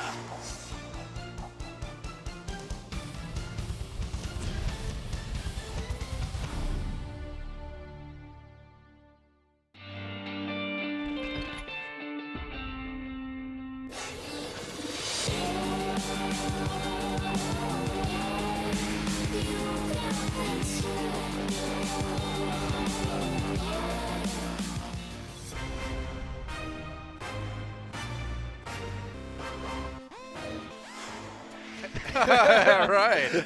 Yeah, piggyback broadcast time. Bless is the MVP for game number 1. And welcome back, OGN Legion. What a strange trip it's been, and it's only going to get stranger. With more Wow. magical journeys, no doubt. That Will play was be. just gorgeous. Oh, that arrow. Coordination was basically perfect. Yeah. Bless deciding he's going to take his anchor out on the 80 carry name for a Seinfeld character. Kills Kramer. Where's the Newman player? That's right. Or the Jerry player. Ah, it's more boring. We could just yell Newman if we had a Newman player. That's true. We'll get there. Don't worry. Someday. Well, Great Azir play there too. I mean, To follow up on that, that team fight was very well done. Ever had such a crisp early game. CJ managed to bring it back a little bit with a little bit of their own good team fighting. But everybody gets caught. The choke point right there. Yeah. An Ashe and a million Azir soldiers as they Million. underestimate the speed at which ESC Ever can go ahead and do that Baron. Remember, they do have an Azir. And of course, they also had that Mountain Dragon, or Mountain Drake, I should Drake. say. Whatever. Mountain Drake. Whatever. I'm over Come on. names. Drake's popular with the kids these days. Haven't you seen the GIF? No. Isn't that Drake where it's like the GIF with the dude in the room and he's like doing Oh, this the thing? bad dancing? Yeah. Yeah. How did that get approved, by the way? You realize that Drake had to watch that video and say, I look great. I This approve is how I this. want myself represented to the world. That's right. Drake had to do that. I would not put myself dancing on camera for the exact reason that Drake should not do that. But who knows, really? Who knows what goes through the mind of Drake? I don't know. Who knows what goes through the minds of a lot of those men. Yep. The Shadow knows. Does the Shadow know? He does. All right. I've heard. Well, all the players are in the lobby for the next game at the very least. You Yeah. can see right now. So we should be getting into that shortly. Ever looks good. I want to see what else CJ has, though. Please, CJ, I watched an entire season of you. I had to watch you play 18 best of threes trying to play scaling for the late game. And we know what the result of that is. It is a slightly below 50% win rate. Well, I mean, the thing is, CJ's always been a very binary team. They are really they only have one thing. They don't even have two. It's not even ones and zeros. It's just ones. Sometimes it's just a whole season of zeros. They are good at one. It's true, but That is true. being good at one can only get you so far in, especially a best of three environment where you have to make Hey! these adaptations. All right, picks and bans for game number 2. ESC Ever versus CJ Entus. The Z band coming out against BDD right away. Well, so much for that. Oh, Ashe ban against Loken. That's Wow. a huge respect ban after the last game, but you see kidding. that level of execution on Ashe, and you have to be a little bit scary yeah. or scared, especially when you're playing you're playing Ezreal and Braum, and he's still able to do that to you. I know. You can't let that go through anymore. Well, you can't imagine that CJ's going to pick Braum this game because it doesn't matter. They might as well pick a support with a bit more utility if they're just going to fire spears and arrows into you anyway, and the shield doesn't make a bit of difference. There's a Kindred ban now. So we are seeing actual jungle bans this time, which is interesting. No Yeah. jungle bans at all in our first game of the evening. Kindred endedly banned out now. So what's the final ban for ESC Ever going to be? Lucian's still up, same with the Sivir. Trundle, another very strong pick on this patch. Ever thought the LeBlanc was necessary ban. Wow, Echo, okay. Huh. Just not wanting to deal with that. What are they going to first pick? Wow. They could reach up and try and take a jungler here. Some funky music in our picks and bans. Very funky indeed. So we saw a lot more priority on, for example, the Rek'Sai in the last series, and it will be Azir, so no Azir first pick. All right. Not wanting to deal with Temps Azir, but they are going to first pick the Rise. That pick crucially left open. You have to wonder how wise it was to leave the Rise. Is it wise to leave the Rise? We can only surmise. That's true. And will it be a flex pick is going to be the next question. It does rarely appear in the top side. Haru taking a look right now at that Rek'Sai. We did see the return of Rek'Sai for Africa in our last series. And this Lucian pick would be pretty par for the course for CJ to pick that up. Kramer, obviously a great Lucian player, and Lucian extremely strong right now. Interesting to prioritize the Rise over that. So Rek'Sai with Titanic Hydra, the new hot topic in Korean solo queue. Hot topic. There's a story I never thought I would think about again since high school. Do those exist in America anymore? You know, funny enough, I was in LA in March and I saw one. They do still Wow, exist. They impressive. do. At least they exist in Hollywood. I feel like that was such a relic of the late 90s and early 2000s. No kidding, man. If I want a place to go buy Limp Bizkit t-shirts, I know where to go. Gragas and Caitlyn would be an interesting couple pickups. The Gragas especially. Yeah, I don't think we're going to see the Gragas. There we go. Even in the top lane, it hasn't been seeing a lot of use as of late, and we still have many top lane picks possible. Maokai falling surprisingly far down the draft. Ever may have something in store for Untara if he selects that particular champion. And Caitlyn saw its power with 2 items. Oh, okay. So Varus. Cool. Interesting. Yeah, and you'd have to kind of assume that's going to AD carry because we've got the Rise in the game. Do you think there's a chance of a top lane Rise, maybe? They must have some sort of idea about the Varus and Lucian matchup. I agree with you, Doa. You're probably going to save that Rise for a flex pick. Yeah. So trying to poke out the Lucian, abuse his low range early, and have a strong mid-game power spike, but there's not a lot of synergy between Varus and Rise when it comes to hitting a mid-game power spike for a Siege composition. So I'm not sure how much I like this team comp yet. Obviously, the gank synergy is there. Rune Prison straight into Cocoon is really, really threatening. I mean, and you've got the Chains of Corruption from Varus as well, so honestly, pick comp. they're definitely setting up a pick comp, yeah. That seems fairly obvious. So, Veigar? ooh, that would be interesting.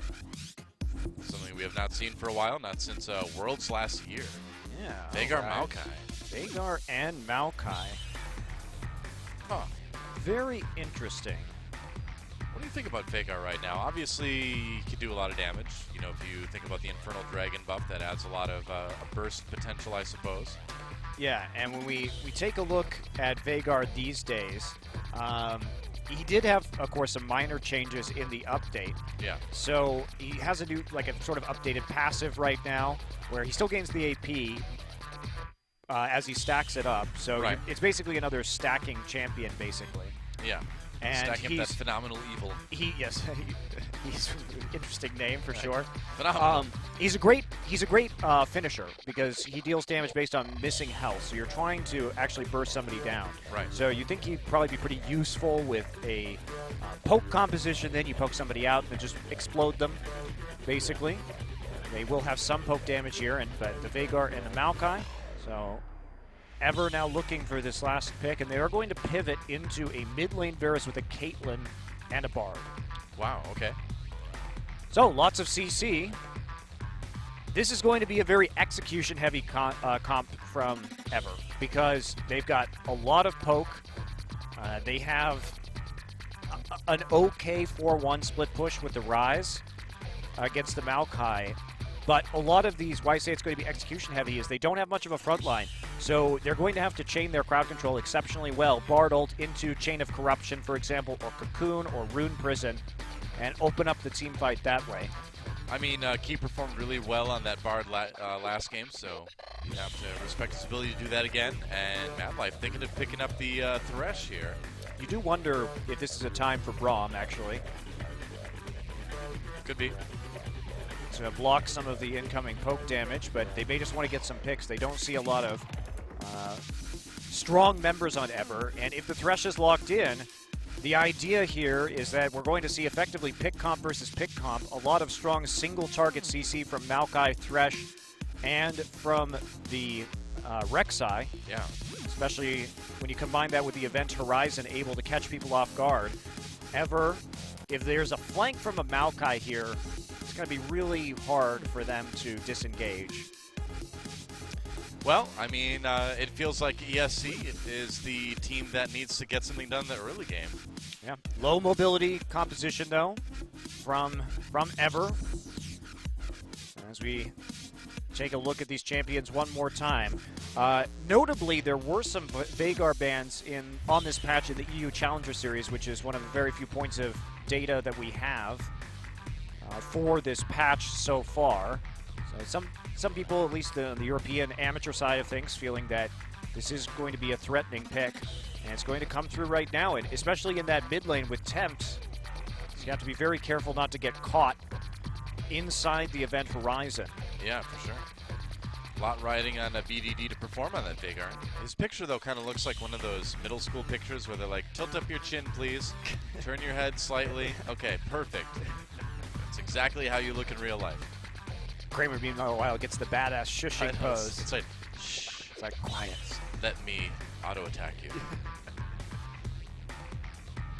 Oh, yeah. So, should be an interesting game. And, again, you know, our first series of the day, I thought it had a good chance of going to Game 3. I think this one does, too. CJ's got to perform with this pick comp. And to their credit, it is something different than we've been seeing them do. It is something new. And now the question is, can they make it work? We'll find out, guys, as we go into game number 2 between ESC Ever and CJ Entus right about now.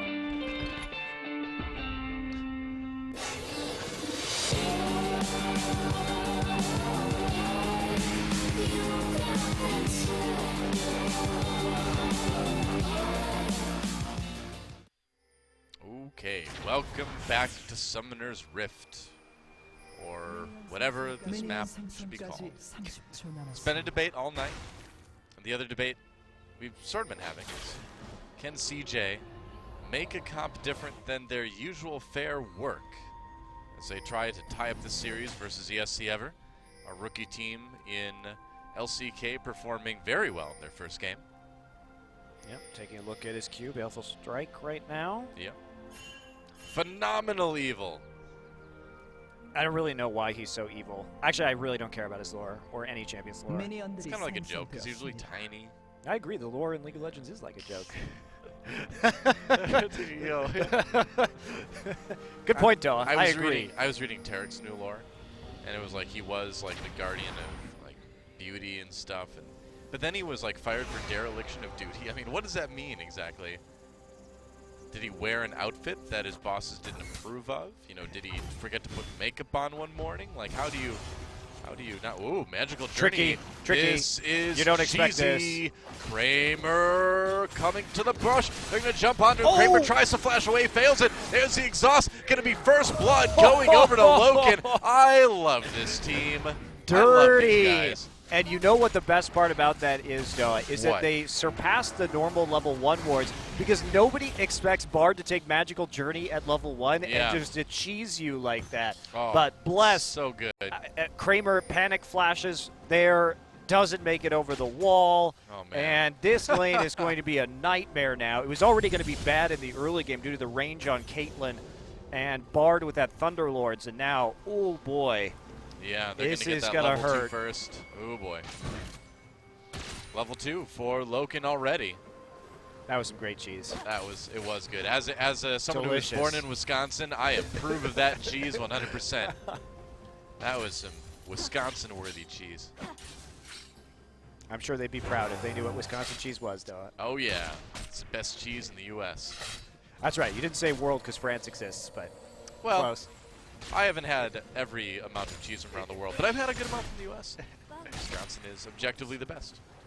I don't know, Vermont cheddar is pretty boss. We don't even need to put the name of our state on our cheese to make it important. We just make it. People know where it's from. Well, Kramer, yeah, certainly in a little bit of trouble. Down a lot of CS early on after getting cheesed out. Well, 17-5. Well, Yep. Bless, we do see some reaction here, right? Haru is going to punish him for that by 3-buffing him, but that is a very small price to pay for getting in there and creating some havoc early on. Yeah, for sure. It's like our intro says, chaos, ESC, certainly living up to that. Well, it wasn't too chaotic. Well planned. It was chaotic for CJ. They certainly weren't expecting that. Infernal Dragon. I'm pretty sure it's always the Infernal Dragon first. Okay. All 4 games tonight, man.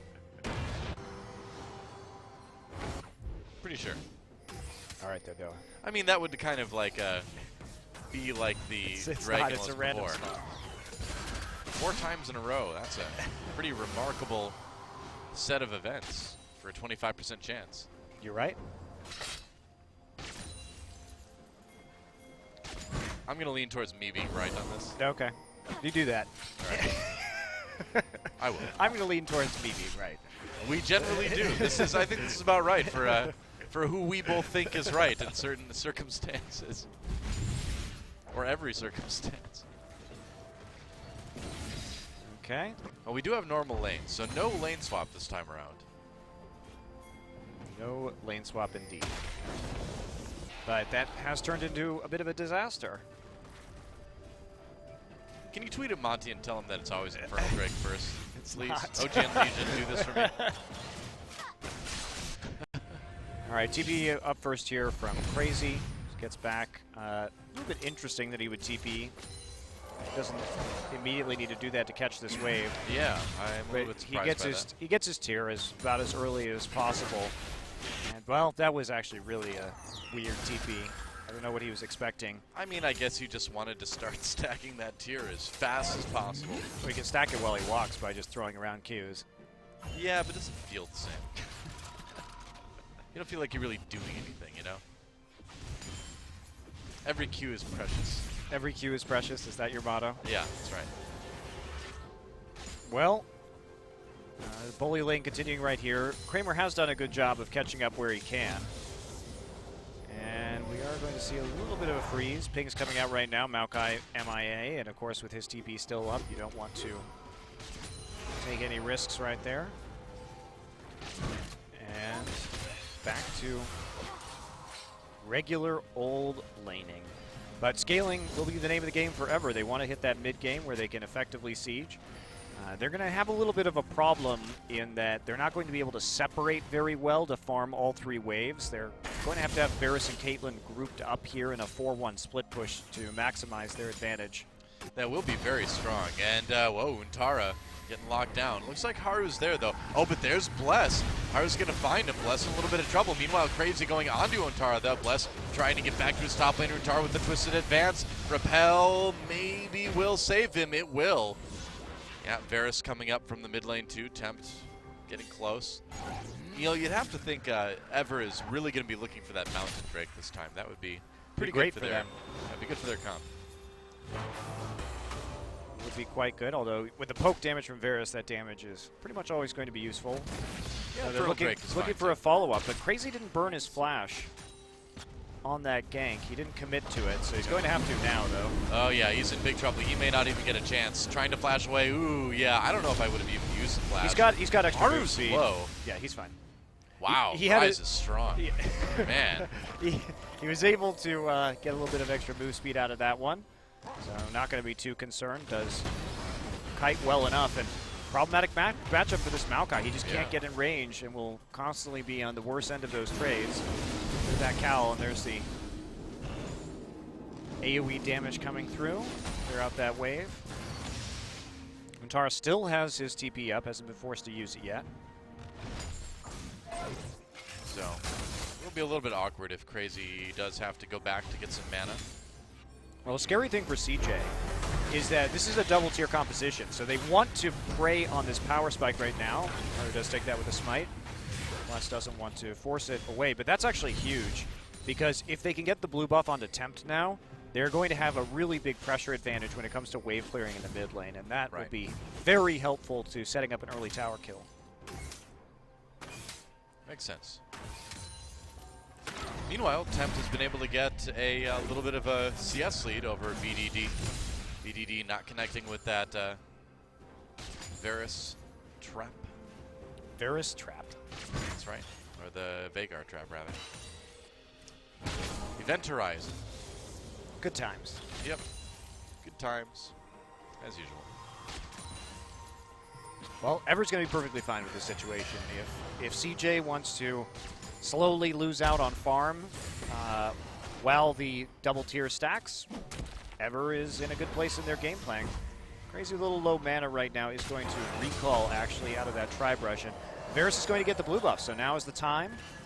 Loken is going to go for the BF Sword into Hurricane build, so providing that additional AD damage for harassment in the lane and then moving straight into wave clear so he can get into a sieging position as early as possible. So we're going to steal away some of these Krugs. Whenever I forget what Veigar's abilities are called, I just think, what's that Sam Neill movie? Oh yeah, Event Horizon. Now I remember it. I love Sam Neill so much. Me too. Dr. Alan Grant. And a vampire Grant. I liked him as Merlin, personally. Oh yeah, that's right. Do you remember that? Yeah. An interesting casting choice from Merlin. We see those every once in a while, though. Well, a calm before the storm. ESC Ever. Pretty close to probably where they want to be to really start putting some pressure on.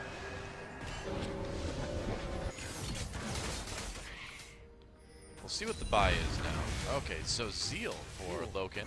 Tempt went for Merc Treads really fast. Yeah. So a little bit of extra MR against the burst power of the Veigar, and also making sure that he's not going to get trapped for too long in the Event Horizon. Probably a good idea. But getting that before even upgrading to the Mana Mune is a bit of a surprise. Oh, wow! They find Haru just on his own. Haru tries to get out. Bless follows him with the repel. Can't quite get there. Uh-oh, he's in the Event Horizon now. Flashes out of it. Wow, Tempt flashed for that too. That was such a huge setup. Key's going to lurk in the brush right now. It's like, nobody sees me. But nobody's around. He has to back away. Loken was kind of far. Wow, wow, wow. So that was a tricky play. You could see how accustomed Ever is to just pulling the trigger with that. Yeah. Didn't end up working out. Haru luckily for him, had a tunnel right there. Still had to burn flash, but that's 2 flashes for 1, so CJ comes out the better end of the deal. Yeah. Bless is going to be seen as he wraps around through the Tri-Brush onto the pink ward, doesn't clear it out in the river, at least just yet, wants to go for the Scuttle Crab first. Tempt feeling very comfortable in this lane. He's been able to zone BDD out. Yeah, constantly having the CS lead, constantly getting a little poke damage onto that turret. In good shape. So, yeah, everything. Oh, that was a meep. Oh, yeah, creepy. More like meepy. Maybe we should just call them creeps instead of meeps. We already have creeps in this game, Doa. No, we have minions. Yeah, whatever. Big difference. Whoa, fight over the Raptor. Haru slowed up for the moment, but he gets out. Ah, yes. I love waiting for tiers to stack, don't you, Doa? That's true. It's your favorite part of the game? Yeah, actually, how did you know? It is. Tempered Fate, flashed out of by Mad Life. Trying to set that up. They knew that Bless was coming down through the Tri-Brush, and there weren't wards in there. Perhaps a moment to make that play. Crazy will be the unfortunate recipient of a trade there from Untara, but Untara gets really far forward right there. Yeah, Untara may not want to 1v1 the Rise like that. Thought he had an opportunity, considering they did ping out Bless towards that bottom lane. Meanwhile, in the bot lane, Mad Life. Still keeping a little bit of pressure on. But the CS lead for Tempt has been slowly growing. Yeah, you really have to give Kramer a lot of credit for actually doing okay in this lane. Yeah. Yes, Lucian's very strong right now, but to actually bounce back after losing your flash and dying right at level 1 is pretty tough, especially when you're against an AD carry who has such an incredibly long range like Caitlyn does. Yeah, and no dragons yet for either team. No standard lane, so it has been a little bit harder. We're taking a look at some of the stacks right now. 74 is the number currently. It's a lot of phenomenal evil. Just incredibly evil. That's what Veigar is, I guess. Yep, so evil, man. He's just misunderstood. So 74 additional AP. Not bad for 13 minutes. 76 now. Uh-oh. That's a lot. That is a lot of EP. It's a lot. Yeah. Well, Haru gets the Rift Scuttler in the end. That turret down to a little bit less than half health now. Yeah, this is the problem, right? Is that this matchup has caused some pain here in the mid lane. Serrated Dirk also for Tempt, so he is going to be not getting that Manamune anytime soon, and going for some armor penetration to punish BDD, who has just a Morellonomicon right now. You know, throughout all this, though, CJ has kept pretty good vision around the Dragon area. So they haven't really given ESC any opportunities to grab that yet. They really could use it. Yeah, the question now for me, Doa, is what is this Caitlyn going to do with a finished Hurricane? You going to come into the mid lane, help Tempt push up, and really try and secure that mid lane turret, which is somewhat of a core to your strategy, but she's going right back into the lane and just pushing that way, so where is the pressure going to come down? What is the strategy going to be? Well, I suppose with standard lanes, if you left bot, it'd be really easy for Kramer to just push that lane up. You know? Yeah, of course. That's why this composition's a little awkward. All right, it's ganking time. Bless coming from behind. Nutara trying to rope back down through the tri-rush. Gets caught up. Cocoon misses, and that is the end of that one. Bad show from Bless. Ooh. The Rune Prison came in, and he had a stationary target and still missed the skill shot. I mean, a little bit of a miscommunication there, I suppose, because obviously he wouldn't have thrown the cocoon ahead if he knew that Rune Prison was coming down. Could have just misclicked it, man. You never know, but it's true. Certainly should have expected the possibility of a Rune Prison right there.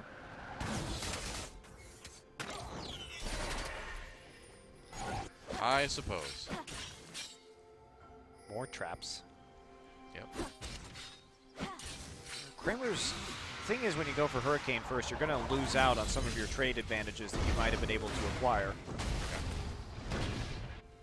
Against Lucian, who is taking a much more trade-appropriate item when it comes to those 1v1s with the Youmuu's Ghostblade. CJ thinks this is the time. Yeah, and it might be, actually. ESC ever? I don't know if it is. Well, Tempered Fate actually catches Kramer. Can they go through with the magical journey? Not quite. He's going to escape on the Lantern. Dragon turning now onto Bless. He's going to do a little bit more damage. Nice hook from Mad Life. Repel immediately saves Bless. He's going to flash away. Mad Life drops a box, gets exhausted. Nearly a kill. They're going to flash forward, and Logan picks one up. Great and that play by should Logan. mean an Infernal Dragon forever as well. Yeah, they're going to get that. Turnaround. Meanwhile, Untara and Crazy just preventing each other from TP, and Crazy actually got his canceled right there, looks like, by Untara. Yeah. With a W. A little bit hard to see what happened to that top side, but given the little skirmish, we'll just assume that's what happened. Look at that. Cleanse forced to be used. The BDD gets very low, and this may mean the mid lane turret's going to go over to ESC Ever. Yeah, he's been grinding away at that mid lane turret for quite some time, and now he will be rewarded. Crazy getting aggressive, though. Yeah, in a 1v1, it looks like he can take out Untara. Misses that Q, though.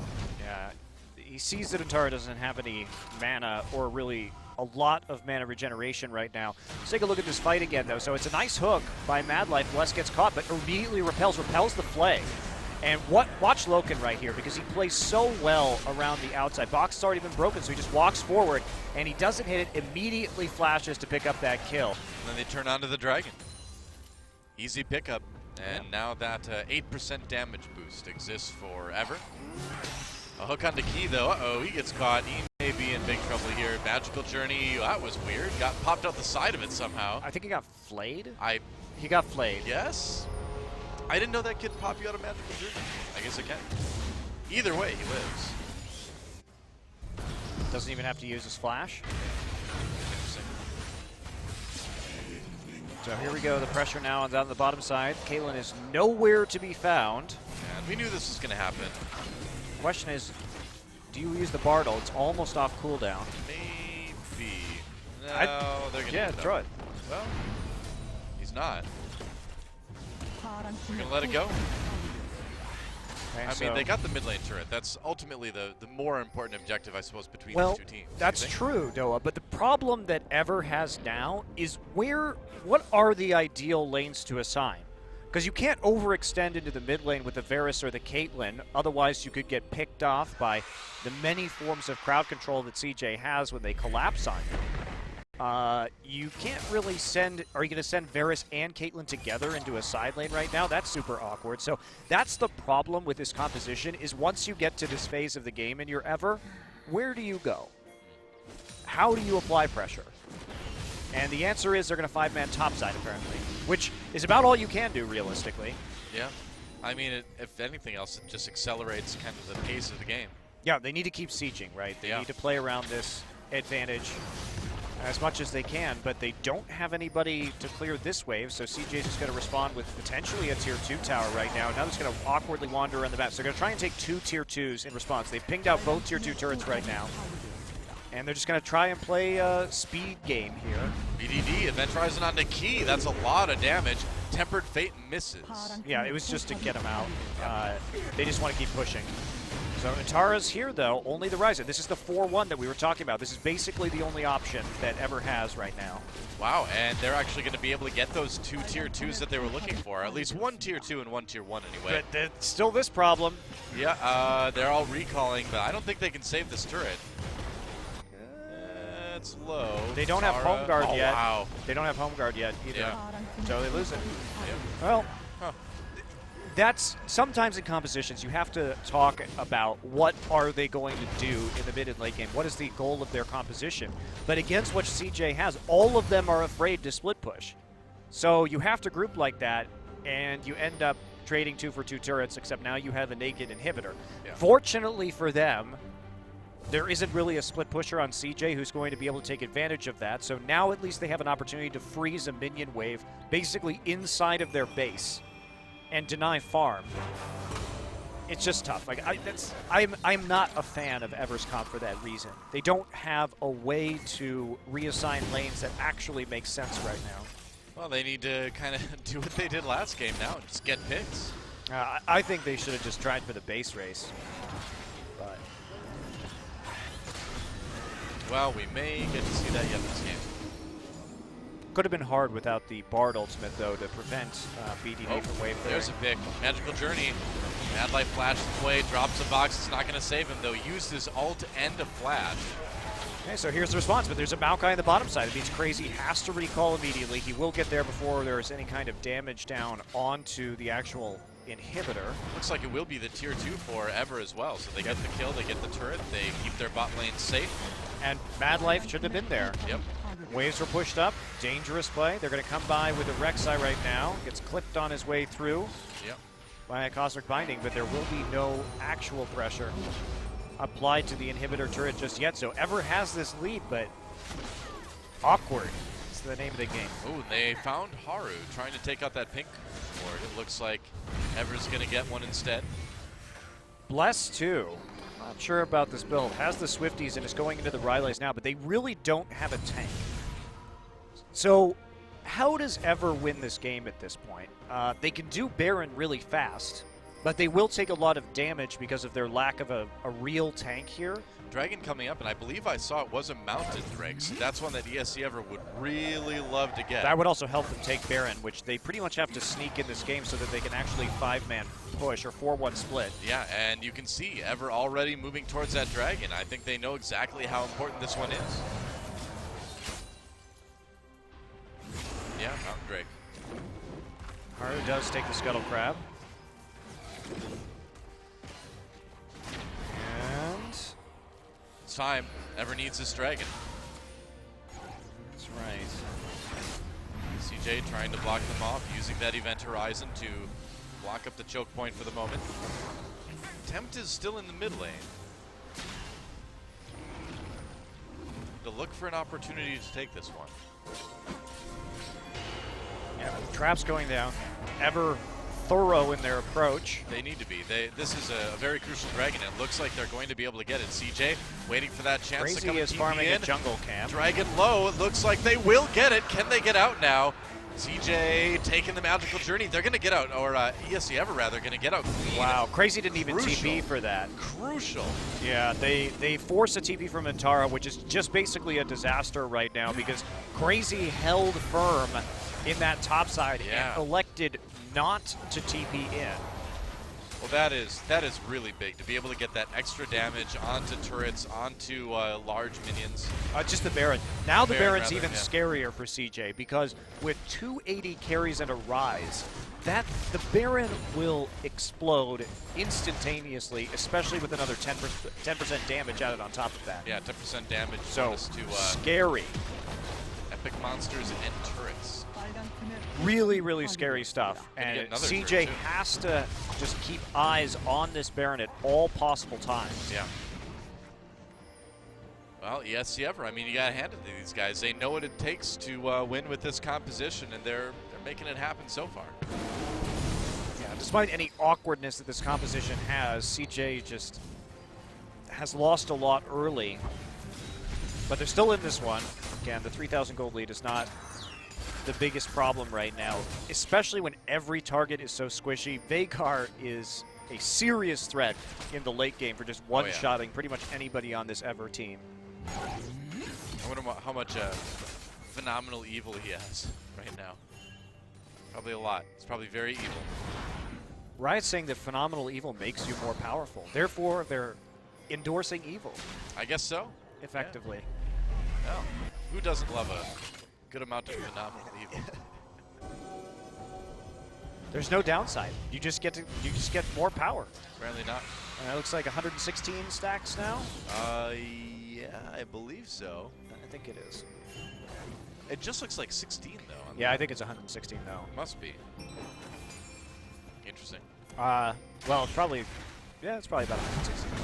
Hard to tell. He gets caught. Uh-oh, Tempered Fates himself still gets picked. That was pretty bad for Ever. And now Baron is a possibility. Crazy canceled his walking up. TP. Oh, wow. This is a disaster for ESC Ever. They need to add more damage on.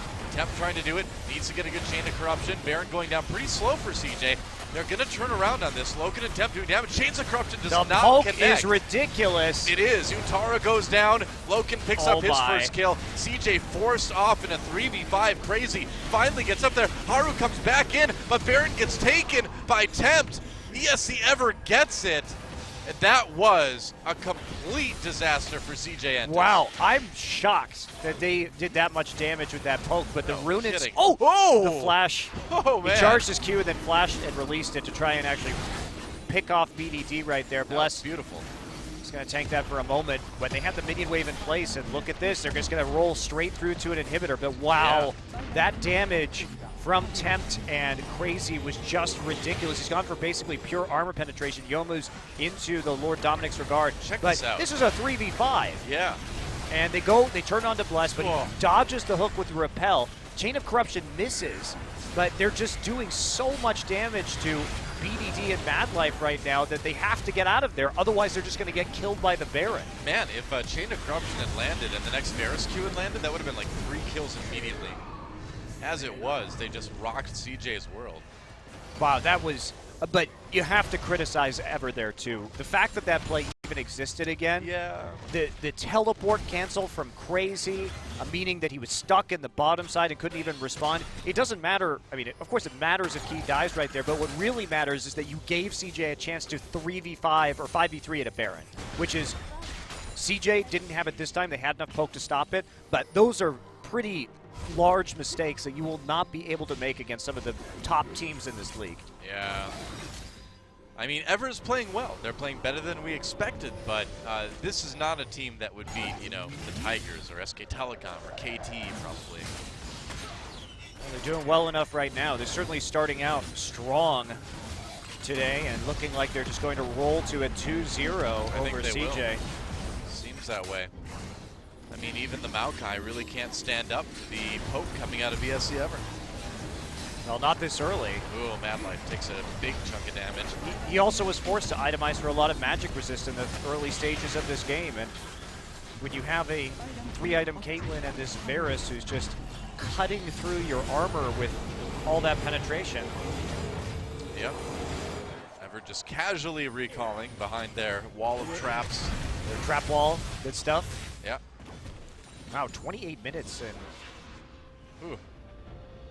interesting. The Muramon is still not done. That's weird. Huh. Did he get it? No, he got that tier pretty early, didn't he? Yeah. Huh. I don't know. I don't know, man. Can't explain it. And this 3.5-minute Baron buff is just really annoying for CJ to deal with. Next Dragon coming up in 20 seconds. Not sure what element it is right now. I don't think it's going to matter, Doa. I think not. this is a 9,000 gold lead at sub 30 minutes, and that Ever is doing a great job of pushing with their excellent siege composition. And this is a nightmare scenario, right? Teleport coming in.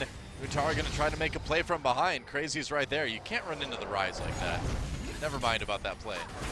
Would have been stopped with the Ruined Prison immediately, but how do you stop the Varus and the Caitlyn? They have a mid-game Baron right now, and they're just going to wreck you. This is basically a dream scenario for Ever. This Veigar is really just kind of falling flat. Not really doing a lot. Well, now there we go. So he did some damage to Key, but not going to save their inhibitor.